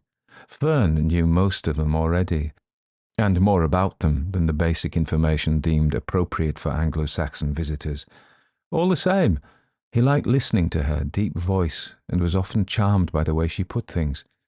The effect of her simple tale was quite different when one was alone with her, he felt, than it would have been if she had been speaking to a crowd of tourists. They entered the Grand Canal. Just visible across the water to the left was the bollard on which, that same afternoon, Fern had summed up his conflictual condemnation, had sentenced Venice to depart from his life the next morning. Fern continued listening respectfully, but by now he could feel the warmth of her body, and the spreading of her stiff skirt over his legs was delightful. It was difficult to listen indefinitely to such topographical platitudes, when there was so much else that might be said, and doubtless a limit on the time. He must have conveyed something of discontent to her, because it seemed to him that her flow of facts, not all of them facts either, he rather thought, began to falter. As they were traversing the few seconds of darkness under the Ponte dell'Accademia, she said, "Perhaps you know Venice as well as I do." Her tone was not peevish, but friendly and solicitous, and Fern decided at once that it was a most unusual thing for a professional guide, always fearful of losing all justification for existence if any real knowledge on the part of the visitor is admitted. Fern's heart warmed to her further. "I'm sure not," he said. "I've been here just over 2 weeks, just long enough to know that 2 months are needed, or perhaps 2 years. If I go beyond the obvious things, I get into what you call deep waters." "I can well imagine," replied Fern, not necessarily imagining very clearly. "Let's stick to the obvious things." Fern, when he thought about it, could see and hear that the Canal Grande, most beautiful thoroughfare in the world, as so many have said, was its usual horrible self, loaded with roaring power craft, congested with idiot tourists, lined with darkened palaces that should have been alive with lights. But he found that for once he was hardly thinking about it at all. He even reflected that he was glad the power craft made his own progress slower, though it was, as ever in modern Venice, hard on the black gondolier. It was all so beautiful once. Fern could hardly believe his ears. He had so far found it a point of honour among Venetians not to admit that things had ever been better than they were now. He believed, indeed, that most of them were quite sincerely unaware of the fact. Fern took his companion's hand. It seemed a very soft and unprofessional hand, and she let it lie in his, undisturbed. She spoke again. "There is a rich American woman further back who has collected all the ugliest things in the world. You could never believe how ugly and how many. She keeps them in a half-built palazzo, which she never finishes. I could not bring myself to spoil so nice an evening by pointing it out." "I know about her," smiled Fern. "I've been there. Can such a woman be capable of love?" They were now slowly passing the Palazzo Rezzonico. "Never the time and the place and the one capable of love," said the English poet. Fern was rather surprised by himself. A speedboat full of white-shirted youths whizzed across their bows, almost capsizing them. "It will be better out on the lagoon," said Fern's companion, drawing up her feet. "Less interference and more real danger." Fern could not be sure what exactly she meant, but she seemed to find the prospect pleasurable, because her eyes gleamed for a second inside her hood as she spoke. "Why, danger? At night there is always some danger out on the lagoon." She said it placidly, perhaps with a faint potentiality of contempt. Fern did not risk making the potential actual. However curious Fern was about her, he asked no personal questions. He probably felt that they could elicit only inappropriate answers, but more important was the fact that he found the relationship easy and delightful, just as it was. Particularly unwise would have been any reference to the many others with whom she must have made this excursion. Lonely people. Fern knew it was an odious cliché. It had never before occurred to Fern as possible that what was, after all, companionship on a business basis could so touch his real feelings. Least of all was it the way in which he had dreamed it. But now she seemed to have shrunk away into the blackness. Fern still held her hand, but he felt that the racket around them, the emptiness of the palaces, spread a paralyzing infection of disillusionment. He too began to long for the lagoon. He decided that sincerity was best. "I really didn't mean to stop you talking. I was enjoying it." "I have nothing to tell you which you do not know already." Her voice was muffled by the black garment into which she had withdrawn. I used to have a dream," said Fern in something of a rush. "For years I dreamt that I was doing exactly what I'm doing now." "Venice is everyone's dream," she replied. "Venice is a dream, with no reality. The reality is what you call a nightmare. They were within 200 or 300 yards of the Rialto Bridge, high and wide, with the marble bowers of ancient jewellers and poison sellers. Here the scene on both sides of the canal was more animated. People sat at waterside cafe tables. A barge ploughed up and down, bearing masked singers of O Sole Mio and Torna a Sorrento. Many people were at least attempting to enjoy themselves. The city fathers would hardly approve of your calling Venice a nightmare, said Fern, pressing her hand. The city fathers, as you call them, are all dead. Everyone in Venice is dead. It is a dead city. Do you need to be told? Then Fern got it out, put it into words. I need you to love me. Amid the glare of the cafe lights and the booming of the drum, he lifted himself onto his elbow and looked down at her elusive face, cased in its dark hood. She said nothing. Make my dream come true. Love me. She still did not speak. Now they were actually abreast of the man with the vast drum. He shouted something light-hearted and scatological as the gondola toiled past the broken water. Boom, boom, boom, boom. Make my life worthwhile. Redeem me. From the depths of her black cloak she looked into his eyes. You said you dreamed no longer. Do you know why? I think I began to despair of the dream coming true. The dream stopped when you decided to visit Venice. Never visit Venice.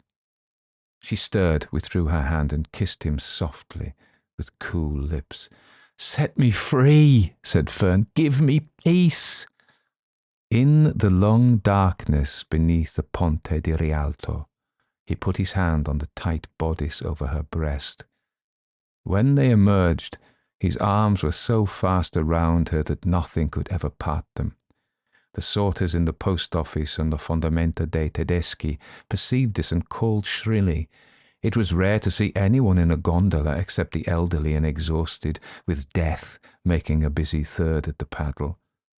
There was no more for Fern to say except endearments. On and up, past the dark palaces went the gondola, ploughing and labouring, tilting and rocking, as powered craft, large and small, shot past like squibs and rockets. The very extremity and eccentricity of the consequent artificial motion added to the isolation as Fern made love on the deep velvety cushions. Their black gondolier must have had the tirelessness of a demiurge, so regular and relentless was their advance. You are the moon and the stars, said Fern. You are the apples on the tree, the gold of the morning, the desire of the evening. You are good, you are lovely, you are life. You are my heart's delight. The Palazzo Vendramin Caleri came into sight. Isolde, said Fern tenderly. He had found a travelling companion. Tristan, she replied, entering into the spirit of it. Perhaps that was when Venice died, suggested Fern, when Tristan and Isolde was composed here. If Venice ever really lived, she retorted. But the gondolier changed the subject for them by turning off the Grand Canal onto the Rio di San Felice. They were bound for the wide waters of the lagoon.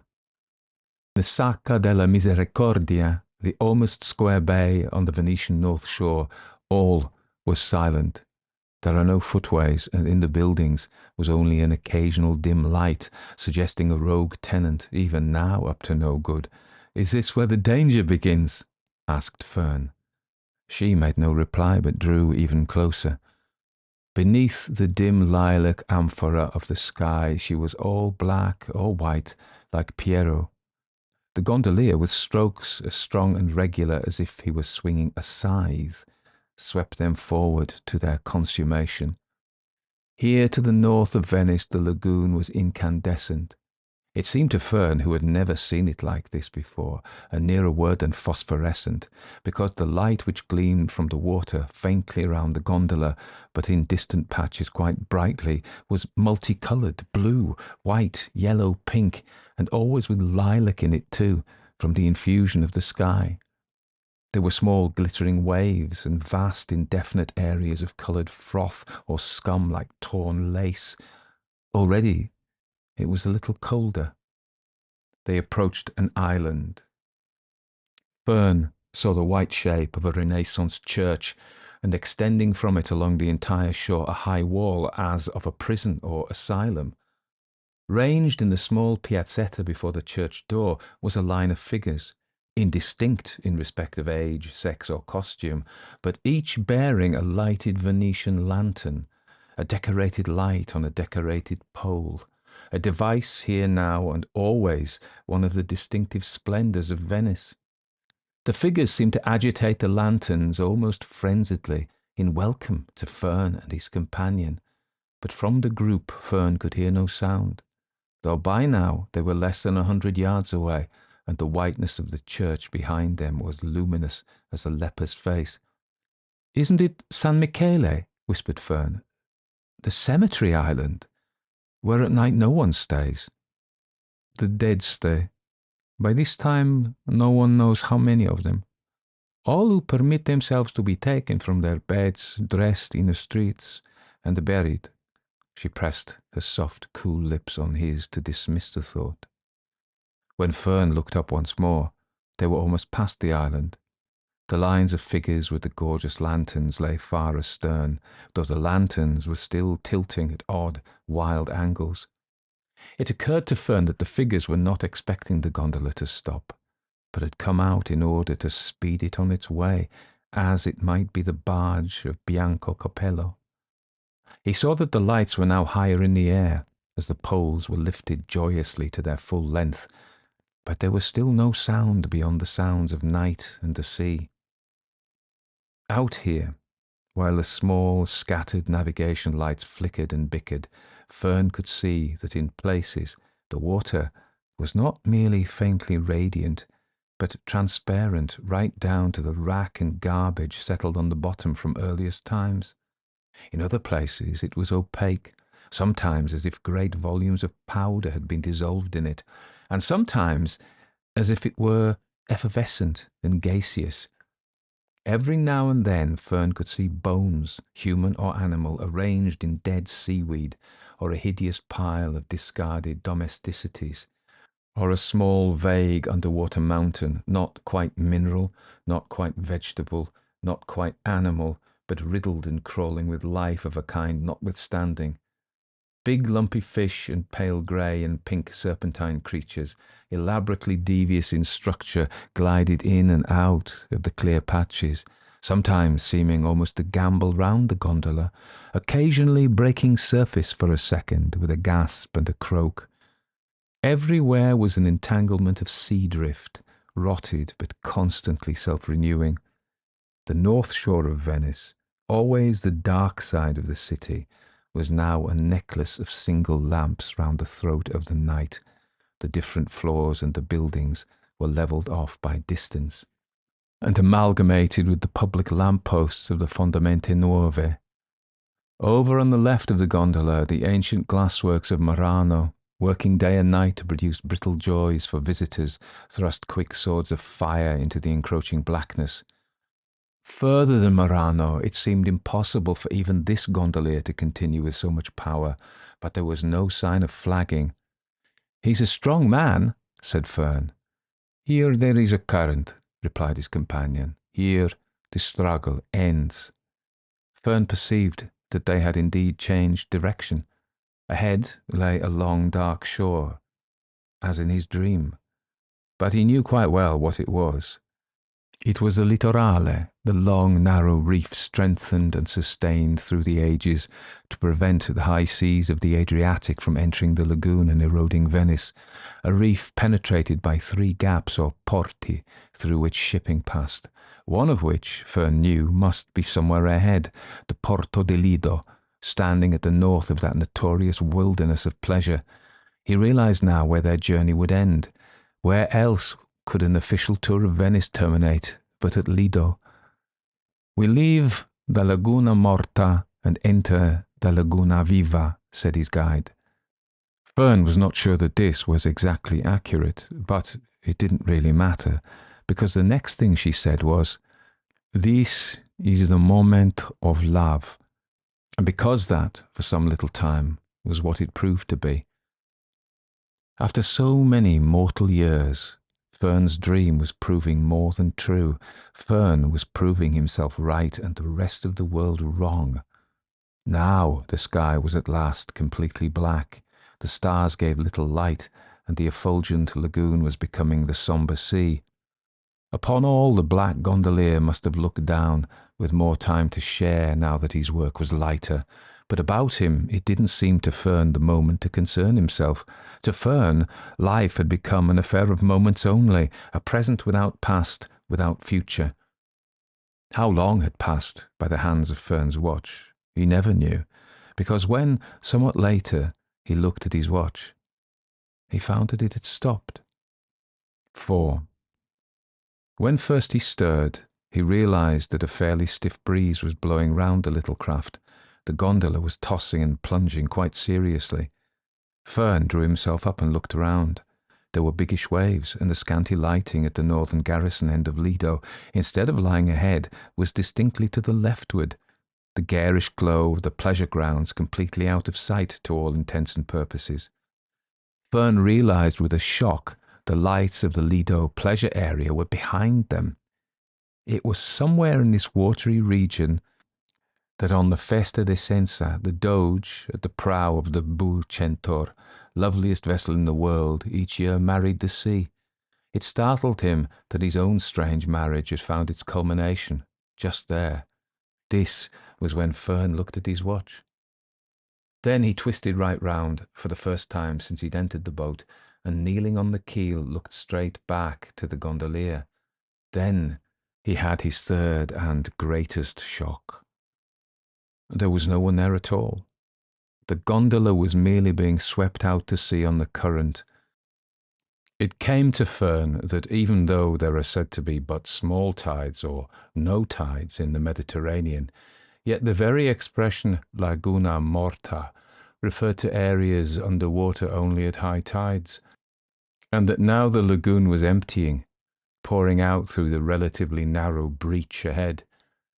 When Fern first roused himself after the moment of love, he had left his companion remuffled in her black cloak, soft, small, and silent. Now he turned to where she lay beside him. He couldn't decide what first to say. It seemed terrible to speak at once of the mere practical circumstances, and worse if the circumstances were of danger, as he could not doubt they were. He was appalled by the surmise that the gondolier, strong as he was, had been somehow swept from the boat, while the two of them had been lost in passion and the spell of the night. Gently, he put out his hand and drew away the black hood. Then, in the solitude of the sea and against the rising wind, Fern screamed out loud. Inside the black hood was a white skull, and an instantaneous throwing back of the entire black cloak revealed inside it only an entire white skeleton. 5. At the Porto di Lido, the main entrance to the harbour of Venice, 2 very long stone breakwaters run far out to sea. There was no question for Fern of having a storm having arisen, or of any serious change at all in the weather. The change was merely that brought about by leaving a more or less still and dead pool for the living, unpredictable ocean. Even the wind which so alarmed Fern was little more than the breeze encountered in almost all regions when one embarks seriously upon open waters. Between the Porto di Lido breakwaters, therefore, vessels passed in and out in fair numbers, hardly sentient of the racing ebb, which for a single gondola was so formidable. Fern, in fact, passed no further than 4 incoming ships, and 2 others overtook him. Some of them came far too close to his uncontrolled cockle-shell, but his wild shouting and waving reached never a soul aboard any of them. So black was the night, so black his craft, in accordance with the decree of 1562. Between the long breakwaters, the passing ships were the obvious danger. It was certainly not rough, though it was reasonably unpleasant for a man pitching about in a vessel so small as a gondola. The possibility of the gondola, instead of being run down, sinking beneath him, did not therefore seriously occur to him until the real sea was drawing quite near. He shrank forward to the peak of the vessel so as to separate himself from his now terrible companion, and squatted before the tall iron ferro only a few inches ahead. The ferro would surely drag the boat down all the faster when the moment came. At the very end of the leftward or San Erasmo breakwater, the shorter of the two, Fern could just make out a large inscription daubed by supporters of the previous Italian regime and never obliterated owing to difficulty of access and, perhaps, other things. It was to the effect that a simple hour as a lion is to be preferred to a lifetime as an ass. And now there was only the Lido breakwater, and afterwards the turbulent, nocturnal Adriatic. The gondola sped on like a black leaf on a millstream. Fern had proved his resolution to leave Venice before the morrow night.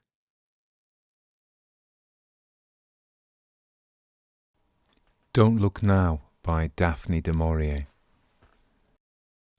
Don't look now, John said to his wife, but there are a couple of old girls 2 tables away who are trying to hypnotize me. Laura, quick on cue, made an elaborate pretense of yawning, then tilted her head as though searching the skies for a non-existent aeroplane. Right behind you, he added. That's why you can't turn round at once. It'll be much too obvious. Laura played the oldest trick in the world and dropped her napkin, then bent to scrabble for it under her feet, sending a shooting glance over her left shoulder as she straightened once again. She sucked in her cheeks, the first telltale sign of suppressed hysteria, and lowered her head. They're not old girls at all. They're male twins in drag. Her voice broke ominously, the prelude to uncontrolled laughter, and John quickly poured some more Chianti into her glass. Pretend to choke, he said, then they won't notice. You know what it is? They're criminals doing the sights of Europe, changing sex at each stop. Twin sisters here on Torcello, twin brothers tomorrow in Venice, or even tonight, parading arm in arm across the Piazza San Marco. Just a matter of switching clothes and wigs. Jewel thieves or murderers? Asked Laura. Oh, murderers, definitely. But why, I asked myself, have they picked on me? The waiter made a diversion by bringing coffee and bearing away the fruit, which gave Laura time to banish hysteria and regain control. I can't think, she said, why we didn't notice them when we arrived. They stand out to high heaven. One couldn't fail. That gang of Americans masked them, said John, and the bearded man with the monocle who looked like a spy. It wasn't until they all went out just now that I saw the twist. Oh, God, the one with the shock of white hair has got her eye on me again. Laura took the powder compact from her bag and held it in front of her face, the mirror acting as a reflector. I think it's me they're looking at, not you, she said. Thank heaven I left my pearls with the manager at the hotel. She paused, dabbing the sides of her nose with powder. Thing is, she said after a moment, we've got them wrong. They're neither murderers nor thieves. They're a couple of pathetic old retired schoolmistresses on holiday who've saved up all their lives to visit Venice. They come from some place with a name like Wallabanga in Australia, and they're called Tilly and Tiny. Her voice, for the first time since they'd come away, took on the old bubbling quality he loved, and the worried frown between her brows had vanished. At last, he thought. At last she's beginning to get over it. If I can keep this going, if we can pick up the familiar routine of jokes shared on holiday and at home, the ridiculous fantasies about people at other tables or staying in the hotel or wandering in art galleries and churches, then everything will fall back into place. Life will become as it was before. The wound will heal. She'll forget. You know, said Laura, that really was a very good lunch. I did enjoy it. Thank God, he thought, thank God. Then he leant forward, speaking low in a conspirator's whisper. One of them's going to the loo, he said. Do you suppose he or she is going to change her wig? Don't say anything, Laura murmured. I'll follow her and find out. She may have a suitcase tucked away there, and she's going to switch clothes. She began to hum under her breath, the signal to her husband, content. The ghost was temporarily laid, and all because of the familiar holiday game abandoned too long and now, through mere chance, blissfully recaptured. Is she on her way? Asked Laura. About to pass our table now, he told her. Seen on her own, the woman was not so remarkable. Tall, angular, aquiline features with the close-cropped hair which was fashionably called an Eton crop, he seemed to remember, in his mother's day, and about her person the stamp of that particular generation. She would be in her middle 60s, he supposed. The masculine shirt with collar and tie, sports jacket, grey tweed skirt coming to mid-calf, grey stockings and laced black shoes. He had seen the type on golf courses and at dog shows, invariably showing not sporting breeds, but pugs. And if you came across them at a party in somebody's house, they were quicker on the draw with a cigarette lighter than he was himself, a mere male with pocket matches. The general belief that they kept house with a more feminine, fluffy companion was not always true. Frequently they boasted and adored a golfing husband. No, the striking point about this particular individual was that there were two of them, identical twins, cast in the same mould. The only difference was that the other one had whiter hair. Supposing, murmured Laura, when I find myself in the toilette beside her, she starts to strip. Depend on what's revealed, John answered. If she's a hermaphrodite, make a bolt for it. She might have a hypodermic syringe concealed and want to knock you out before you reach the door. Laura sucked in her cheeks once more and began to shake. Then, squaring her shoulders, she rose to her feet. I simply must not laugh, she said. And whatever you do, don't look at me when I come back, especially if we come out together. She picked up her bag and strolled self-consciously away from the table in pursuit of her prey. John poured the dregs of the Chianti into his glass and lit a cigarette. The sun blazed down upon the little garden of the restaurant. The Americans had left, and the monocled man and the family party at the far end. All was peace. The identical twin was sitting back in her chair with her eyes closed. Thank heaven, he thought, for this moment, at any rate, when relaxation was possible, and Laura had been launched upon her foolish, harmless game. The holiday could yet turn into the cure she needed, blotting out, if only temporarily, the numb despair that had seized her since the child died. She'll get over it, the doctor said. They all get over it in time. And you have the boy.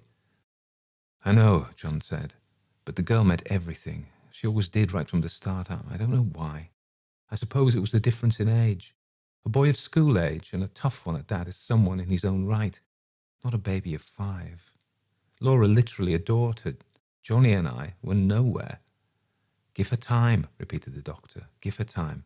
And anyway, you're both young still. There'll be others. Another daughter. So easy to talk. How replace the life of a loved lost child with a dream? He knew Laura too well. Another child, another girl, would have her own qualities, a separate identity. She might even induce hostility because of this very fact, a usurper in the cradle, in the cot that had been Christine's. A chubby, flaxen replica of Johnny, not the little waxen, dark-haired sprite that had gone. He looked up over his glass of wine, and the woman was staring at him again. It was not the casual, idle glance of someone at a nearby table waiting for her companion to return, but something deeper, more intent. The prominent light blue eyes, oddly penetrating, giving him a sudden feeling of discomfort. Damn the woman. All right, bloody stare if you must. Two can play at that game. He blew a cloud of cigarette smoke into the air and smiled at her, he hoped, offensively. She didn't register. The blue eyes continued to hold his, so that he was obliged to look away himself, extinguish his cigarette, glance over his shoulder for the waiter and call for the bill. Settling for this and fumbling with the change with a few casual remarks about the excellence of the meal brought composure, but a prickly feeling on his scalp remained, and an odd sensation of unease.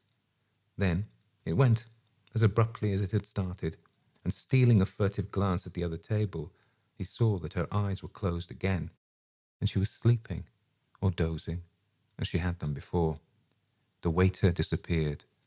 All was still. Laura, he thought, glancing at his watch, is being a hell of a time. 10 minutes at least.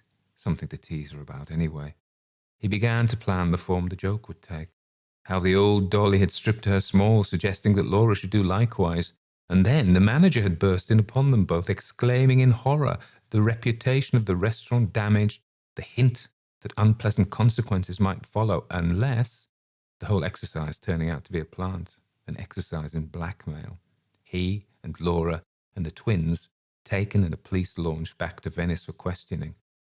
Quarter of an hour? Oh, come on, come on. There was a crunch of feet on the gravel. Laura's twin walked slowly past, alone. She crossed over to her table and stood there a moment, her tall, angular figure interposing itself between John and her sister. She was saying something, but he couldn't catch the words. What was the accent, though? Scottish? Then she bent, offering an arm to the seated twin, and they moved away together across the garden to the break in the little hedge beyond. The twin, who had stared at John, leaning on her sister's arm. Here was the difference again. She was not quite so tall, and she stooped more. Perhaps she was arthritic. They disappeared out of sight, and John, becoming impatient, got up and was about to walk back into the hotel when Laura emerged. "Well, I must say you took your time," he began, and then stopped, because of the expression on her face. "What's the matter? What's happened?" he asked. He could tell at once there was something wrong, almost as if she were in a state of shock. She blundered towards the table he had just vacated and sat down. He drew up a chair beside her, taking her hand. "Darling, what is it? Tell me, are you ill?" She shook her head and then turned and looked at him. The dazed expression he had noticed at first had given way to one of dawning confidence, almost of exultation. "It's quite wonderful," she said slowly. "The most wonderful thing that could possibly be. You see, she isn't dead. She's still with us. That's why they kept staring at us, those two sisters. They could see Christine." Oh, God, he thought, it's what I've been dreading. She's going off her head. What do I do? How do I cope? "Laura, sweet," he began, forcing a smile. "Look, shall we go? I've paid the bill. We can go and look around the cathedral and stroll around, and then it'll be time to take off in that launch again for Venice." She wasn't listening, or at any rate, the words didn't penetrate. "John, love," she said, "I've got to tell you what happened. I followed her, as we planned, into the toilette place. She was combing her hair, and I went into the loo, and then came out and washed my hands in the basin. She was washing hers in the next basin. Suddenly, she turned and said to me in a strong Scots accent, 'Don't be unhappy any more. My sister has seen your little girl. She was sitting between you and your husband, laughing.' Darling, I thought I was going to faint. I nearly did. Luckily, there was a chair, and I sat down, and the woman bent over me and patted my head. I'm not sure of her exact words, but she said something about the moment of truth and joy being as sharp as a sword, but not to be afraid. All was well. But the sisters' vision had been so strong, they knew I had to be told, and that Christine wanted it. Oh, John, don't look at me like that. I swear I'm not making it up. This is what she told me. It's all true." The desperate urgency in her voice made his heart sicken. He had to play along with her, agree, soothe, do anything to bring her back to some sense of calm. "Laura, darling, of course I believe you," he said. "Only it's a sort of a shock, and I'm upset because you're upset." "But I'm not upset," she interrupted. "I'm happy, so happy, that I can't put the feeling into words. You know what it's been like all these weeks at home and everywhere we've been on holiday. So I tried to hide it from you. Now it's lifted because I just know that the woman was right. Oh, Lord, how awful of me, but I've forgotten their name. She did tell me. You see, the thing is, she's a retired doctor, come from Edinburgh, and the one who saw Christine went blind a few years ago. Although she studied the occult all her life and been very psychic, it's only since going blind that she's really seen things, like a medium. They've had the most wonderful experiences. But to describe Christine as the blind one did to her sister, even down to the little blue and white dress with the puffed sleeves that she wore at her birthday party. And to say she was smiling happily, oh, darling, it's made me so happy, I think I'm going to cry. No hysteria, nothing wild. She took a tissue from her bag and blew her nose, smiling at him. I'm all right, you see. You don't have to worry. Neither of us need worry about anything anymore. Give me a cigarette. He took one from his packet and lighted it for her. She sounded normal, herself again. She wasn't trembling. And if this sudden belief was going to keep her happy, he couldn't possibly begrudge it. But he wished all the same it hadn't happened. There was something uncanny about thought reading, about telepathy. Scientists couldn't account for it. Nobody could. And this is what must have happened just now between Laura and the sisters. So the one who had been staring at him was blind. That accounted for the fixed gaze, which somehow was unpleasant in itself. Creepy. Oh, hell, he thought. I wish we hadn't come here for lunch. Just chance. A flick of a coin between this, Torcello, and driving to Padua. And we had to choose Torcello. You didn't arrange to meet them again or anything, did you? He asked, trying to sound casual. No, darling, why should I? Laura answered. I mean, there was nothing more that they could tell me. The sister had had a wonderful vision, and that was that. Anyway, they're moving on. Funnily enough, it's rather like our original game. They are going round the world before returning to Scotland. Only I said Australia, didn't I? The old dears. Anything less like murderers and jewel thieves. She had quite recovered. She stood up and looked about her. Come on, she said. Having come to Torcello, we must see the cathedral. They made their way from the restaurant across the open piazza where the stalls had been set up with scarves and trinkets and postcards, and so along the path to the cathedral. One of the ferry boats had just decanted a crowd of sightseers, many of whom had already found their way to Santa Maria Assunta. Laura, undaunted, asked her husband for the guidebook, and, as always been her custom in happier days, started to walk slowly through the cathedral, studying mosaics, columns, panels from left to right, while John, less interested because of his concern at what had just happened, followed close behind, keeping a weather eye alert for the two sisters. There was no sign of them. Perhaps they'd gone into the church of Santa Fosca close by. A sudden encounter would have been embarrassing, quite apart from the effect it might have upon Laura, but the anonymous shuffling tourists intent upon culture couldn't harm her. Although, from his own point of view, they made artistic appreciation impossible. He couldn't concentrate. The cold, clear beauty of what he saw left him untouched. And when Laura touched his sleeve, pointing to the mosaic of the Virgin and Child standing above the frieze of the Apostles, he nodded in sympathy, yet saw nothing. The long, sad face of the Virgin, infinitely remote, and turning on sudden impulse, stared back over the heads of the tourists towards the door where frescoes of the Blessed and the Damned gave themselves to judgment. The twins were standing there, the blind one still holding on to her sister's arm, her sightless eyes fixed firmly upon him. He felt himself held, unable to move, and an impending sense of doom, of tragedy, came upon him. His whole being sagged, as it were, in apathy, and he thought, this is the end. There's no escape. No future. Then both sisters turned and went out of the cathedral, and the sensation vanished, leaving indignation in its wake and rising anger. How dare those two old fools practice their mediumistic tricks on him? He was fraudulent, unhealthy. This was probably the way they lived, touring the world, making everyone they met feel uncomfortable. Give them half a chance and they would have got money out of Laura, anything. He felt her tugging at his sleeve again. Isn't she beautiful? So happy, so serene. Who? What? He asked. The Madonna, she answered. She has a magic quality. It goes right through to one. Don't you feel it too? I suppose so. I don't know. There are too many people around. She looked up at him, astonished. What's that got to do with it? How funny you are. Well, all right. Let's get away from them. I want to buy some postcards anyway. Disappointed, she sensed his lack of interest and began to thread her way through the crowds of tourists to the door. Come on, he said abruptly once they were outside. There's plenty of time for postcards. Let's explore a bit. And he struck off from the path, which would have taken them back to the centre where the little houses were, and the stalls, and the drifting crowd of people, to a narrow way amongst uncultivated ground, beyond which she could see a sort of cutting or canal. The sight of water, limpid, pale, was a soothing contrast to the fierce sun above their heads. I don't think this leads anywhere much, said Laura. It's a bit muddy too. One can't sit. Besides, there are more things the guidebook says we ought to see. Oh, forget the book, he said impatiently, and pulling her down beside him on the bank above the cutting, put his arms round her. It's the wrong time of day for sightseeing. Look, there's a rat swimming there on the other side. He picked up a stone and threw it in the water, and the animal sank or somehow disappeared, and nothing was left but bubbles. Don't, said Laura, it's cruel, poor thing. And then suddenly, putting her hand on his knee, do you think Christine's sitting here beside us? He didn't answer at once. What was there to say? Would it be like this forever?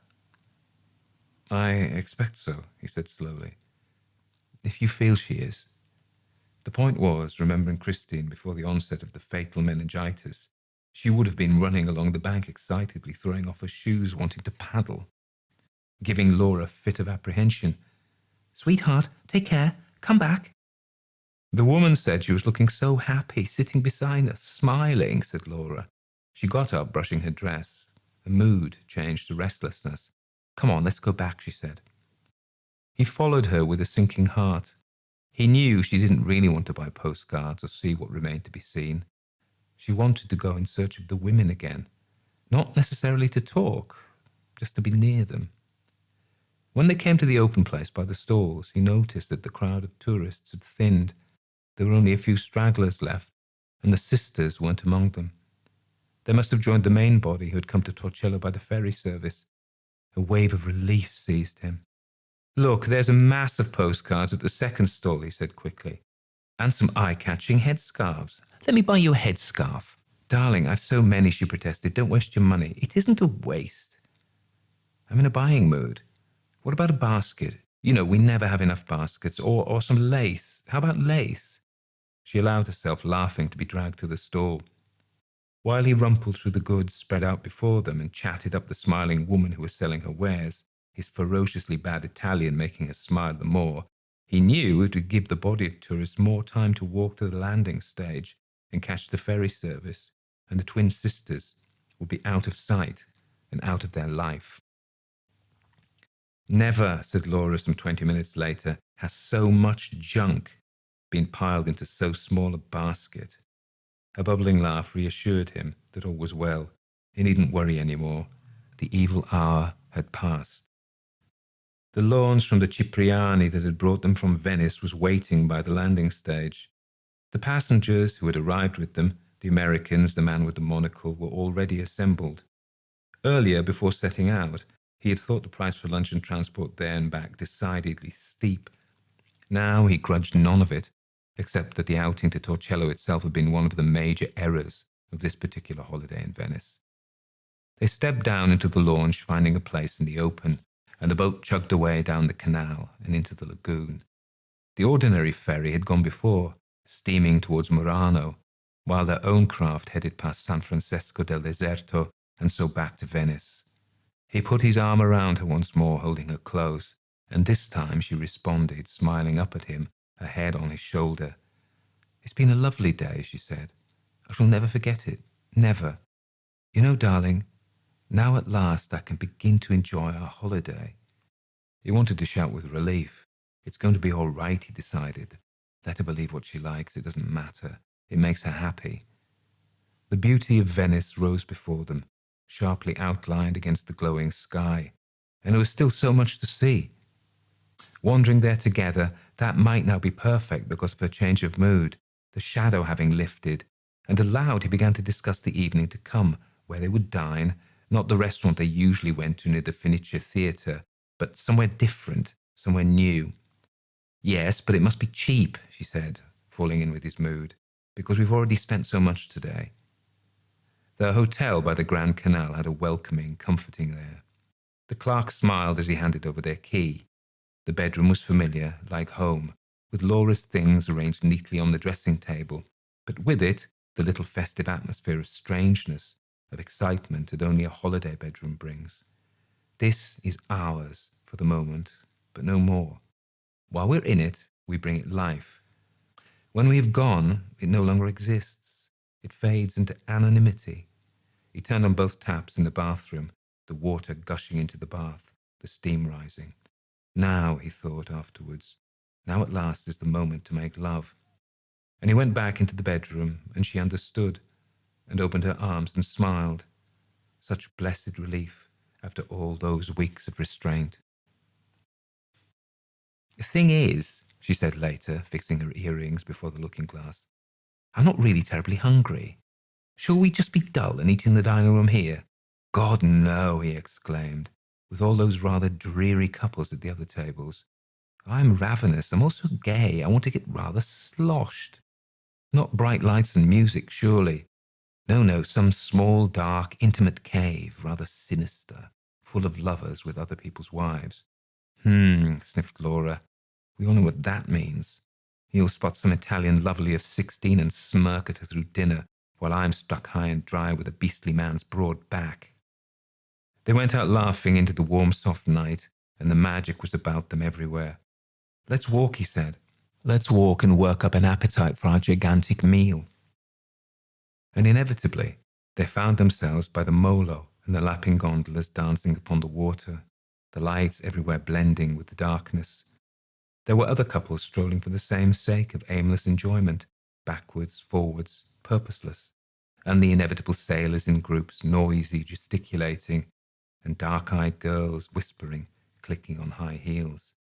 Trouble is, said Laura, walking in Venice becomes compulsive once you start.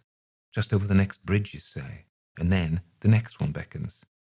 I'm sure there are no restaurants down here. We're almost at those public gardens where they hold the Biennale. Let's turn back. I know there's a restaurant somewhere near the church of San Zaccaria. There's a little alleyway leading to it. Tell you what, said John, if we go down here by the arsenal and cross that bridge at the end and head left, we'll come upon San Zaccaria from the other side. We did it the other morning. Yes, but it was daylight then. We may lose our way. It's not very well lit. Don't fuss. I have an instinct for these things. They turned down the Fondamenta dell'Arsenale and crossed the little bridge, sort of the arsenal itself, and so on past the church of San Martino. There were two canals ahead, one bearing right, the other left, with narrow streets beside them. John hesitated. Which one was it they'd walked beside the day before? You see, protested Laura, we shall be lost, just as I said. Nonsense, replied John firmly. It's the left-hand one. I remember the little bridge. The canal was narrow. The houses on either side seemed to close in upon it, and in the daytime, with the sun's reflection on the water and the windows of the houses open, bedding on the balconies, a canary singing in the cage, there had been an impression of warmth, of secluded shelter. Now, ill-lit, almost in darkness, the windows of the houses shuttered, the water dank. The scene appeared altogether different, neglected, poor, and the long narrow boats moored to the slippery steps of the cellar entrances looked like coffins. I swear I don't remember this bridge, said Laura, pausing and holding onto the rail, and I don't like the look of that alleyway beyond. There's a lamp halfway up, John told her. I know exactly where we are, not far from the Greek quarter. They crossed the bridge and were about to plunge into the alleyway when they heard the cry. It came surely from one of the houses on the opposite side, but which one it was impossible to say. With the shutters closed, each one of them seemed dead. They turned and stared in the direction from which the sound had come. What was it? Whispered Laura. Some drunk or other, said John briefly. Come on. Less like a drunk than someone being strangled, and the choking cry suppressed as the grip held firm. We ought to call the police, said Laura. Oh, for heaven's sake, said John. Where did she think she was? Piccadilly? Well, I'm off. It's sinister, she replied, and began to hurry away up the twisting alleyway. John hesitated, his eye caught by a small figure, which suddenly crept from the cellar entrance below one of the opposite houses, and then jumped into a narrow boat below. It was a child, a little girl. She couldn't have been more than 5 or 6, wearing a short coat over her minute skirt, a pixie hood covering her head. There were 4 boats moored, line upon line, and she proceeded to jump from one to the other with surprising agility, intent, it would seem, upon escape. Once her foot slipped and he caught his breath, for she was within a few feet of the water, losing balance. Then she recovered and hopped onto the furthest boat. Bending, she tugged at the rope, which had the effect of swinging the boat's after end across the canal, almost touching the opposite side and another cellar entrance, about 30 feet from the spot where John stood watching her. Then the child jumped again, landing upon the cellar steps and vanished into the house, the boat swinging back into mid-canal behind her. The whole episode couldn't have taken more than 4 minutes. Then he heard a quick patter of feet. Laura had returned. She had seen none of it, for which he was unspeakably thankful. The sight of a child, a little girl, in what must have been near danger, her fear that the scene he had just witnessed was in some way a sequel to the alarming cry, might have had a disastrous effect on her overwrought nerves. "What are you doing?" she called. "I daren't go on without you. The wretched alley branches in 2 directions. Sorry," he told her. "I'm coming." He took her arm, and they walked briskly along the alley, John with an apparent confidence he did not possess. "There were no more cries, were there?" she asked. "No," he said. "No, nothing. I tell you, it was some drunk." The alley led to a deserted campo behind a church, not a church he knew, and he led the way across along another street and over a further bridge. "Wait a minute," he said. "I think we take this right-hand turning. It'll lead us into the Greek quarter, the church of San Georgia, somewhere over there." She didn't answer. She was beginning to lose faith. The place was like a maze. They might circle round and around forever, and then find themselves back again near the bridge where they had heard the cry. Doggedly he led her on, and then, surprisingly, with relief, he saw people walking in the lighted street ahead. There was the spire of a church. The surroundings became familiar. "There, I told you," he said. "That's San Zachariah. We found it all right. Your restaurant can't be far away." And anyway, there would be other restaurants, somewhere to eat. At least here was the cheering glitter of lights, of movement, canals beside which people walked, the atmosphere of tourism. The letters Ristorante in blue lights shone like a beacon down a left-hand alley. "Is this your place?" he asked. "God knows," she said. "Who cares? Let's feed there anyway." And so, into the sudden blast of heated air and hum of voices, the smell of pasta, wine, waiters, jostling customers, laughter. "For two, this way, please." Why, he thought, was one's British nationality always so obvious? A cramped little table and an enormous menu scribbled in an indecipherable mauve biro, with the waiter hovering, expecting the order forthwith. "2 very large Camparis with soda," John said. "Then we'll study the menu." He was not going to be rushed. He handed the bill of fare to Laura and looked about him. Mostly Italians. That meant the food would be good. Then he saw them. At the opposite side of the room, the twin sisters. They must have come into the restaurant hard upon Laura and his own arrival, for they were only now sitting down, shedding their coats, the waiter hovering beside the table. John was seized with the irrational thought that this was no coincidence. The sisters had noticed them both in the street outside and had followed them in. Why in the name of hell should they have picked on this particular spot in the whole of Venice, unless Laura herself at Torcello had suggested a further encounter, or the sister had suggested it to her? A small restaurant near the church of San Zachariah. We go there sometimes for dinner. It was Laura before the walk who had mentioned San Zachariah. She was still intent upon the menu. She had not seen the sisters. But any moment now, she would have chosen what she wanted to eat, and then she would raise her head and look across the room.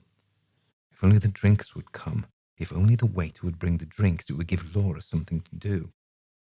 "You know, I was thinking," he said quickly, "we really ought to go to the garage tomorrow and get the car and do that drive to Padua. We could lunch in Padua, see the cathedral, and touch St. Anthony's tomb and look at the Giotto frescoes, and come back by way of those various villas along the Brenta that the guidebook cracks up." It was no use, though. She was looking up across the restaurant and she gave a little gasp of surprise. It was genuine. He could swear it was genuine. "Look," she said, "how extraordinary, how really amazing." "What?" he said sharply. "Why, there they are, my wonderful old twins. They've seen us, what's more. They're staring this way." She waved her hand, radiant, delighted. The sister she had spoken to at Torcello bowed and smiled. "False old bitch," he thought. "I know they followed us." "Oh, darling, I must go and speak to them," she said impulsively, "just to tell them how happy I've been all day, thanks to them." "Oh, for heaven's sake," he said. "Look, here are the drinks, and we haven't ordered yet. Surely you can wait until later, until we've eaten." "I won't be a moment," she said, "and anyway, I want scampi, nothing first. I told you I wasn't hungry." She got up and, brushing past the waiter with the drinks, crossed the room. She might have been greeting the loved friends of years. He watched her bend over the table and shake them both by the hand, and because there was a vacant chair at their table, she drew it up and sat down, talking, smiling. Nor did the sisters seem surprised, at least not the one she knew, who nodded and talked back, while the blind sister remained impassive. All right, thought John savagely, then I will get sloshed. And he proceeded to down his Campari and soda and order another, while he pointed out something quite unintelligible on the menu as his own choice, but remembered scampi for Laura. And a bottle of Suave, he said, with ice. The evening was ruined anyway. What was to have been an intimate, happy celebration would now be heavy laden with spiritualistic visions. Poor little dead Christine sharing the table with them, which was so damn stupid when in earthly life she would have been tucked up hours ago in bed. The bitter taste of the Campari suited his mood of sudden self-pity, and all the while he watched the group at the table in the opposite corner, Laura apparently listening, while the more active sister held forth and the blind one sat silent, her formidable, sightless eyes turned in his direction. She's phony, he thought. She's not blind at all. They're both of them frauds, and they could be males in drag after all, just as we pretended at Torcello, and they're after Laura. He began on his second Campari and soda. The two drinks taken on an empty stomach had an instant effect. Vision became blurred, and still Laura went on sitting at the other table, putting in a question now and again while the active sister talked. The waiter appeared with the scampi, and a companion beside him to serve John's own order, which was totally unrecognizable, heaped with the livid sauce. "The signora does not come?" inquired the first waiter, and John shook his head grimly, pointing an unsteady finger across the room. "Tell the signora," he said carefully, "her scampi will get cold." He stared down at the offering placed before him and prodded it delicately with a fork. The pallid sauce dissolved, revealing two enormous slices, rounds of what appeared to be boiled pork, bedecked with garlic. He forked a portion into his mouth and chewed, and yes, it was pork, steamy, rich, the spicy sauce having turned it curiously sweet. He laid down his fork, pushing the plate away, and became aware of Laura returning across the room and sitting beside him. She didn't say anything, which was just as well, he thought, because he was too near nausea to answer. It wasn't just a drink, but reaction from the whole nightmare day. She began to eat her scampi, still not uttering. She didn't seem to notice he wasn't eating. The waiter, hovering at his elbow, anxious, seemed aware that John's choice was somehow an error, and discreetly removed the plate. "Bring me a green salad," murmured John. And even then Laura didn't register surprise or, as she might have done in more normal circumstances, accuse him of having too much to drink. Finally, when she had finished the scampi and was sipping her wine, which John had waved away, to nibble at his salad in small mouthfuls like a sick rabbit, she began to speak. "Darling," she said, "I know you won't believe it, and it's rather frightening in a way, but after they left the restaurant in Torcello, the sisters went to the cathedral, as we did, although we didn't see them in that crowd, and the blind one had another vision. She said Christine was trying to tell us something about us, that we should be in danger if we stayed in Venice. Christine wanted us to go away as soon as possible." So that's it, he thought. They think they can run our lives for us. This is to be our problem from henceforth. Do we eat? Do we get up? Do we go to bed? We must get in touch with the twin sisters. They will direct us. "Well," she said, "why don't you say something?" "Because," he answered, "you're perfectly right. I don't believe it. Quite frankly, I judge your old sisters as being a couple of freaks, if nothing else. They're obviously unbalanced, and I'm sorry if this hurts you, but the fact is, they found a sucker in you." "You're being unfair," said Laura. "They are genuine. I know it. I just know it. They were completely sincere in what they said." "All right, granted, they're sincere, but that doesn't make them well balanced. Honestly, darling, you meet that old girl for 10 minutes in a loo. She tells you she sees Christine sitting beside us. Well, anyone with a gift for telepathy could read your unconscious mind in an instant. And then, pleased with her success, as any old psychic expert would be, she flings a further mood of ecstasy and wants to boot us out of Venice. Well, I'm sorry, but to hell with it." The room was no longer reeling. Anger had sobered him. If it would not put Laura to shame, he would get up and cross to their table and tell the old fools where they got off. I knew you'd take it like this, said Laura unhappily. I told them you would. They said not to worry. As long as we left Venice tomorrow, everything would come all right. Oh, for God's sake, said John. He changed his mind and poured himself a glass of wine.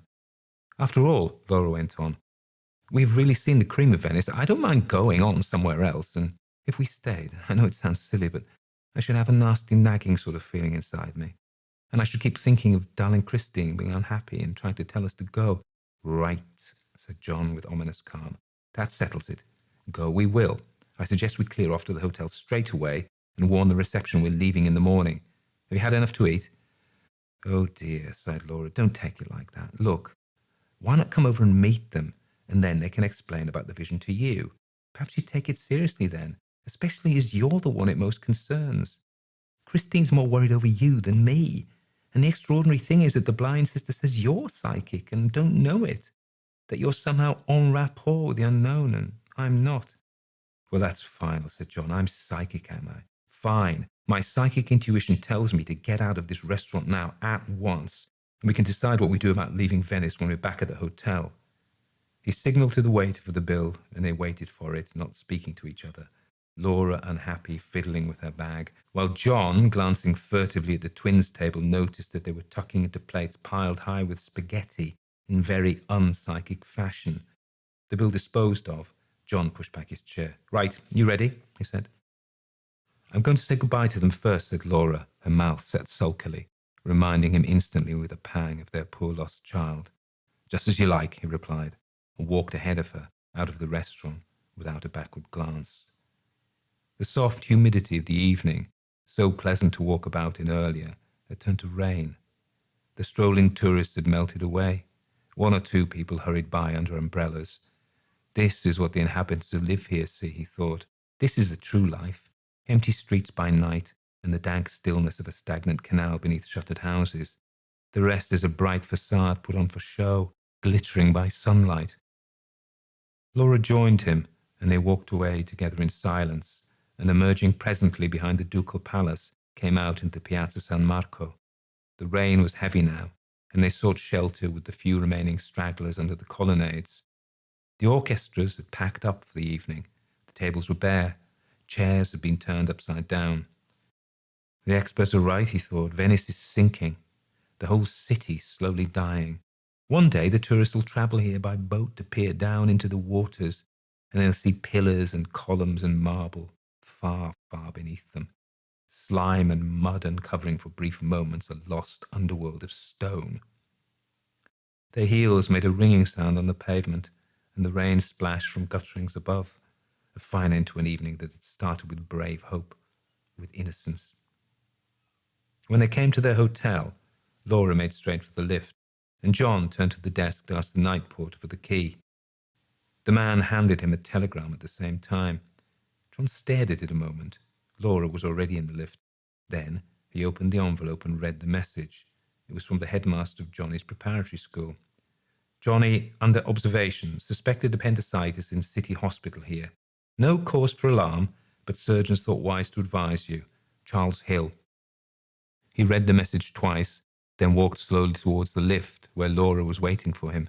He gave her the telegram. This came when we were out, he said. Not awfully good news. He pressed the lift button as she read out the telegram. The lift stopped at the second floor and they got out. Well, this decides it, doesn't it, she said. Here's the proof. We have to leave Venice because we're going home. It's Johnny who's in danger, not us. This is what Christian was trying to tell the twins. The first thing John did the following morning was to put a call through to the headmaster at the preparatory school.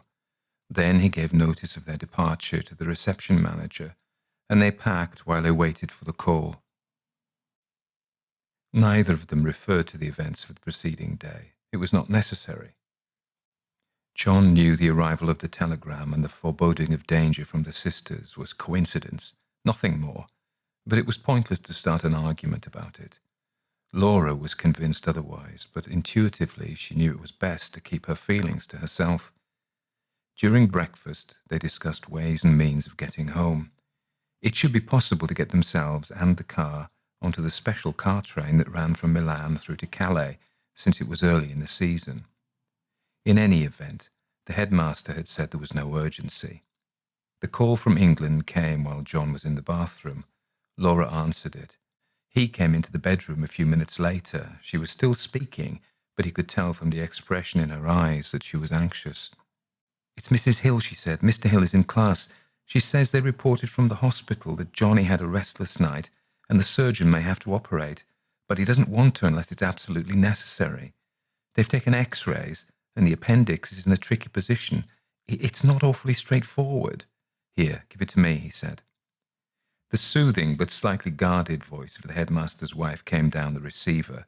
"I'm so sorry this may spoil your plans," she said, "but both Charles and I feel you ought to be told, and that you might feel rather easier if you were on the spot. Johnny's very plucky, but of course he has some fever. That isn't unusual, the surgeon says, in the circumstances. Sometimes an appendix can get displaced, it appears, and this makes it more complicated. He's going to decide about operating this evening." "Yes, of course, we quite understand," said John.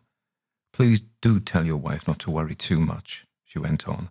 "The hospital is excellent, a very nice staff, and we have every confidence in the surgeon." "Yes," said John, "yes," and then broke off because Laura was making gestures beside him. "If we can't get the car on the train, I can fly," she said. "They're sure to be able to find me a seat on a plane. Then at least one of us would be there this evening." He nodded agreement. "Thank you so much, Mrs. Hill," he said. "We'll manage to get back all right. Yes, I'm sure Johnny is in good hands. Thank your husband for us. Goodbye." He replaced the receiver and looked round him, the tumbled beds, suitcases on the floor, tissue paper strewn, baskets, maps, books, coats, everything they had brought with them in the car. "Oh, God," he said, "what a bloody mess, all this junk." The telephone rang again. It was the hall porter to say he had succeeded in booking a sleeper for them both and a place for the car on the following night. "Look," said Laura, who had seized the telephone, "could you book one seat on the midday plane from Venice to London today for me? It's imperative one of us gets home this evening. My husband could follow with the car tomorrow." "Here, hang on," interrupted John. "No need for panic stations. Surely 24 hours wouldn't make all the difference." Anxiety had drained the colour from her face. She turned to him distraught. "It mightn't to you, but it does to me," she said. "I've lost one child. I'm not going to lose another." "All right, darling, all right." He put his hand out to her, but she brushed it off impatiently and continued giving directions to the porter. He turned back to his packing. No use saying anything. Better for it to be as she wished. They could, of course, both go by air, and then, when all was well and Johnny better, he could come back and fetch the car, driving home through France as they had come. Rather a sweat, though, and a hell of an expense. Bad enough Laura going by air and himself with the car and the train from Milan. "We could, if you like, both fly," he began tentatively, explaining the sudden idea, but she would have none of it. "That really would be absurd," she said impatiently. "As long as I'm there this evening and you follow by train, it's all that matters. Besides, we shall need the car going backwards and forwards to the hospital, and our luggage. We couldn't go off and just leave it all here." No, he saw her point. A silly idea. It was only... Well, he was as worried about Johnny as she was, though he wasn't going to say so. "I'm going downstairs to stand up with the porter," said Laura. "They always make more effort if one is actually on the spot. Everything I want tonight is packed.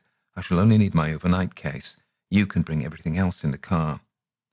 She hadn't been out of the bedroom 5 minutes before the telephone rang. It was Laura. "Darling," she said, "it couldn't have worked out better. The porter has got me on a charter flight that leaves Venice in less than an hour. A special motor launch takes the party direct from San Marco in about 10 minutes. Some passenger on the charter flight cancelled. I shall be at Gatwick in less than 4 hours." "I'll be down right away," he told her. He joined her by the reception desk. She no longer looked anxious and drawn, but full of purpose. She was on her way. He kept wishing they were going together. He couldn't bear to stay on in Venice after she'd gone, but the thought of driving to Milan, spending a dreary night in a hotel there alone, the endless dragging day which would follow, and the long hours in the train the next night, filled him with intolerable depression, quite apart from the anxiety about Johnny. They walked along to the San Marco landing stage, the molo bright and glittering after the rain, a little breeze blowing, the postcards and scarves and tourist souvenirs fluttering on the stalls, the tourists themselves out in force, strolling, contented, the happy day before them. "I'll ring you tonight from Milan," he told her. "The hills will give you a bed, I suppose, and if you're at the hospital, they'll let me have the latest news. That must be your charter party. You're welcome to them." The passengers descending from the landing stage down into the waiting launch were carrying hand luggage with Union Jack tags upon them. They were mostly middle-aged, with what appeared to be two Methodist ministers in charge. One of them advanced towards Laura, holding out his hand, showing a gleaming row of dentures when he smiled. "You must be the lady joining us for the homeward flight," he said. "Welcome aboard, and to the Union of Fellowship. We're all delighted to make your acquaintance. Sorry we hadn't a seat for hubby, too." Laura turned swiftly and kissed John, a tremor at the corner of her mouth betraying inward laughter. "Do you think you'll break into hymn?" she whispered. "Take care of yourself, hubby. Call me tonight." The pilot sounded a curious little toot upon his horn, and in a moment Laura had climbed down the steps into the launch and was standing amongst the crowd of passengers, waving her hand, her scarlet coat a gay patch of colour amongst the more sober suiting of her companions. The launch tooted again and moved away from the landing stage, and he stood there watching it, a sense of immense loss filling his heart.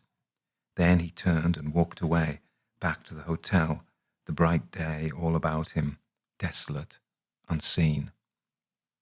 There was nothing, he thought, as he looked about him presently in a hotel bedroom, so melancholy as a vacated room, especially when the recent signs of occupation were still visible about him. Laura's suitcases on the bed, a second coat she had left behind, traces of powder on the dressing table, a tissue with a lipstick smear thrown in the waste paper basket, even an old toothpaste tube squeezed dry lying on the glass shelf above the wash basin. Sounds of the heedless traffic on the Grand Canal came, as always, from the open window, but Laura wasn't there any more to listen to it, or to watch from the small balcony. The pleasure had gone. Feeling had gone. John finished packing and leaving all the baggage ready to be collected. He went downstairs to pay the bill. The reception clerk was welcoming new arrivals.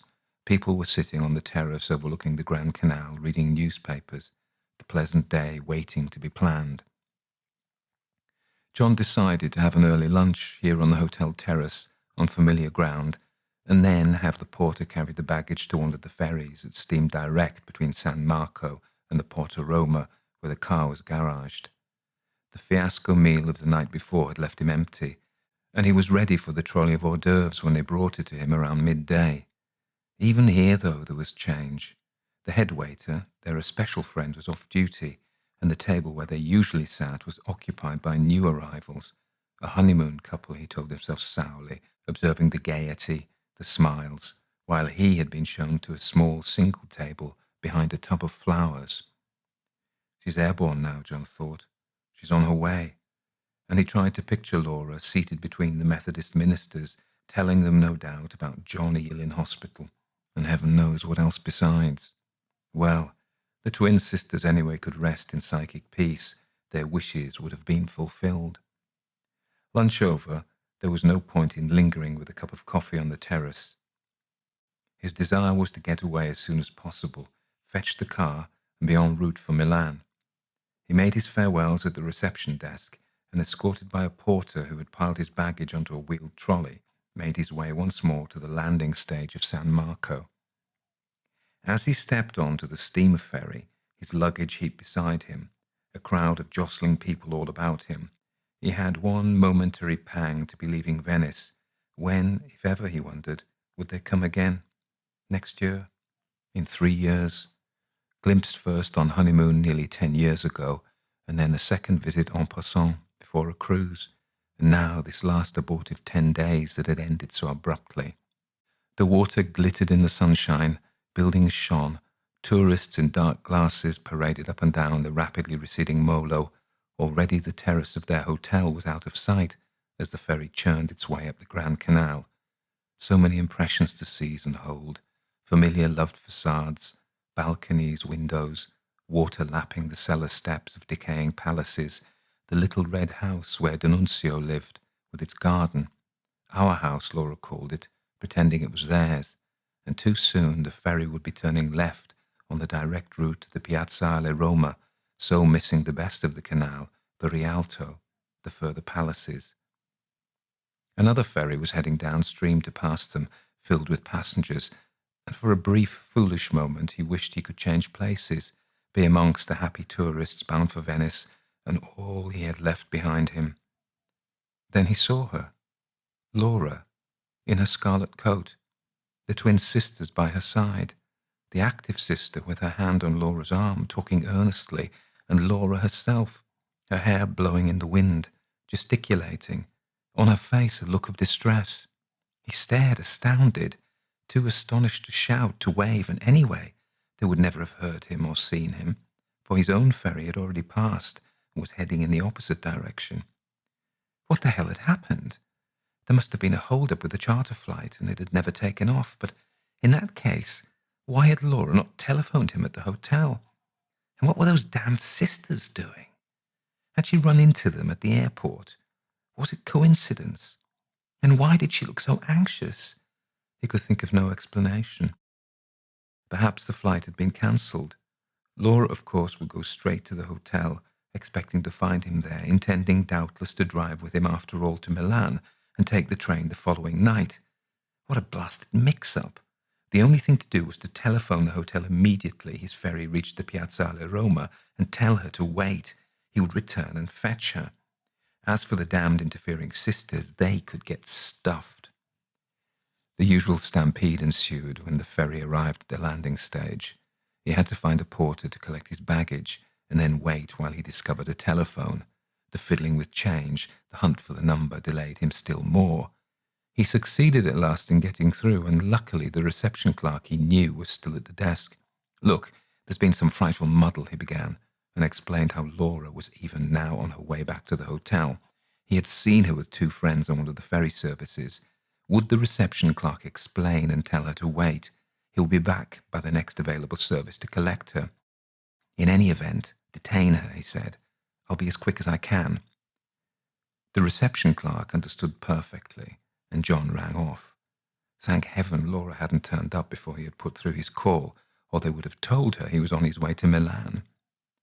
The porter was still waiting with the baggage, and it seemed simplest to walk with him to the garage, hand everything over to the chap in charge of the office there, and ask him to keep it for an hour, when he would be returning with his wife to pick up the car. Then he went back to the landing station to await the next ferry to Venice. The minutes dragged, and he kept wondering all the time what had gone wrong at the airport, and why in heaven's name Laura hadn't telephoned. No use conjecturing. She would tell him the whole story at the hotel. One thing was certain: he would not allow Laura and himself to be saddled with the sisters and become involved with their affairs. He could imagine Laura saying that they also had missed a flight, and could they have a lift to Milan? Finally, the ferry chugged alongside the landing stage, and he stepped aboard. What an anticlimax, thrashing back past the familiar sights to which he had bidden a nostalgic farewell such a short while ago. He didn't even look about him this time. He was so intent on reaching his destination. In San Marco there were more people than ever, the afternoon crowds walking shoulder to shoulder, every one of them on pleasure bent. He came to the hotel and pushed his way through the swing door, expecting to see Laura and possibly the sisters, waiting in the lounge to the left of the entrance. She was not there. He went to the desk. The reception clerk he had spoken to on the telephone was standing there talking to the manager. "Has my wife arrived?" John asked. "No, sir, not yet." "What an extraordinary thing. Are you sure?" "Absolutely certain, sir. I have been here ever since you telephoned me 1:45. I have not left the desk." "I just don't understand it. She was on one of the vaporettos passing by the Accademia. She would have landed at San Marco about 5 minutes later and come on here." The clerk seemed nonplussed. "I don't know what to say. The signora was with friends, did you say?" "Yes, well, acquaintances. 2 ladies we had met at Torcello yesterday. I was astonished to see her with them on the Vaporetto, and of course I assumed that the flight had been cancelled, and she had somehow met up with them at the airport and decided to return here with them to catch me before I left." Oh, hell, what was Laura doing? It was after 3. A matter of moments from San Marco landing stage to the hotel. "Perhaps the signora went with her friends to their hotel instead. Do you know where they are staying?" No, said John, I haven't the slightest idea. What's more, I don't even know the names of the two ladies. They were sisters, twins in fact, looked exactly alike. But anyway, why go to their hotel and not here? The swing door opened, but it wasn't Laura.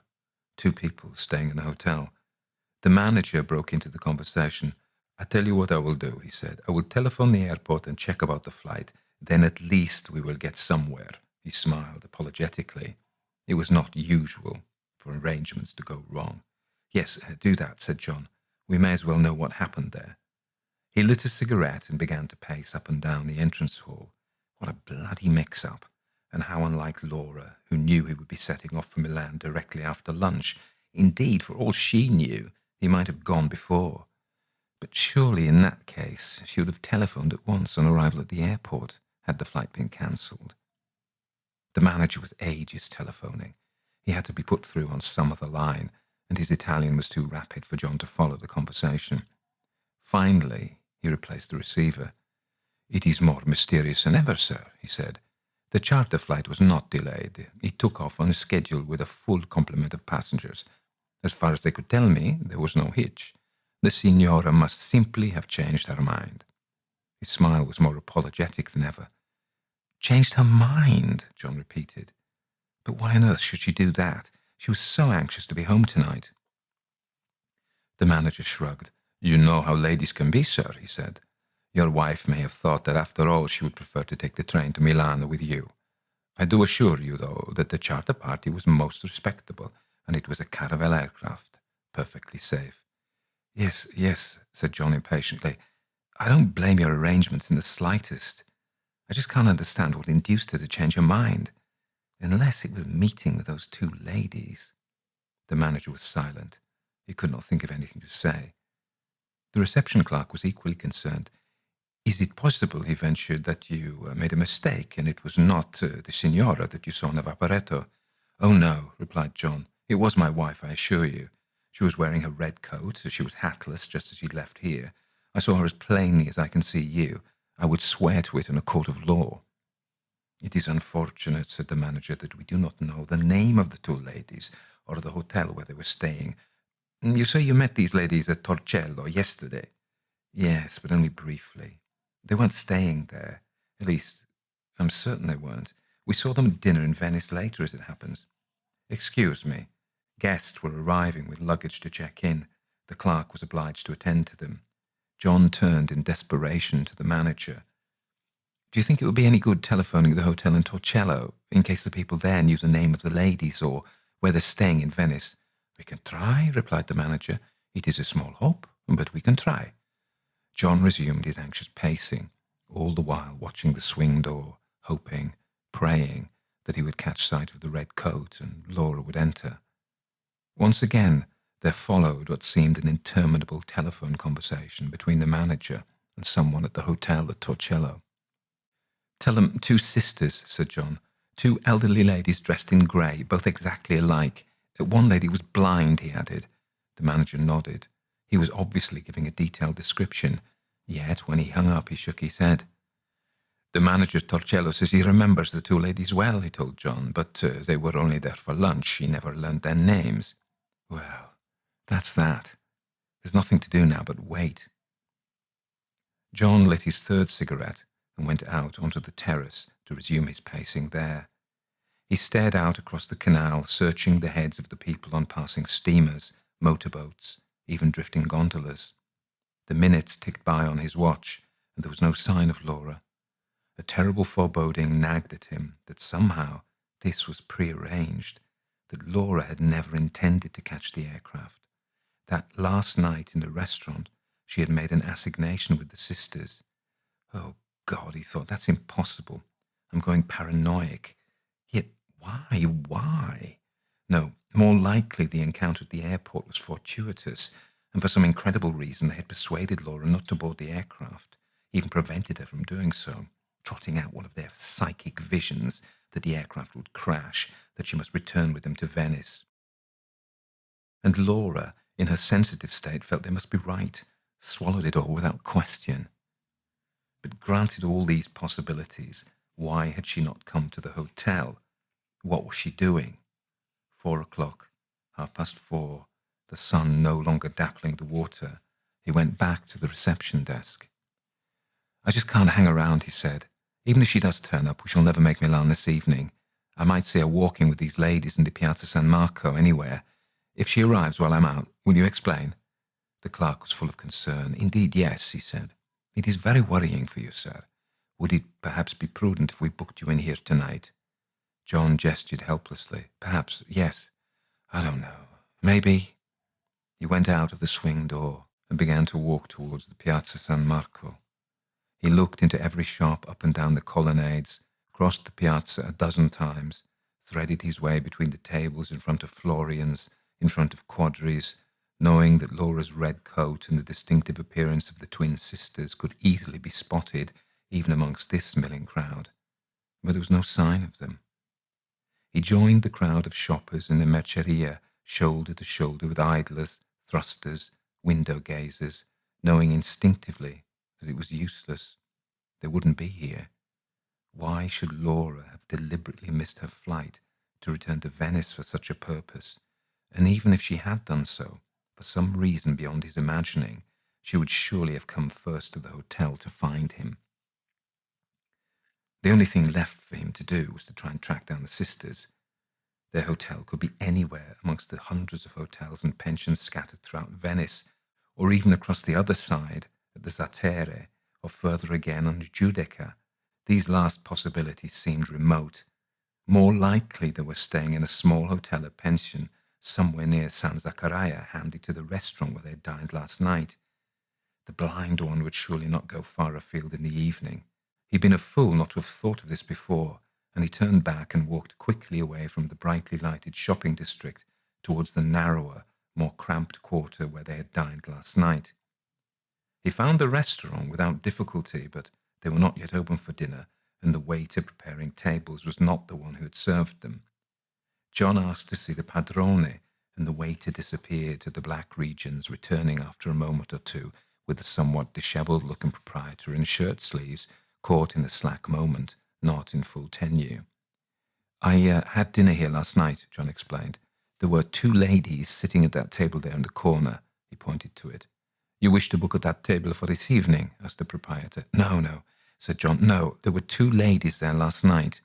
Twin sisters, due sorelle, twins, gemelle. What was the right word for twins? Do you remember? 2 ladies, sorelle vecchie." "Ah," said the man. Sì, signore, la povera signorina." He put his hands to his eyes to feign blindness. "Yes, I remember." "Do you know their names?" asked John. "Where they were staying? I'm very anxious to trace them." The proprietor spread out his hands in a gesture of regret. "I'm very sorry, signore. I do not know the names of the signorine. They have been here once, twice, perhaps for dinner. They do not say where they were staying. Perhaps if you come again tonight, they may be here. Would you like to book a table?" He pointed around him, suggesting a whole choice of tables that might appeal to a prospective diner, but John shook his head. Thank you. No, I may be dining elsewhere.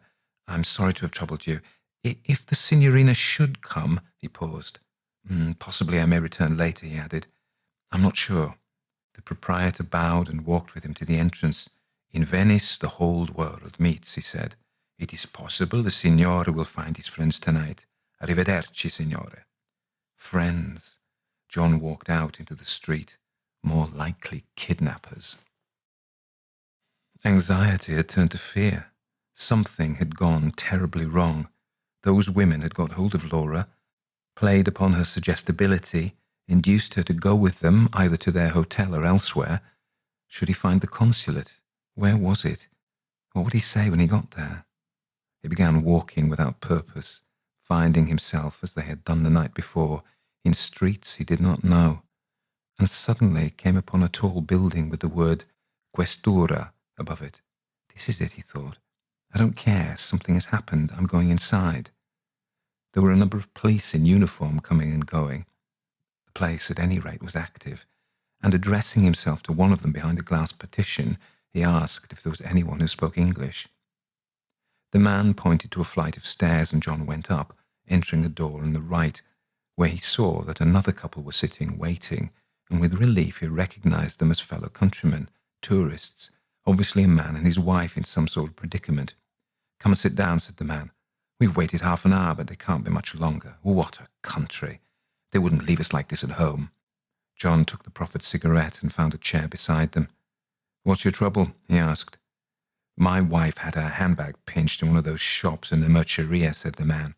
"She simply put it down one moment to look at something, and you'd hardly credit it. The next moment it had gone. I say it was a sneak thief. She insists it was the girl behind the counter, but who's to say? These eye ties are all alike. Anyway, I'm certain we shan't get it back. What have you lost?" "A suitcase stolen," John lied rapidly. "Had some important papers in it." How could he say he had lost his wife? He couldn't even begin. The man nodded in sympathy. "As I said, these eye ties are all alike. Old Musso knew how to deal with them. Too many communists around these days. Trouble is, they're not going to bother with our troubles much, not with this murderer at large. They're all out looking for him." "Murderer? What murderer?" asked John. "Don't tell me you've not heard about it." The man stared at him in surprise.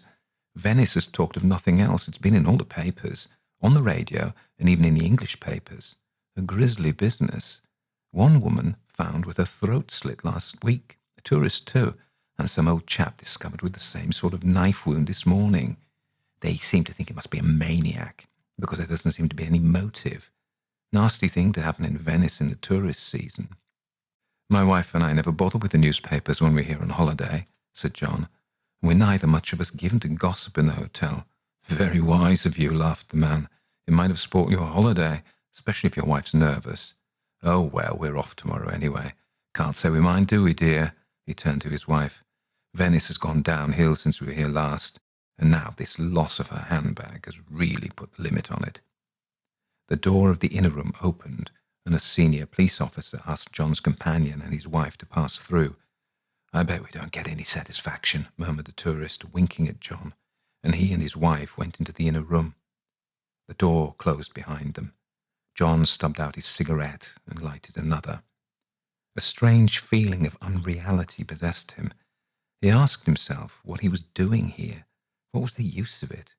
Laura was no longer in Venice, but had disappeared, perhaps forever, with those diabolical sisters. She would never be traced. And just as the two of them had made up a fantastic story about the twins when they first spotted them in Torcello, so, with nightmare logic, the fiction would have basis in fact.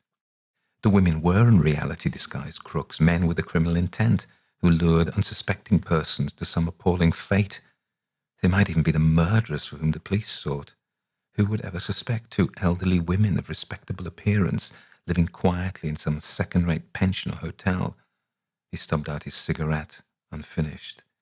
This, he thought, is really the start of paranoia. This is the way people go off their heads. He glanced at his watch. It was 6:30. Better pack this in, this futile quest here in police headquarters, and keep to the single link of sanity remaining. Return to the hotel, put a call through to the prep school in England and ask about the latest news of Johnny. He had not thought about poor Johnny since sighting Laura on the Vaporetto. Too late, though. The inner door opened. The couple were ushered out. "Usual claptrap," said the husband sotto voce to John. "They'll do what they can. Not much hope. So many foreigners in Venice, all of them thieves. The locals all above reproach. Wouldn't pay them to steal from customers. Well, I wish you better luck." He nodded, his wife smiled and bowed, and they had gone. John followed the police officer into the inner room. Formalities began: name, address, passport, length of stay in Venice, etc., etc. Then the questions, and John, the sweat beginning to appear on his forehead, launched into his interminable story. The first encounter with the sisters, the meeting at the restaurant, Laura's state of suggestibility because of the death of their child, the telegram about Johnny, the decision to take the chartered flight, her departure, and her sudden, inexplicable return. When he had finished, he felt as exhausted as if he had driven 300 miles non-stop after a severe bout of flu. His interrogator spoke excellent English with a strong Italian accent. "You say," he began, "that your wife was suffering the after-effects of shock. This had been noticeable during your stay here in Venice." "Well, yes," John replied. "She had really been quite ill. The holiday didn't seem to be doing her too much good." It was only when she met these two women at Torcello yesterday that her mood changed. The strain seemed to have gone. She was ready, I suppose, to snatch at every straw, and this belief that our little girl was watching over her had somehow restored her to what appeared normality. It would have been natural, said the police officer, in the circumstances, but no doubt the telegram last night was a further shock to you both. Indeed, yes.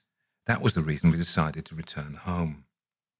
No argument between you, no difference of opinion. None. We're in complete agreement. My one regret was I couldn't go with my wife on this charter flight. The police officer nodded. It could well be that your wife had a sudden attack of amnesia, and meeting the two ladies served as a link. She clung to them for support. You have described them with great accuracy, and I think they should not be too difficult to trace. Meanwhile, I suggest you should return to your hotel, and we will get in touch with you as soon as we have news. At least, John thought, they believed his story. They didn't consider him a crank who had made the whole thing up and was merely wasting their time. You appreciate, he said, I'm extremely anxious. These women may have some criminal design upon my wife. One has heard of such things. The police officer smiled for the first time. Please don't concern yourself, he said. I am sure there will be some satisfactory explanation. All very well, thought John, but in heaven's name, what? I'm sorry, he said, to have taken up so much of your time, especially as I gather the police had their hands full hunting down a murderer who's still at large. He spoke deliberately. No harm in letting the fellow know that for all any of them could tell, there might have been some connection between Laura's disappearance and this other hideous affair. Ah, that, said the police officer, rising to his feet. We hope to have the murderer under lock and key very soon. His tone of confidence was reassuring. Murderers, missing wives, lost handbags were all under control. They shook hands, and John was ushered out of the door and so downstairs. Perhaps, he thought, as he walked slowly back to the hotel, the fellow was right. Laura had suffered a sudden attack of amnesia, and the sisters happened to be at the airport and had brought her back to Venice, to their own hotel, because Laura couldn't remember where she and John had been staying. Perhaps they were even now trying to track down his hotel. Anyway, he could do nothing more. The police had everything in hand, and please God would come up with a solution. All he wanted to do right now was to collapse upon a bed with a stiff whiskey and then put through a call to Johnny's school. The page took him up in the lift to a modest room on the 4th floor at the rear of the hotel. Bare, impersonal, the shutters closed, with a smell of cooking wafting up from the courtyard below. Ask him to send me up a double whiskey, will you? He said to the boy, and a ginger ale. And when he was alone, he plunged his face under the cold tap in the wash basin, relieved to find that the minute portion of visitors' soap afforded some measure of comfort. He flung off his shoes, hung his coat over the back of a chair, and threw himself down on the bed. Somebody's radio was blasting forth an old popular song, now several seasons out of date, that had been one of Laura's favourites a couple of years ago. I love you, baby. He reached for the telephone and asked the exchange to put through the call to England. Then he closed his eyes, and all the while the insistent voice persisted. I love you, baby. I can't get you out of my mind. Presently there was a tap at the door. It was the waiter with his drink. Too little ice, such meagre comfort, but what desperate need. He gulped it down without the ginger ale, and in a few moments the ever-nagging pain was eased, numbed, bringing, if only momentarily, a sense of calm. The telephone rang, and now, he thought, bracing himself for the ultimate disaster, the final shock. Johnny probably dying, or already dead, in which case nothing remained. Let Venice be engulfed. The exchange told him that the connection had been made, and in a moment he heard the voice of Mrs. Hill at the other end of the line. They must have warned her that the call came from Venice, for she knew instantly who was speaking. Hello, she said. Oh, I'm so glad you rang. All is well. Johnny has had his operation. The surgeon decided to do it at midday rather than wait, and it was completely successful. Johnny's going to be all right, so you don't have to worry anymore, and we'll have a peaceful night. Thank God, he answered. I know, she said. We're all so relieved. Now I'll get off the line and you can speak to your wife. John sat up on the bed, stunned. What the hell did she mean? Then he heard Laura's voice, cool and clear. Darling, Darling, are you there? He couldn't answer. He felt the hand holding the receiver go clammy, cold with sweat. I'm here, he whispered. It's not a very good line, she said, but never mind. As Mrs. Hill told you, all is well. Such a nice surgeon and a very sweet sister on Johnny's floor, and I really am happy about the way it's turned out.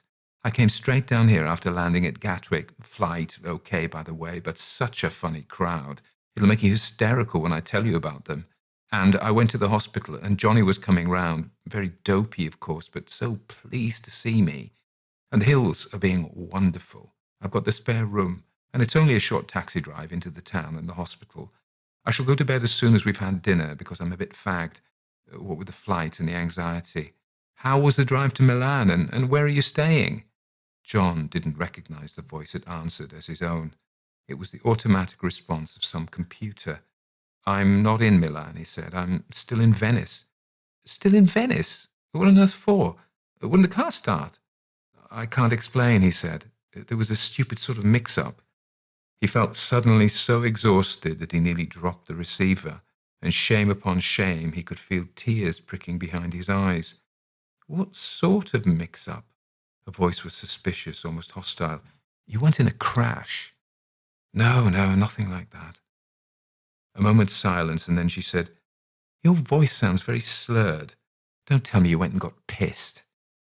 Oh, Christ, if she only knew. He was probably going to pass out at any moment, but not from the whiskey. I thought, he said slowly, I thought I saw you in a vaporetta with those two sisters. What was the point of going on? It was hopeless trying to explain. How could you have seen me with the sisters, she said. You knew I'd gone to the airport. Really, darling, you are an idiot. You seem to have got those two poor old dears on the brain. I hope you didn't say anything to Mrs. Hill just now. No. Well, what are you going to do? You'll catch the train at Milan tomorrow, won't you? Yes, of course, he told her. I still don't understand what kept you in Venice, she said. It all sounds a bit odd to me. However, thank God Johnny's going to be okay, and I'm here. Yes, he said, yes. He could hear the distant boom-boom sound of a gong from the headmaster's hall. You'd better go, he said. My regards to the Hills, and my love to Johnny. Well, take care of yourself, darling, and for goodness' sake, don't miss the train tomorrow. And drive carefully. The telephone clicked, and she had gone. He poured the remaining drop of whiskey into his empty glass and, sousing it with ginger ale, drank it down at a gulp. He got up, and crossing the room, threw open the shutters and leant out of the window. He felt light-headed. His sense of relief, enormous, overwhelming, was somehow tempered with a curious feeling of unreality, almost as though the voice speaking from England had not been Laura's after all, but a fake, and she was still in Venice, hidden in some furtive pension with the two sisters. The point was, he had seen all three of them on the Vaporetto. It was not another woman in a red coat. The women had been there with Laura. So what was the explanation? That he was going off his head? Or something more sinister? The sisters, possessing psychic powers of formidable strength, had seen him as their two ferries had passed, and in some inexplicable fashion had made him believe Laura was with them. But why? And to what end? No, it didn't make any sense. The only explanation was that he had been mistaken, the whole episode a hallucination, in which case he needed psychoanalysis, just as Johnny had needed a surgeon. And what did he do now? Go downstairs and tell your management he had been at fault and had just spoken to his wife, who had arrived in England safe and sound from her charter flight? He put on his shoes and ran his fingers through his hair. He glanced at his watch. It was 10 minutes to 8. If he nipped into the bar and had a quick drink, it would be easier to face the manager and admit what happened. Then, perhaps, they would get in touch with the police. Profuse apologies all round for putting everyone to such enormous trouble. He made his way to the ground floor and went straight to the bar, feeling self-conscious, a marked man, half imagining everyone would look at him thinking, there's the fellow with the missing wife. Luckily, the bar was full and there wasn't a face he knew. Even the chap behind the bar was an underling who hadn't served him before. He downed his whiskey and glanced over his shoulder to the reception hall. The desk was momentarily empty. He could see the manager's back framed in the doorway of an inner room, talking to someone within. On impulse, Coward-like, he crossed the hall and passed through the swing door to the street outside. I'll have some dinner, he decided, and then go back and face them. I'll feel more like it once I've had some food inside me. He went to the restaurant nearby where he and Laura had dined once or twice. Nothing mattered anymore because she was safe. The nightmare lay behind him. He could enjoy his dinner despite her absence and think of her sitting down with the Hills to a dull, quiet evening, early to bed, and on the following morning going to the hospital to sit with Johnny. Johnny was safe too. No more worries, only the awkward explanations and apologies to the manager at the hotel. There was a pleasant anonymity sitting down at a corner table alone in a little restaurant, ordering vitello alla marsala and half a bottle of Merlot. He took his time, enjoying his food, but eating in a kind of haze, a sense of unreality still with him, while the conversation of his nearest neighbours had the same soothing effect as background music. When they rose and left, he saw by the clock on the wall that it was nearly 9:30. No use delaying matters any further. He drank his coffee, lighted the cigarette, and paid his bill. After all, he thought, as he walked back to the hotel, the manager would be greatly relieved to know that all was well. When he pushed through the swing door, the first thing he noticed was a man in police uniform, standing talking to the manager at the desk. The reception clerk was there too. They turned as John approached, and the manager's face lighted up with relief. "Eccolo," he exclaimed. "I was certain the signore would not be so far away. Things are moving, signore. The two ladies have been traced, and they very kindly agreed to accompany the police to the questura. If you will go there at once, this agente de polizia will escort you." John flushed. I've given everyone a lot of trouble," he said. I meant to tell you before going out to dinner, but you weren't at the desk. The fact is, I have contacted my wife. She did make the flight to London after all, and I spoke to her on the telephone. It was all a great mistake." The manager looked bewildered. "The signore is in London," he repeated. He broke off and exchanged a rapid conversation in Italian with the policeman. "It seems that the ladies maintain they did not go out for the day except for a little shopping in the morning," he said, turning back to John. Then, "Who was it the signore saw in the vaporetto?" John shook his head. "A very extraordinary mistake on my part, which I still don't understand," he said. "Obviously, I didn't see either my wife or the two ladies. I really am extremely sorry."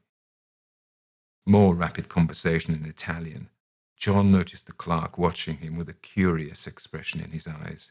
The manager was obviously apologizing on John's behalf to the policeman, who looked annoyed and gave tongue to this effect, his voice increasing in volume to the manager's concern. The whole business had undoubtedly given enormous trouble to a great many people, not least the two unfortunate sisters. "Look," said John, interrupting the flow, "will you tell the agente I will go with him to the headquarters and apologize in person, both to the police officer and to the ladies?"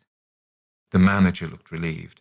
If the signore would take the trouble, he said, naturally the ladies were very much distressed when the policeman interrogated them at their hotel, and they offered to accompany him to the questura only because they were so distressed about the signora.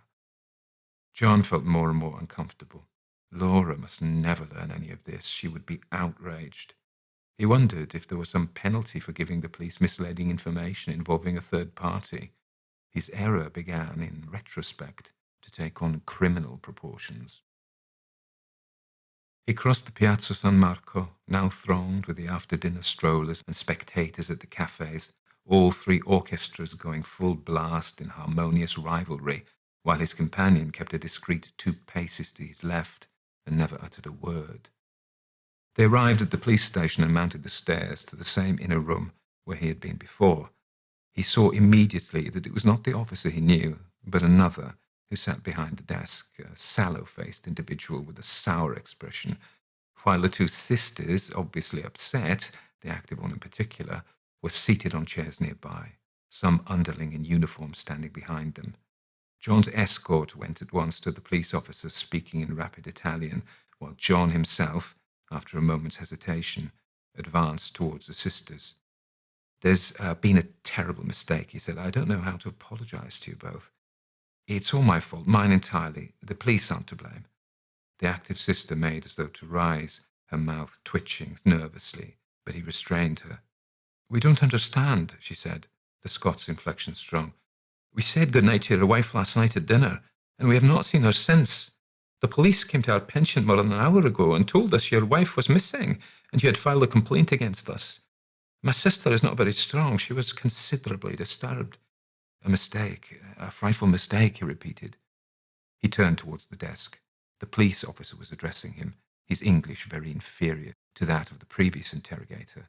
He had John's earlier statement on the desk in front of him and tapped it with a pencil. So, he queried, this document, all lies. You speak of the truth. I believed it to be true at the time, said John. I could have sworn in a court of law that I saw my wife with these two ladies on the Vaporetto in the Grand Canal this afternoon. Now I realize I was mistaken. We have not been near the Grand Canal all day, protested the sister, not even on foot. We made a few purchases in the merceria this morning and remained indoors all afternoon. My sister was a little unwell. I've told the police officer this a dozen times, and the people at the pension would corroborate our story. He refused to listen. And the signora, rapped the police officer angrily. What happened to the signora? The signora, my wife, is safe in England, explained John patiently. I talked to her on the telephone just after 7. She did join the charter flight from the airport and is now staying with friends. Then who did you see on the Vaporetto in a red coat? Asked the furious police officer. And if not these signorine here, then what signorine? My eyes deceived me, said John, aware that his English was likewise becoming strained. I think I see my wife and these ladies, but no, it was not so. My wife in aircraft, these ladies in pension all the time. It was like talking stage Chinese. In a moment he would be bowing and putting his hands in his sleeves. The police officer raised his eyes to heaven and thumped the table. So, all this work for nothing, he said. Hotels and pensiones search for the signorine and a missing signora inglese, when here we have plenty other things to do.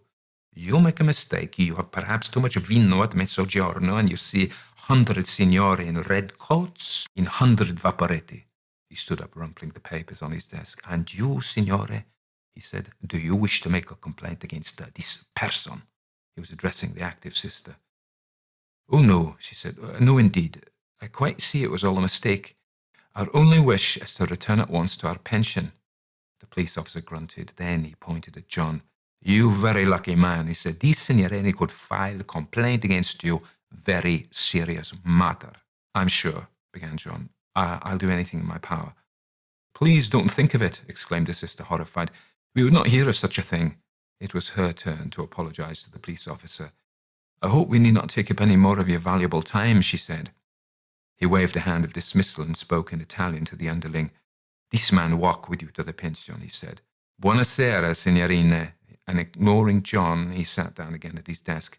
I'll come with you, said John. I want to explain exactly what happened. They trooped down the stairs and out of the building, the blind sister leaning on her twin's arm, and once outside, she turned her sightless eyes to John. You saw us, she said, and your wife too. But not today. You saw us in the future. Her voice was softer than her sister's, slower. She seemed to have some slight impediment in her speech. I don't follow, replied John, bewildered. He turned to the active sister, and she shook her head at him, frowning, and put her finger on her lips. Come along, dear, she said to her twin. You know you're very tired, and I want to get you home. Then, sotto voce to John, she's psychic. Your wife told you, I believe, but I don't want her to go into a trance here in the street. God forbid, thought John, and the little procession began to move slowly along the street, away from police headquarters, a canal to the left of them. Progress was slow because of the blind sister, and there were 2 bridges. John was completely lost after the first turning, but it couldn't have mattered less. Their police escort was with them, and anyway, the sisters knew where they were going. I must explain, said John softly. My wife would never forgive me if I didn't. And as they walked, he went over the whole inexplicable story once again, beginning with the telegram received the night before and the conversation with Mrs. Hill, the decision to return to England the following day, Laura by air and John himself by car and train. It no longer sounded as dramatic as it had done when he made his statement to the police officer, when possibly, because of his conviction of something uncanny, the description of the two vaporettos passing one another in the middle of the Grand Canal had held a sinister quality, suggesting abduction on the part of the sisters, the pair of them holding a bewildered Laura captive. Now that neither of the women had any further menace for him, he spoke more naturally, yet with great sincerity, feeling, for the first time, that they were somehow both in sympathy with him and would understand. You see, he explained in a final endeavour to make amends for having gone to the police in the first place, I truly believed I had seen you with Laura, and I thought... He hesitated because this had been the police officer's suggestion and not his. I thought that perhaps Laura had had some sudden loss of memory, had met you at the airport, and you had brought her back to Venice, to wherever you're staying. They had crossed a large square and were approaching a house at one end of it with the sign Pensione above the door. Their escort paused at the entrance. Is this it? Asked John. Yes, said the sister. I know it's nothing much from the outside, but it's clean and comfortable, and was recommended by friends. She turned to the escort. Grazie, she said to him. Grazie tanto. The man nodded briefly, wished them buona notte, and disappeared across the campo. Will you come in? Asked the sister. I'm sure we can find you some coffee, or perhaps you prefer tea. No, really, John thanked her. I must get back to the hotel. I'm making an early start in the morning. I just want to make sure that you do understand what happened and that you forgive me. There's nothing to forgive, she replied. It's one of the many examples of second sight that my sister and I have experienced time and time again, and I should very much like to record it for our files, if you'd permit it. Well, as to that, of course, he told her, but I myself find it hard to understand. It's never happened to me before. Not consciously, perhaps, she said, but so many things happen to us of which we are not aware. My sister felt you had psychic understanding. She told your wife. She also told your wife last night in the restaurant that you were to experience trouble, danger, that you should leave Venice. Well, don't you believe now that the telegram was proof of this? Your son was ill, possibly dangerously ill, and so it was necessary for you to return home immediately. Heaven be praised, your wife flew home to be by his side. Yes, indeed, said John, but why should I see her on the Vaporetto with you and your sister when she was actually on her way to England? Thought transference, perhaps, she answered. Your wife may have been thinking about us. We gave her our address, should you wish to get in touch with us. We shall be here another 10 days, and she knows that we would pass on any message that my sister might have from your little one in the spirit world. Yes, said John awkwardly. Yes, I see. It's very good of you. He had a sudden, rather unkind picture of the two sisters putting on headphones in their bedroom, listening for a coded message from poor Christine. Look, this is our address in London, he said. I know Laura will be pleased to hear from you. He scribbled their address down on a sheet torn from his pocket diary, even, as a bonus thrown in, the telephone number, and handed it to her. He could imagine the outcome. Laura springing it on him one evening that the old dears were passing through London on their way to Scotland, and the least they could do was to offer them hospitality, even the spare room for the night. Then, a séance in the living room, tambourines appearing out of thin air. Well, I must be off, he said. Good night, and apologies once again for all that's happened this evening. He shook hands with the first sister, then turned to her blind twin. I hope, he said, that you're not too tired. The sightless eyes were disconcerting. She held his hand fast and wouldn't let it go. The child, she said, speaking in an odd staccato voice. The child. I can see the child. And then, to his dismay, a bead of froth appeared at the corner of her mouth. Her head jerked back, and she half collapsed in her sister's arms. We must get her inside, said the sister hurriedly. It's all right. She's not ill. It's the beginning of the trance state. Between them, they helped the twin, who had gone rigid, into the house and sat her down on the nearest chair, the sister supporting her. A woman came running in from some inner room. There was a strong smell of spaghetti from the back regions. Don't worry, said the sister. The signorina and I can manage. I think you'd better go. Sometimes she's sick after these turns. I'm most frightfully sorry, John began, but the sister had already turned her back, and with the signorina was bending over her twin, from whom peculiar choking sounds were proceeding. He was obviously in the way, and after a final gesture of courtesy, Is there anything I can do?" which received no reply. He turned on his heel and began walking across the square. He looked back once and saw they had closed the door. What a finale to the evening, and all his fault. Poor old girls, first dragged to a police headquarters and put through an interrogation, and then a psychic fit on top of it all, more likely epilepsy. Not much of a life for the other sister, but she seemed to take it in her stride. An additional hazard, though, if it happened in a restaurant or in the street, and not particularly welcome under his and Laura's roof should the sisters find themselves beneath it, which he prayed would never happen. Meanwhile, where the devil was he? The square, with the inevitable church at one end, was quite deserted. He couldn't remember which way they had come from the police headquarters. There had seemed so many turnings. Wait a minute. Church itself had a familiar appearance. He drew nearer to it, looking for the name which was sometimes on notices at the entrance. San Giovanni in Bragora. That rang a bell. He and Laura had gone inside one morning to look at a painting by Cima da Conegliano. Surely it was only a stone's throw from the Riva degli Schiavoni and the open wide waters of the San Marco lagoon, with all the bright lights of civilization and the strolling tourists. He remembered taking a small turning from the Schiavoni, and they had arrived at the church. Wasn't that the alleyway ahead? He plunged along it, but halfway down he hesitated. It didn't seem right, although it was familiar for some unknown reason.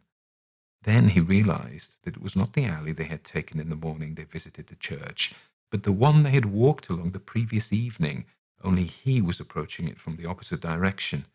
Yes, that was it, in which case it would be quicker to go on and cross the little bridge over the narrow canal, and he would find the arsenal on his left and the street leading down to the Riva degli Schiavoni on his right. Simpler than retracing his steps and getting lost once more in the maze of back streets. He had almost reached the end of the alley, and the bridge was in sight, when he saw the child. It was the same little girl with the pixie hood who had leapt between the tethered boats the preceding night and vanished up the cellar steps of one of the houses. This time, she was running from the direction of the church, the other side, making for the bridge. She was running as if her life depended on it, and in one moment he saw why. A man was in pursuit who, when she glanced backwards for a moment, still running, flattened himself against the wall, believing himself unobserved. The child came on, scampering across the bridge, and John, fearful of alarming her further, backed into an open doorway that led into a small court. He remembered the drunken yell of the night before, which had come from one of the houses near where the man was hiding now. This is it, he thought. The fellow's after her again. And with a flash of intuition, he connected the two events, the child's terror then and now, and the murders reported in the newspapers, supposedly the work of some madman. It could be a coincidence, a child running from a drunken relative, and yet... His heart began thumping in his chest, instinct warning him to run himself now, at once, back along the alley the way he had come. But what about the child? What was going to happen to the child? Then he heard her running steps. She hurtled through the open doorway into the court in which he stood, not seeing him, making for the rear of a house that flanked it, where steps led presumably to a back entrance. She was sobbing as she ran. Not the ordinary cry of a frightened child, but the panic-stricken intake of breath of a helpless being in despair. Were there parents in the house who would protect her, whom he could warn? He hesitated a moment, then followed her down the steps and through the door at the bottom, which had burst open at the touch of her hands as she hurled herself against it. "It's all right," he called. "I won't let him hurt you. It's all right," cursing his lack of Italian, but possibly an English voice might reassure her, but it was no use. She ran sobbing up another flight of stairs, which was spiral, twisting, leading to the floor above, and already it was too late for him to retreat. He could hear sounds of the pursuer in the courtyard behind, someone shouting in Italian, a dog barking. This is it, he thought. We're in it together, the child and I. Unless we can bolt some inner door above, he'll get us both. He ran up the steps after the child, who had darted into a room leading off a small landing, and followed her inside, and slammed the door, and merciful heaven, there was a bolt, which he rammed into its socket. The child was crouching by the open window. If he shouted for help, someone would surely hear. Someone would surely come before the man in pursuit threw himself against the door and it gave, because there was no one but themselves, no parents. The room was bare apart from a mattress on an old bed and a heap of rags in one corner. "It's all right," he panted. "It's all right," and held out his hand, trying to smile. The child struggled to her feet and stood before him, the pixie hood falling from her head to the floor. He stared at her, incredulity turning to horror, to fear.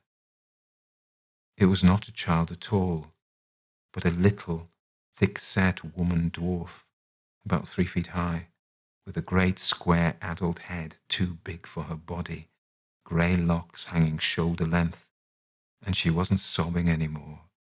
She was grinning at him, nodding her head up and down. Then he heard footsteps on the landing outside, and the hammering on the door, and a barking dog, and not one voice, but several voices shouting, "Open up! Police!" The creature fumbled in her sleeve, drawing a knife, and as she threw it at him with hideous strength, piercing his throat, he stumbled and fell, the sticky mess covering his protecting hands. And he saw the vaporetto with Laura and the 2 sisters, steaming down the Grand Canal. Not today, not tomorrow, but the day after that. And he knew why they were together, and for what sad purpose they have come. The creature was gibbering in its corner. The hammering and the voices and the barking dog grew fainter. And oh God, he thought, what a bloody silly way to die.